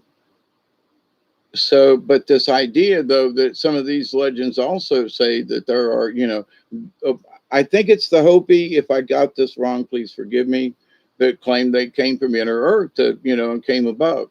There are those clans and folks who believe they, for whatever reason, they were inside the earth. Now, how they might have been on the earth, but then had to go in the earth for a while, then they came back out. But the story of how they got on the earth is they came from under the earth. So now they may not have originated there, is sort of my point of view on this, in that maybe they had to go underground because there was a huge blast somewhere on the planet, and there was all kinds of, nuclear waste or whatever in the atmosphere, and, you just literally couldn't be outside. So, but there were races way back then who provided for places inside the ground. So, sort of like Area 51 and the tunnels and whatever, right? Okay, so, but in that, though, there were tunnels and places in the earth where the people could weather out the storm. And then when it came time, this is my hypothesis, but from then the story picks up that they came out of the ground and populated on top of the earth. So, but I'm thinking they had to go underground because of a cataclysmic event that happened on the earth. And the only place they could go was underground, much like today. So, but, folks go, well, but to the point about what happened between the dinosaurs and the time of the Bible, what went on? We don't know. A lot of the earth was still here. A lot of stuff went on. There was a lot of things. We don't see it. We can't, there's Göbekli Tepe. There's some of, there's the Bosnian pyramid. And people say, well, that's a hoax. No, it ain't. They've uncovered the sides of this thing. They've been inside. The rocks are placed with harmonies and things and stuff. Nah, somebody knew what they was doing when they designed that thing. So this idea that somehow nothing transpired, that no other cultures existed and came, flourished, and then disappeared, and that we just don't see them. Oh, well, there's the Mayans, and then there's Machu Picchu, and then there's this. Yeah, okay. But what if there was stuff that was like 10,000 years before that we really don't see the remnants of, or 10,000 years before that, So our brains are only locked in to this certain space in time about the planet Earth and what we've learned and what we've known, and you know what I'm saying? So I gotta say, I'm sorry, but it goes back further than that. Now, those of you who know about Dante, he has said that it goes back 37,000 years, that the Charistus showed up on this planet 37,000 years ago. Now, but I had assumed that folks had been coming to this planet long before I knew who Dante was. And my critical thinking brain looked at dinosaurs and looked at the span and said, my brain just said, what went on during whatever period of time it was? I wonder what went on. I wonder who was here. The planet just bare? It was just, it was just lakes and fish. Was it just a paradise? So then how did the people get here? Oh, well, they descended from apes. No, we didn't. No, we didn't. No, we didn't. We were colonized. We are colonists, if you will. Are we aliens? No, we're colonists. Stop it. They came here and colonized this place and said, So we are, if we are descendants from, as one of the native folks believe, the tribes, they came from the dog star, right? They come from that area of space, and that's where their stories begin, is out there with the dog star. Okay. So, old traditions and legends and stories, they obviously believe in the sky people, where everybody else on the planet, those things can't exist. They're supernatural. Native folk just go, they're our brothers and sisters. They already know. You know what I mean? It's inbred in them. That's a bad word to use, but it's natural to them. Yeah, we come from the skies. Period. No monkeys involved. No other. No, we come from the skies. Brothers and sisters. We come from the skies. Our ancestors from the skies. Oh, they're worshiping the sun. No, they're giving honor to their ancestors. Guess what? Who told them they came from the skies? You have not been challenged. Do you want to know the answers? Well, it's here. Monuments are the work of others. They're species alien to man who exist way below the oceans. I absolutely believe that. I don't have any question about it now. I just don't have any proof. Okay, that's my point. I have been in the earth. I have been in caverns. I have been in some spectacular places inside the earth.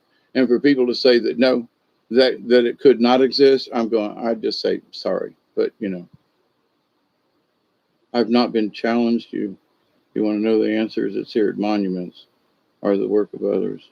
I know, but that's my point. There are things that were here that have, there are things out west that they say, well, there was water here, like Monument. I don't know if that's what you're talking about, Niles, about, but anyway, out west there are things that how did that get there? Well, it was an ocean and there was a river there, and it did this, and I'm looking around and I go, that just don't make sense.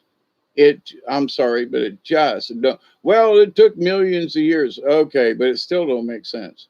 Well, but that's their excuse. So I would rather say, what if somebody puts something here and this is the remnants of it after a million years, versus you try to explain it that there was an ocean here and the water receded and that kind of thing. There is no one looking out for us.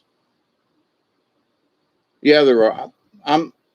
I will disagree with you on that point, Niall, in that I do believe there are folks working for us. My own personal experiences and things are just, there are good folks trying to help us out, and there is evidence. So, but anyway, my own personal opinion. So, but also, here's one of the things too, and this has nothing to do with you now, but there are other folks. They will refuse to believe that there are good aliens. Absolutely, that the only aliens that exist are out to eat us, get us, and use us. They're nothing, and all aliens that have, reptilian features, or each one, any if they resemble anything reptilian, they're automatically evil, and that's not true. Now, for me, I have been reading the Alien Handbook for years now, and have been through it. I even did videos on it a couple of years ago. But there are entities that look nasty, but ain't. Period. That's just all there is to it. So, and people want to call them demons. Now, there are similar entities that can flicker in and out and seem to be from another dimension when they're actually altering their image in this dimension. Okay. That they're really wicked, mean, bad, nasty. And if one attacks you, you're just going to be dead. It ain't nothing about being spiritual. If they get their claws on you, just think of a really pissed off, Wolverine. I really pissed off Wolverine that wants to eat you or just destroy you. But to the point, though, you probably will not survive the attack. But to the point, though, there are good entities too. I have, now, why do I know that? When I was a youngster growing up in Tampa, Florida, 9414 Margaret Avenue, a little a 2-block street, an alleyway between two other blocks. And there was only our house on it at that time. But anyway, so I remember, I've talked about this before, but I remember waking up as a child, middle of the night, with my hands on the windowsill like this, looking out the window at the Pleiades, Seven Sisters constellation.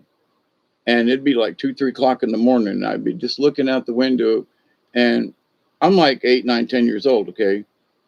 I'm a Cub Scout. I have learned about certain, stars and things and that kind of thing, but I ain't got no idea that this is Pleiades or Seven Sisters. I just know that it looks like a little cup.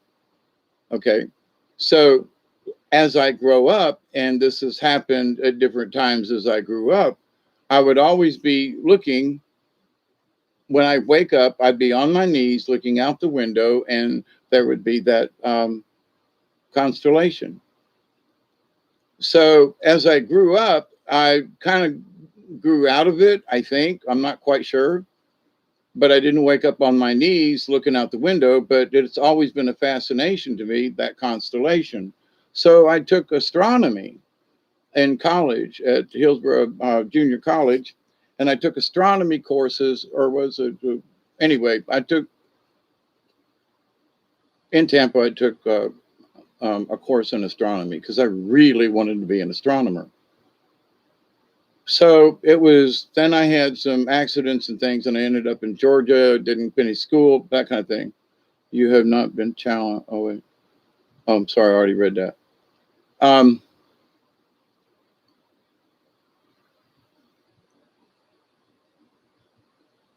so when I got up here, it became just, stargazing and that kind of thing, right?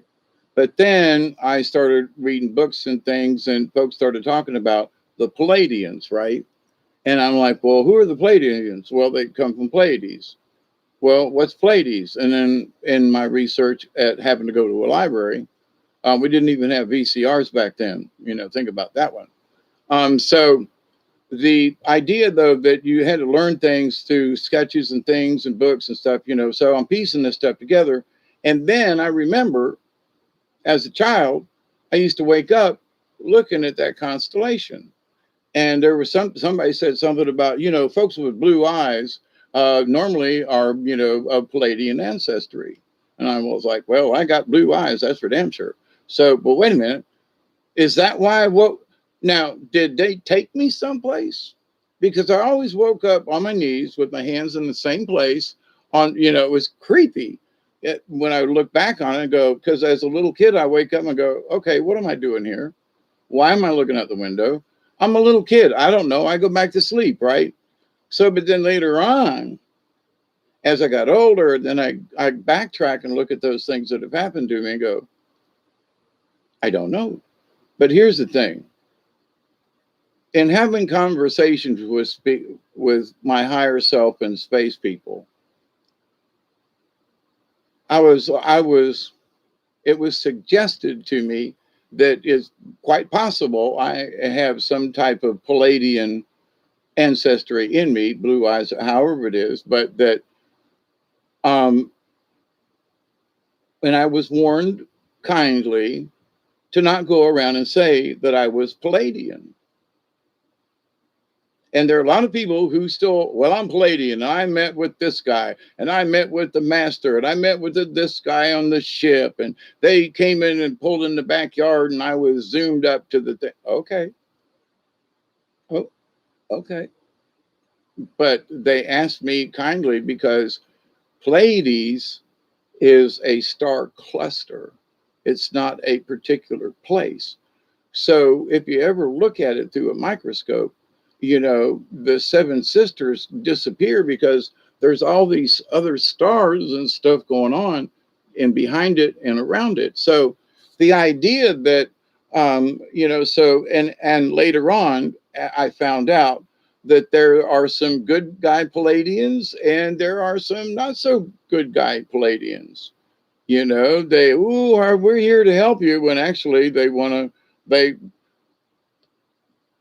they want to be like a corporation, so we would still be a corporation in America, for example, versus going back if somebody else was to like going to help us out, right? That we would go back to our original constitution and stop all this corporate crap and stuff and go back to, the not capitalized letters thing, stuff like that. So, but some of these Palladians, now they don't want to eat us. They're not really living off of our bloosh or resonance or anything, but they do want to use us as kind of techno slaves. Well, we've got this stuff. We want you to build these things for you. So are they, yeah, but they're corporate conglomerates kind of thing. And so they're going to help us out, but they want us to work for them. You know what I mean? So are they the good guys? Well, they're not really bad guys, but they still want to use us. Where other folks just want to help us. They just want to say, hey, look, there's a better way to do this. Okay. Okay. So when I asked about it, and this chief and this guy and this Palladian and this stuff, and I asked my higher self, I said, okay, where am I in this? Don't call yourself a Palladian because there's a lot of fake Palladians out there. There are a lot of people who are claiming to be, and they're not. Now, mine just might be a little trickle. you know, and that I'm not, quote, full Palladian, this is my first mission on Earth and this avatar. They asked me not to go there. And I was like, but, and they just kind of looked at me and said, it's complicated. We'll fill you in over the years, because I asked this question years ago. Okay. So, and then over the years, there's been things come out. Well, all these people claiming to be talking about President, Biden, and they pick me up in the backyard and there's all this Palladian stuff. And I just go, okay. Is it really happening to them? Well, some of the stuff that some of these people have claimed was going to happen and do ain't happened. It just ain't happened. Well, the Palladian guy and this guy and the thing, and they're working on this. It ain't happened. So you have to look and say, snake oil, they're selling me snake oil, or they're trying anyway, they're pitching. So they asked me, please, you may very well, but just don't bring it up. It's just keep it under your hat. Okay. So I have all these years, and I have mentioned it a time or two, but it is not a topic for open discussion kind of thing. I'm not going to put it in the title, and it's not going to be the title for, a long drawn out discussion. In fact, I'm pretty much done with it now, but, so for my experiences, a lot of things, there are no good entities. There are only ones who are jealous of us. They scare us. These are the anti-gods, the dwellers of the void. Sorry, don't believe it. I'm sorry.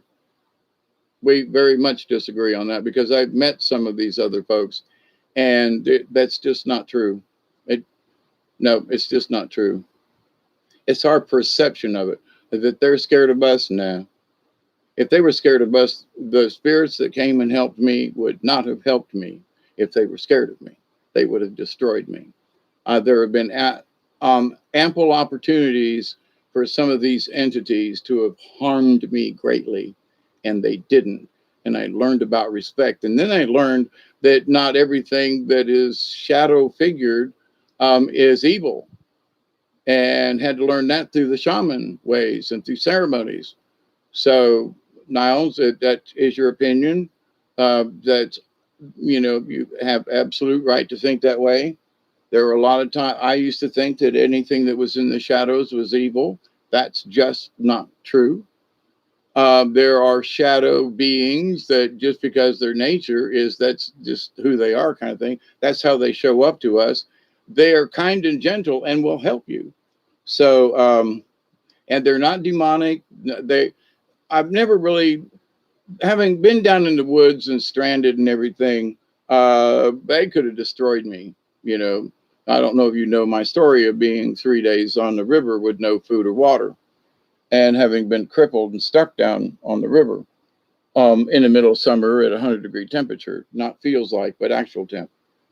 So when these spirits came and took me and took care of me and healed me enough for me to get back down the river to where the truck was at the bridge. So, but other entities that I have met during ceremonies and so forth, and, I was very wrong, very wrong. And none of these entities, they've ever tried to enter me, influence me in any way. They've always been there because I was weak in some way. And they were there and said, buck up, Hawkeye, you got this. You've made it this far, you can go. So, but, other people have other, there is more evidence of supernatural evil than there will ever be for supernatural benevolence. There is no galactic species. There are thousands and trillions of galactic species, and we are just part of the group. That's all there is to it. Palladians visited me in dreams a long time ago. I can't remember anything but light, and how grateful I was for the visit. Woke up and happy. Yeah. The times that when I had these things, when I woke up as a kid and early teen, 11, 12 years old, early teen, I never felt bad, but I always scratched my head why am I, how did I get like this? How did but I also way back then learned about trans, I was going to say transcendental meditation. That ain't it. You know, astral projection. And I have proof as a child of things that happened. And, you know, it's like, okay, so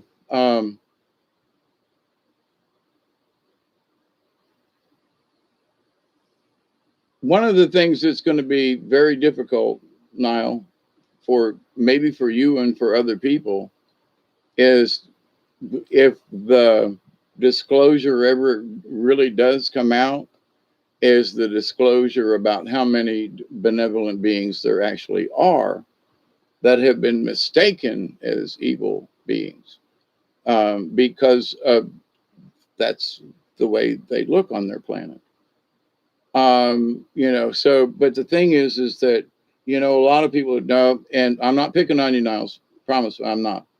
There are a lot of other people that I know who just think I'm just crank full of shit with this stuff. But having been visited, having, you know, I've told you about, you know, the time my spirit said, go outside, and I saw one's, whatever it was up there, get blowed out of the sky by another one. No, I have not been manipulated. Sorry. They have tried to manipulate me, but, you know, no.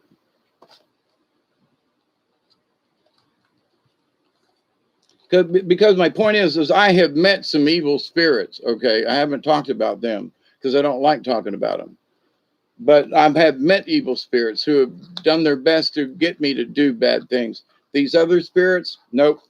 They were kind, gentle, and all they did was offer advice, and good advice. But, you know, other people would not look at it that way. So if you feel that I've been manipulated, okay, that's your opinion. But if you had lived it like I have, you wouldn't feel that way.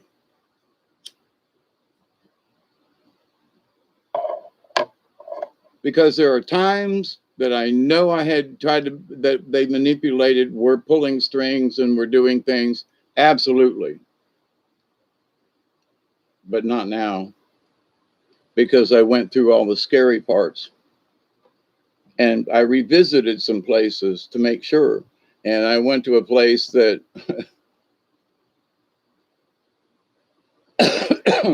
oh, which moon? You completely disagree?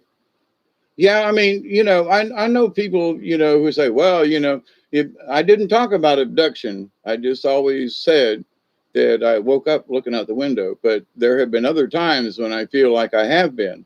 I've never talked about abduction, you know, but there's been some strange times when I ended up back somewhere and didn't know how I got there, you know, but I was okay when I did, you know. But there, like I've talked about over the years, there are things that I just kind of know, you know, and like, I don't know how I know them. They're just sort of, but in my, over the years of having conversations with my higher self, in that, okay, I have asked them to wipe my memory before I get back down here. If they have to take me somewhere, whether in my mind or as an avatar or something, and I got to go on a mission, I don't want to remember it when I get back. And the reason is because I don't want to spill any information. I don't want to be used as a tool as I had been, where someone tried to manipulate me. I've met some of his nemesis too, Niles. I tried to practice magic and so forth way back in the day.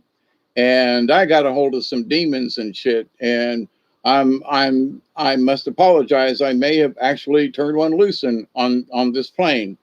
But since that time, I have absolutely denied it and worked in the opposite direction. But that was way back in the 70s. But to the point, I dabbled in some stuff I should not have been dabbling with, because I was fed up with the Catholic Church. I was fed up with religion. I was pissed off at the priest. And here's the thing. In order to prove there was a God, I wanted to find out if there was a Satan. I wanted to find out if there was a devil. I wanted to find out if all this ghouly shit was true. Okay. Yep. And I said, whoa, I went too far. So, where a lot of people don't know my full history, the having seen demons, having had them literally try to reach out and manipulate me, take me over, kind of thing. Uh, when I say I think I know the difference, I think I know the difference. That's all, from my own experience. Having met some of these nasty, truly evil sons of bitches, and of course, I had participated in trying to get him there because I didn't believe it. And then when I saw him, I was like, holy shit, what have I done? Too late, right? Too late, Roscoe. So, um, having had near death experiences several times in my life, and the time on the 3 days on the river when I saw myself walk away with two spirits, one on either side of me, and they walked me across the swamp. And I was still in my little, hole there in the side of the river in the underneath some palmetto bushes. It was the only place I could find that was cool and up against Mother Earth. Mother Earth protect me, Mother Earth save me. That was my prayer. And my little dog Sasha looked out after me. God bless her. So, but with all of this said and done, so with my combined experiences, there are lots of stuff I've read, a lot of things I've watched or listened to, or but the experiences I've had, I would absolutely agree with you that there are some really nasty ones out there. But my opinion of who God is also different. So, but that's in another video. So, but anyway, I love you all. I do. There's just a lot more in this universe we have to consider. And we need to keep an open mind that some of these things that we've been told are evil may not really be evil. And we may have been having more people, more entities work for us than against us. Although it always seems that the bad guys are winning. It's okay, Niles. That's your opinion. That's okie dokie. I have no problem with it. I'm not offended in any way. But thank you.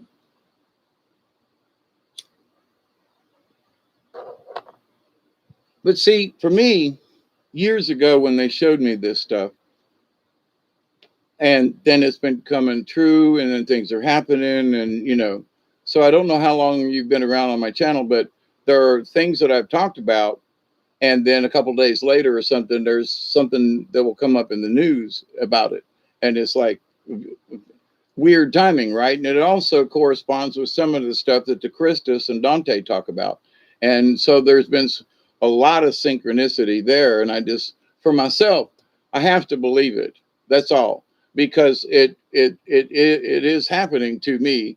I have spoken about it, and then when there's evidence, I'm like, holy crap, or there's someone from the other side who agrees with me and says, cheers. And a couple of years ago, they republished one of my videos. So in that, of that, do I have any inside information? Not that I know of. The information I have is available to all of us, is what I keep telling people, that you should accept and receive the knowledge, the healing, the wisdom, and the many blessings from the universe. They're out there. Don't make it complicated. Please don't overcomplicate things. It's a whole lot more simple than you think. As I've discussed before, you don't need large ceremonies to get in touch with your spirit guide.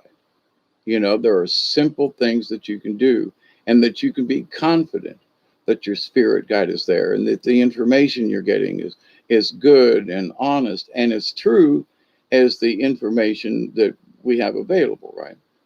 So, we accept it or deny it, but I denied it for many years. And man, let me tell you, everywhere I went was a speed bump. What is the point of a conversation if everybody agrees with you? Could just be a story.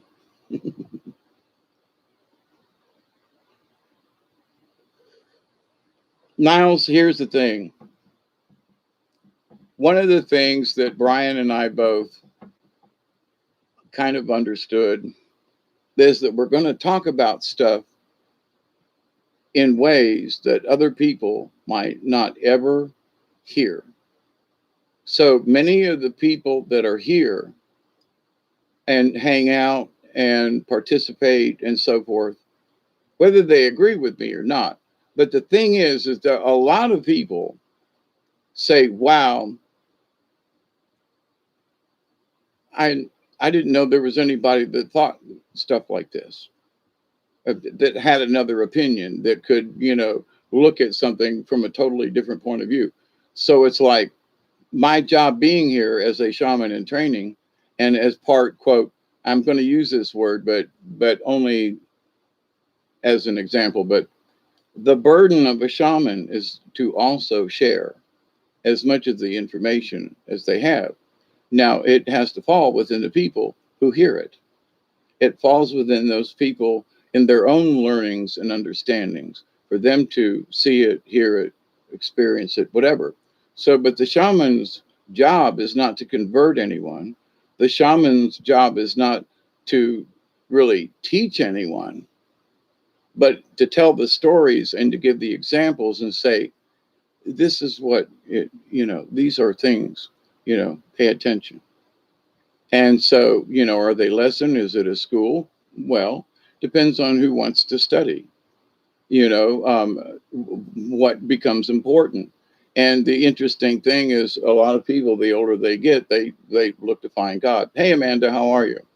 So then they look for spiritualism, and a lot of times there are things that people just can't explain. So I'm here to just have the discussion, what if, and how about this? So if you disagree with me, that's fine.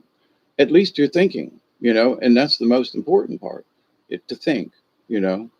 So, but for me, over the years, it's been more that people come and have subscribed to my channel, not so much what they can learn, but to get confirmation that they're not crazy, that they have had some kind of similar experience, some kind of similar something. Their journey in life, their spiritualness, whatever it is, they're not finding someplace else. So they come here and we have conversations and share. And if we end up agreeing, then okay, but that's not necessary. We don't necessarily always have a quorum on, whether or not I'm right or wrong. But my position is to try to tell as much truth as I know. And these experiences of mine, because I don't talk about anybody else, I know to be true within myself. So, and I tell them as honestly and possibly and as clearly as I possibly can. And sometimes I go off topic, but um, to have the conversation is what's important. That's why I put in the title of these things. It's a discussion. This is a discussion. Yes, it's an opinion of mine, but I've got a lot of stuff backing up why my opinion and why I have arrived at some of these conclusions for myself. It is up to you to decide if they fit in your life or not. So, but make absolutely sure. Oh man, it's 3 minutes to a 20. Hey Amanda, how are you? So I like to question. It does not mean I disagree. When you put yourself out there, be thankful. I want to know. I absolutely. That's why I say I encourage you. You don't agree, or you go ahead. That's my point, Niles. I agree with your statement. I like to question things too. That's why I'm so crazy about some of this stuff. It's like, has anybody really given some of this stuff really any thought? They just kind of gloss over it and accept it, And I'm saying there's more to the story. There always is, Sometimes it's a lot more complicated and people want to even consider. But anyway, but no, here's the thing. If I used to know how to share if my brain doesn't work in certain ways, like computers the way it used to. I used to be able to do 3D drawings and CAD. I was really good at what I did. But anyway, now I have difficulty after all my brain injuries and so forth. And so, but I don't know how to do a share screen thing. So if I could, I would literally have a show and give you, and you could come on and we could talk, okay, if you wanted to. So I'm not trying to be I'm the only one talking, but I always look at try to watch the chat room because it is important as to what y'all are your comments about or a question or something.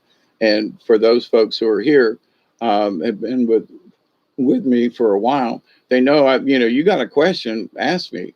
Let's talk about it. Let's see what you got here. And you can still believe what you want to. There are some certain people, for example, I talked about it years ago and haven't discussed it lately, but that swear up and down about using sigils. And I warned people, and I warned people, and I warned people. And there were some folks that were in different chat rooms and on other channels, and I warned people. And later on, some folks came on and told me, they said, David, I wished I had listened to your advice. You were absolutely right about that one. And I was, do what you want, but it was like their sigil stuff got them in trouble. So, I'm trying to warn people and be kind and, be careful what you tamper with and stuff. So, you want to learn how to conjure a demon, go right ahead. But then when you do and he wants to eat your face, don't come back to me later on and go, why didn't you tell me? I'm telling you now, don't do it.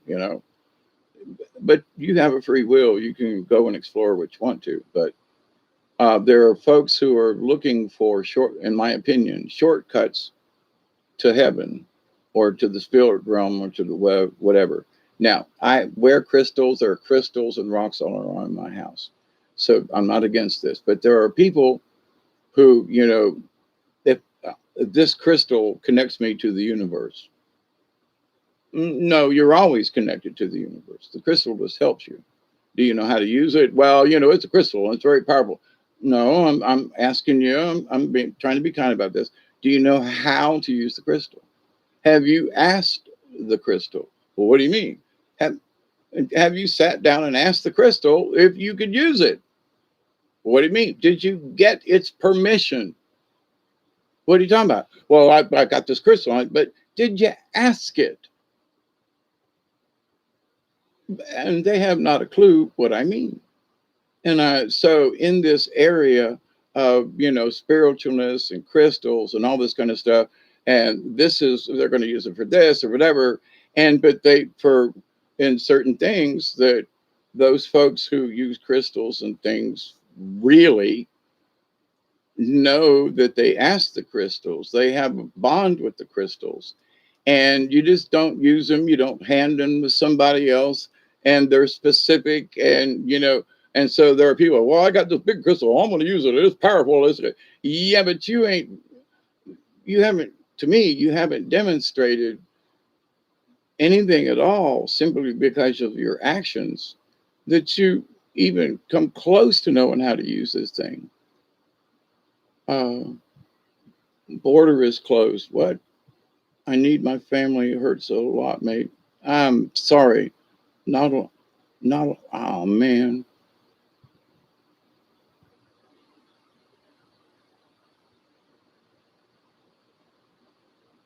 You just got some lapis and that aquamarine. I'll tell you, I've got lapis and I've got a bunch of different rocks upstairs. I mean, a bunch. But anyway, and lapis is one of them. And as a male, I should be wearing lapis. All men should be wearing some type of lapis. But yeah, lapis is calming. Um, and here's the interesting thing. It was used in a lot of decorations and stuff. Guess who? By the Egyptians, lapis lazuli. So lapis has got, different kinds of tones and things to it. But anyway, it's what, 122. Okay. I'm going to finish this bowl. And I said an hour ago that I was going to get off and get something to drink, but, now, I absolutely believe we're all connected. That's part of the thing, the awareness. We are connected. We don't have to be the same. We are individual entities, spirits, people, whatever, however you want to describe it. And that's what's amazing. We don't need to be alike, but we do need to understand we all have a common thread. That we are all connected in the universe. So you absolutely be different, You over here, be different, but let's not kill each other in the process. Let's not piss each other off. I mean, let's try to go about this in constructive ways, but, I don't want you to do things my way. Figure out a way to do it your way, that's comfortable with you. So, but yes, are we all connected? Absolutely. So, the waking up to me in having this conversation, waking up means that we realize, even though we're all different, we do different things, we have different likes, dislikes, whatever, we're all connected. But I like peanut butter and raspberry jam. Okay. Well, I can't eat peanut butter. Okay. But we're still all connected. Well, but I can't have milk. Okay.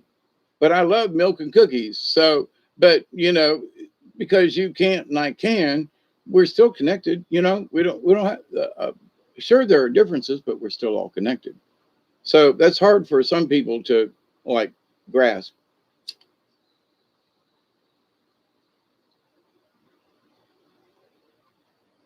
So for me, it's 1:22 in the 1:24 in the morning time here, Eastern Daylight Time. You're hanging out with Hawkeye Two Feathers, commonly known to the inner circle. That's just bullshit right there. But David Null, your humble host for this evening, and for this ride, in past midnight kind of thing, and another, celebration at 20. But for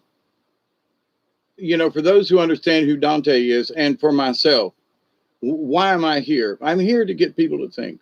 That's all.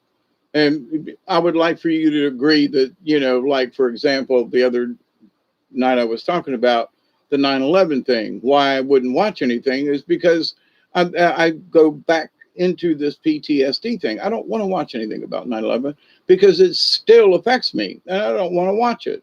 I don't want to remember it like all these other people do. And please don't be offended because I can't do it.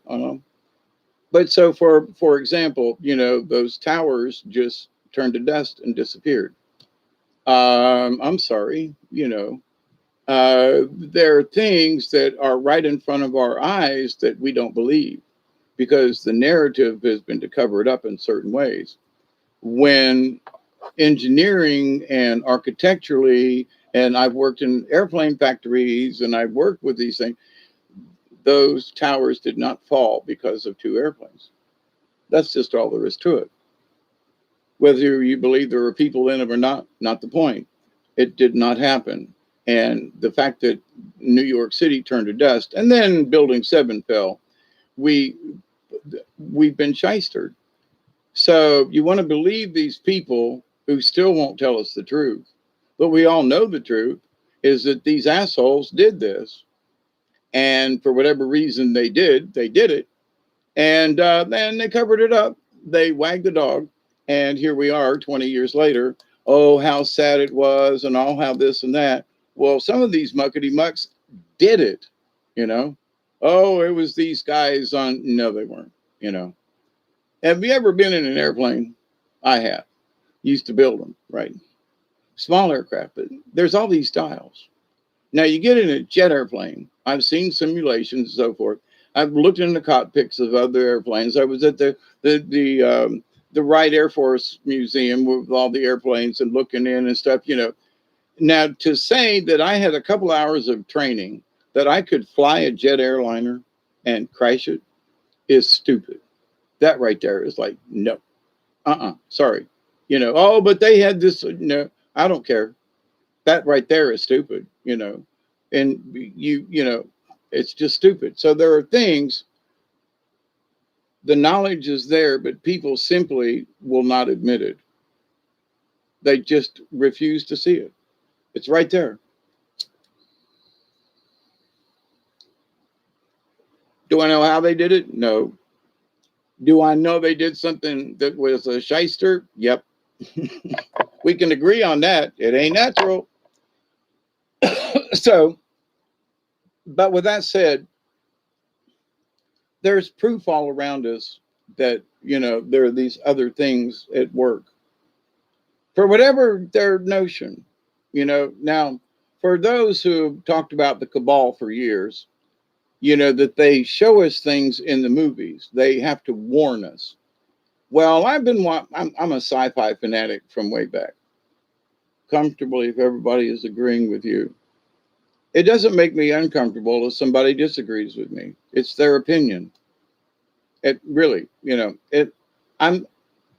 I know what I know, and if you disagree with me, okie dokie. You know, and because I've said this before, that I always reserve a spot that says, if you give me other information, I have the free will to go, well, crap, I didn't know that. Well, I changed my mind now that I know this, and I find out that this is really true. Then, holy crap, then I've been lied to myself all these years. I have done that. And if something comes up in the future and I get more information on something, I will absolutely, will you say, well, Hawkeye, you be backpedaling. Well, but if what I know is true is based on the information that I have, but if some new information comes in, I can't just say, well, I'm not going to accept it. I have to be able to look at it if I consider myself having an open mind. So, but just because there's new information doesn't make it true information. So, but just saying, I'm open because I have to be as the shaman in training. The more you get into this, the more you have to be more open to stuff. The more you disclose yourself off to things, that ain't what gets you there. Nope. You have to consider the possibility. Is it true? Don't know. But can I consider it's possible? That I can agree with you on. But is it true? Don't know. But I can agree that it's possible. There was no one to teach. We are only raising each other up. Yep. And a lot of the old ways have been forgotten. That's why with my studies with native folk and elders and my conversations with physical people, elders, not just, but in talking with the elders and having them show and by example the connection with spirit, and that you can have it all the time. It's up to you, you know. But then once you travel with the spirit all the time, and then you're always connected, and it's not like some crazy thing that's gonna. It takes a little getting used to, but the idea though that I still believe, and until I make my transition into the other realm, I won't know till I get there, for sure. But this isn't the end of life. It's the end of this body's life. I will be gone from this realm, but not dead. You know, there are too many folks that I still feel their presence after all these years. And I know they're still in the universe. When you've met a friend and you've been a friend of mine called me the other day, for example. 5 or 6 years I haven't heard from Tommy. And I've been sending out these psychic messages, and we've always been able to connect. So I thought many times, Tommy, if you're out there, I can't find your phone number. And he had his landline disconnected. He lives in Tallahassee, but since he doesn't have a landline, he doesn't have a listed phone number. So my phone number hadn't changed in 20 something years. And so he's like, I had a girlfriend, and she was really jealous, and she erased all my numbers in my phone because she thought, every phone number I had was a girl or something. Anyway, so he goes, I've been trying to get in touch with you. So for me, on my end, I'm like, Tommy, let me know, are you still alive? I mean, you still there, And he's like, man, I've been trying to get in touch with you. So when I saw this 850 area code, I went, I know who this is, because I normally wouldn't have picked up the phone. And I picked up the phone, and it was my friend Tommy. Brother from another mother, this is Tom. I was like, oh my God, it's so good to hear your voice. So, but after all this time, and the years since we've had any communication, I mean, it's 4 or 5 years easy. So, but the fact that we haven't communicated, we're still communicating. We're still communicating up here. He was trying to get in touch with me, and I was trying to figure out how I could get in touch with him. And, is he still alive? Am I still alive? And so when we touched base, it was like no time had passed. I know Tommy's okay. He knows I'm okay. And whatever has transpired in between, because this always happens to us, we're still the friends that we were in the 1980s. After all these years, we still have this friendship connection that is this kinship, that he's brother from another mother. How are you? And so with that, what did Richard Dolan just post?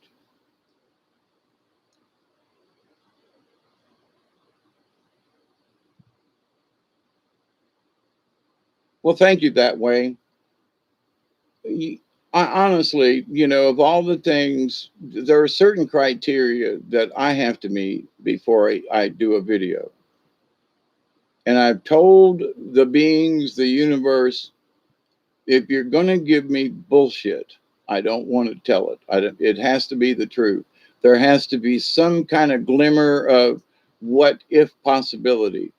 And I got to study over it before I will discuss it, kind of thing. And there are lots of things that have been been shown to me that I don't talk to y'all about, because it's like I'm still kind of mulling it over, kind of thing. So, but with that said, though, there are so many things that have had happen to me that I've gotten confirmation for me, one way or the other, through different sources, and that okie doke. So these things seem to be true. But the biggest thing is, the thing about all dark entities are bad. Well, having conversations with other medicine men and shamans and elders, they go, no, that's not true. In reading the old stories, the darkness is not, everything that is black is not necessarily evil. We have to understand that. So, but there are people who associate black automatically with darkness, evil, nasty stuff. You know what I mean? I mean, red is the devil, right? So there are certain things the colors, because of our conditioning, we automatically associate them with something bad, or good, depending on the thing. But when you look around in the universe and you look around at all the movies and stuff, um, you have to take into consider, what is the deal with zombies? Everything's about dead people chasing us, wanting to eat us. The other thing is that all aliens are, out to eat us, kill us, or whatever. You know, there was a movie long time ago, and I can't remember. It's an old sci-fi in the 50s, early 60s, black and white, where these entities, aliens, come to Earth and they shoot them down and everything, and these entities, aliens, were here to warn us about some other really bad aliens that were just behind them. So they were here to warn us, even though they looked weird and creepy. The other ones that came, were here to destroy the planet. And so it's like, they shot the messenger. So I can't remember the name of the movie, but it's an old classic, black and white. But so here's the army, and they're all doing this thing, and they're trying to communicate with them, saying, you're in big doo doo, planet Earth. Pay attention to us. We came here to warn you. And then when they finally figured it out, they look up in the sky and go, whoops, So we need to be careful about that. So have they been telling us things in the movies for years? I absolutely believe that. Certain technologies and things. There are certain anime. I don't really necessarily like the artwork, but the stories are really good. And some of the stuff they talk about, I have to go, where did they get? Now, there is science and stuff out there, but how they put this story together and using current scientific terminology about things in a cartoon, that you go, what? You have to scratch your head and go, what? I mean, it's not just a story, it's an accurate story. But they've taken this thing and kind of pushed it to the limit a little bit. But here's the thing, there's been evidence that they uncovered a Stargate, in Egypt and also in the Antarctic. So if that's true, then the whole series of Stargate, guess what? There is truth in there. So do I believe it? In my own way, absolutely. So, so Niles, what is up with Richard Dolan, and where? YouTube or what? Is he on another channel?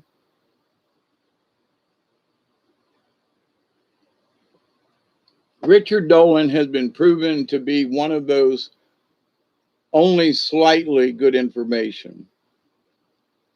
He was an agent provocateur. way back in the day. And his like, whoa, but I've changed my evil ways. And, he was still an agent provocateur. So, but anything that he says, I just have to take with a grain of salt. Just, just saying. Just got to be careful.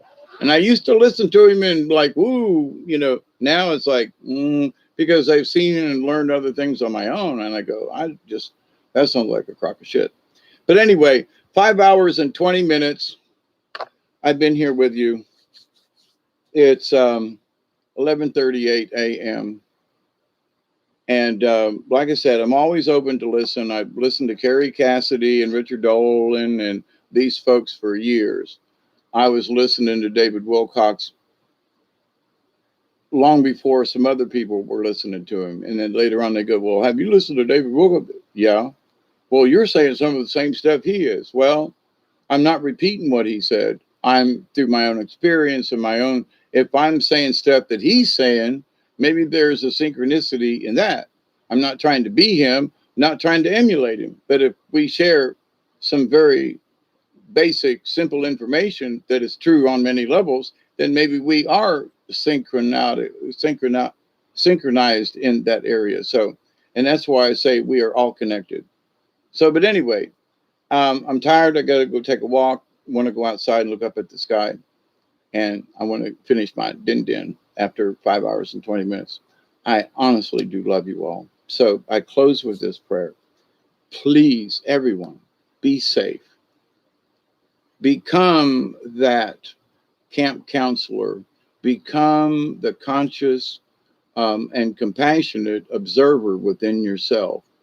And when you need to do something, then gain the courage to do it. There is a lot of times there is courage in not getting involved with something. That's important too, for ourselves and for other people too, because we may not know what harm it might cause down the road. So, but I continue to pray that each and every day, that each and every one of you will continue to learn, to accept and receive the knowledge, the healing, and the many wisdoms and blessings from the universe. Just don't force it. Okay. I continue to pray every day. I put my 2 feet on the ground. Me and Duggar go walk around. That each and every one of you, your friends, your family, all of your relatives, and all of your relations will continue to learn to accept and receive the knowledge, the healing, the wisdom, and the many blessings that are in the universe. And in that law of 3 that is very important to me and should be to thee, I continue to pray that each and every one of you will continue to learn to accept and receive the knowledge, the healing, the wisdom, and the many blessings from the universe. And as my little caveat at the end, and I continue to pray that you will continue to learn to reject those things that are absolutely not necessary in your life. Michelle, that way, I forget who was up above. Y'all don't have to come back on, but just know that I love you all. Your opinions, your whatever. And I honestly mean this, take care. Um, keep your mind open to stuff. And there are times when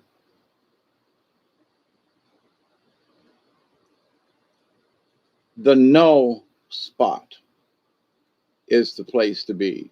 And this is what I mean. And I'll leave you with this. It's the nothingness. But something exists over here and something exists over here. But in the null void, nothing's going on, but it exists. It's the space between 0 plus and 0 minus. There is a spot there, and it's the null spot. It's not negative. It's just that nothing's going on right there. Sometimes we have to just be still.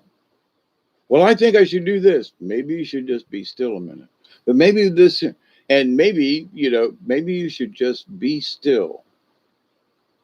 And there's nothing wrong with being still, which means sometimes, well, that means I got to be inactive, at least for the moment. Sometimes to hesitate gives you a chance to think about it again before making a decision on whatever it is.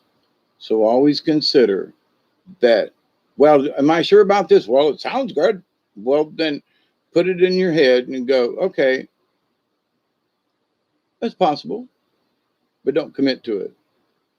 But at the same time, don't reject it. It's a null spot. It exists. So you can say, well, okay, I think that could be that, but I'm not sure. Let me think about this. And versus saying, nah, it's bullshit that, it doesn't deserve any thought. But in that null spot, having nothing to do with me, but it's weird that it does in that I'm talking about it. But in the null space, you can see both sides. You haven't committed to either one, but you haven't rejected either one. You haven't, and the options are still open on the table. So in that way, in that, you can look at stuff, and from a null point of view, I'm picking on myself now. From a null point of view, it's that, let me just wait a minute before I act or accept or, let me just stand still for a moment and just see. That's all, So I love you. Until next time. And who knows, I was sitting around and they kicked me in the butt to come on here this evening and to hang out with y'all.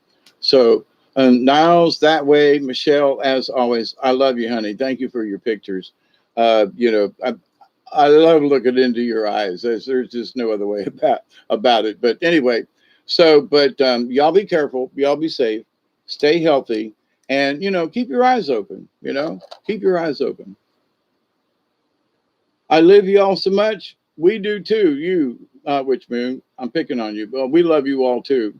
And honestly, there's a lot of stuff out there, but when they put me in these positions, I say, to have these discussions, I look up at I look up there and go, you really want me to talk about this? You really want me to discuss it? You really want, really?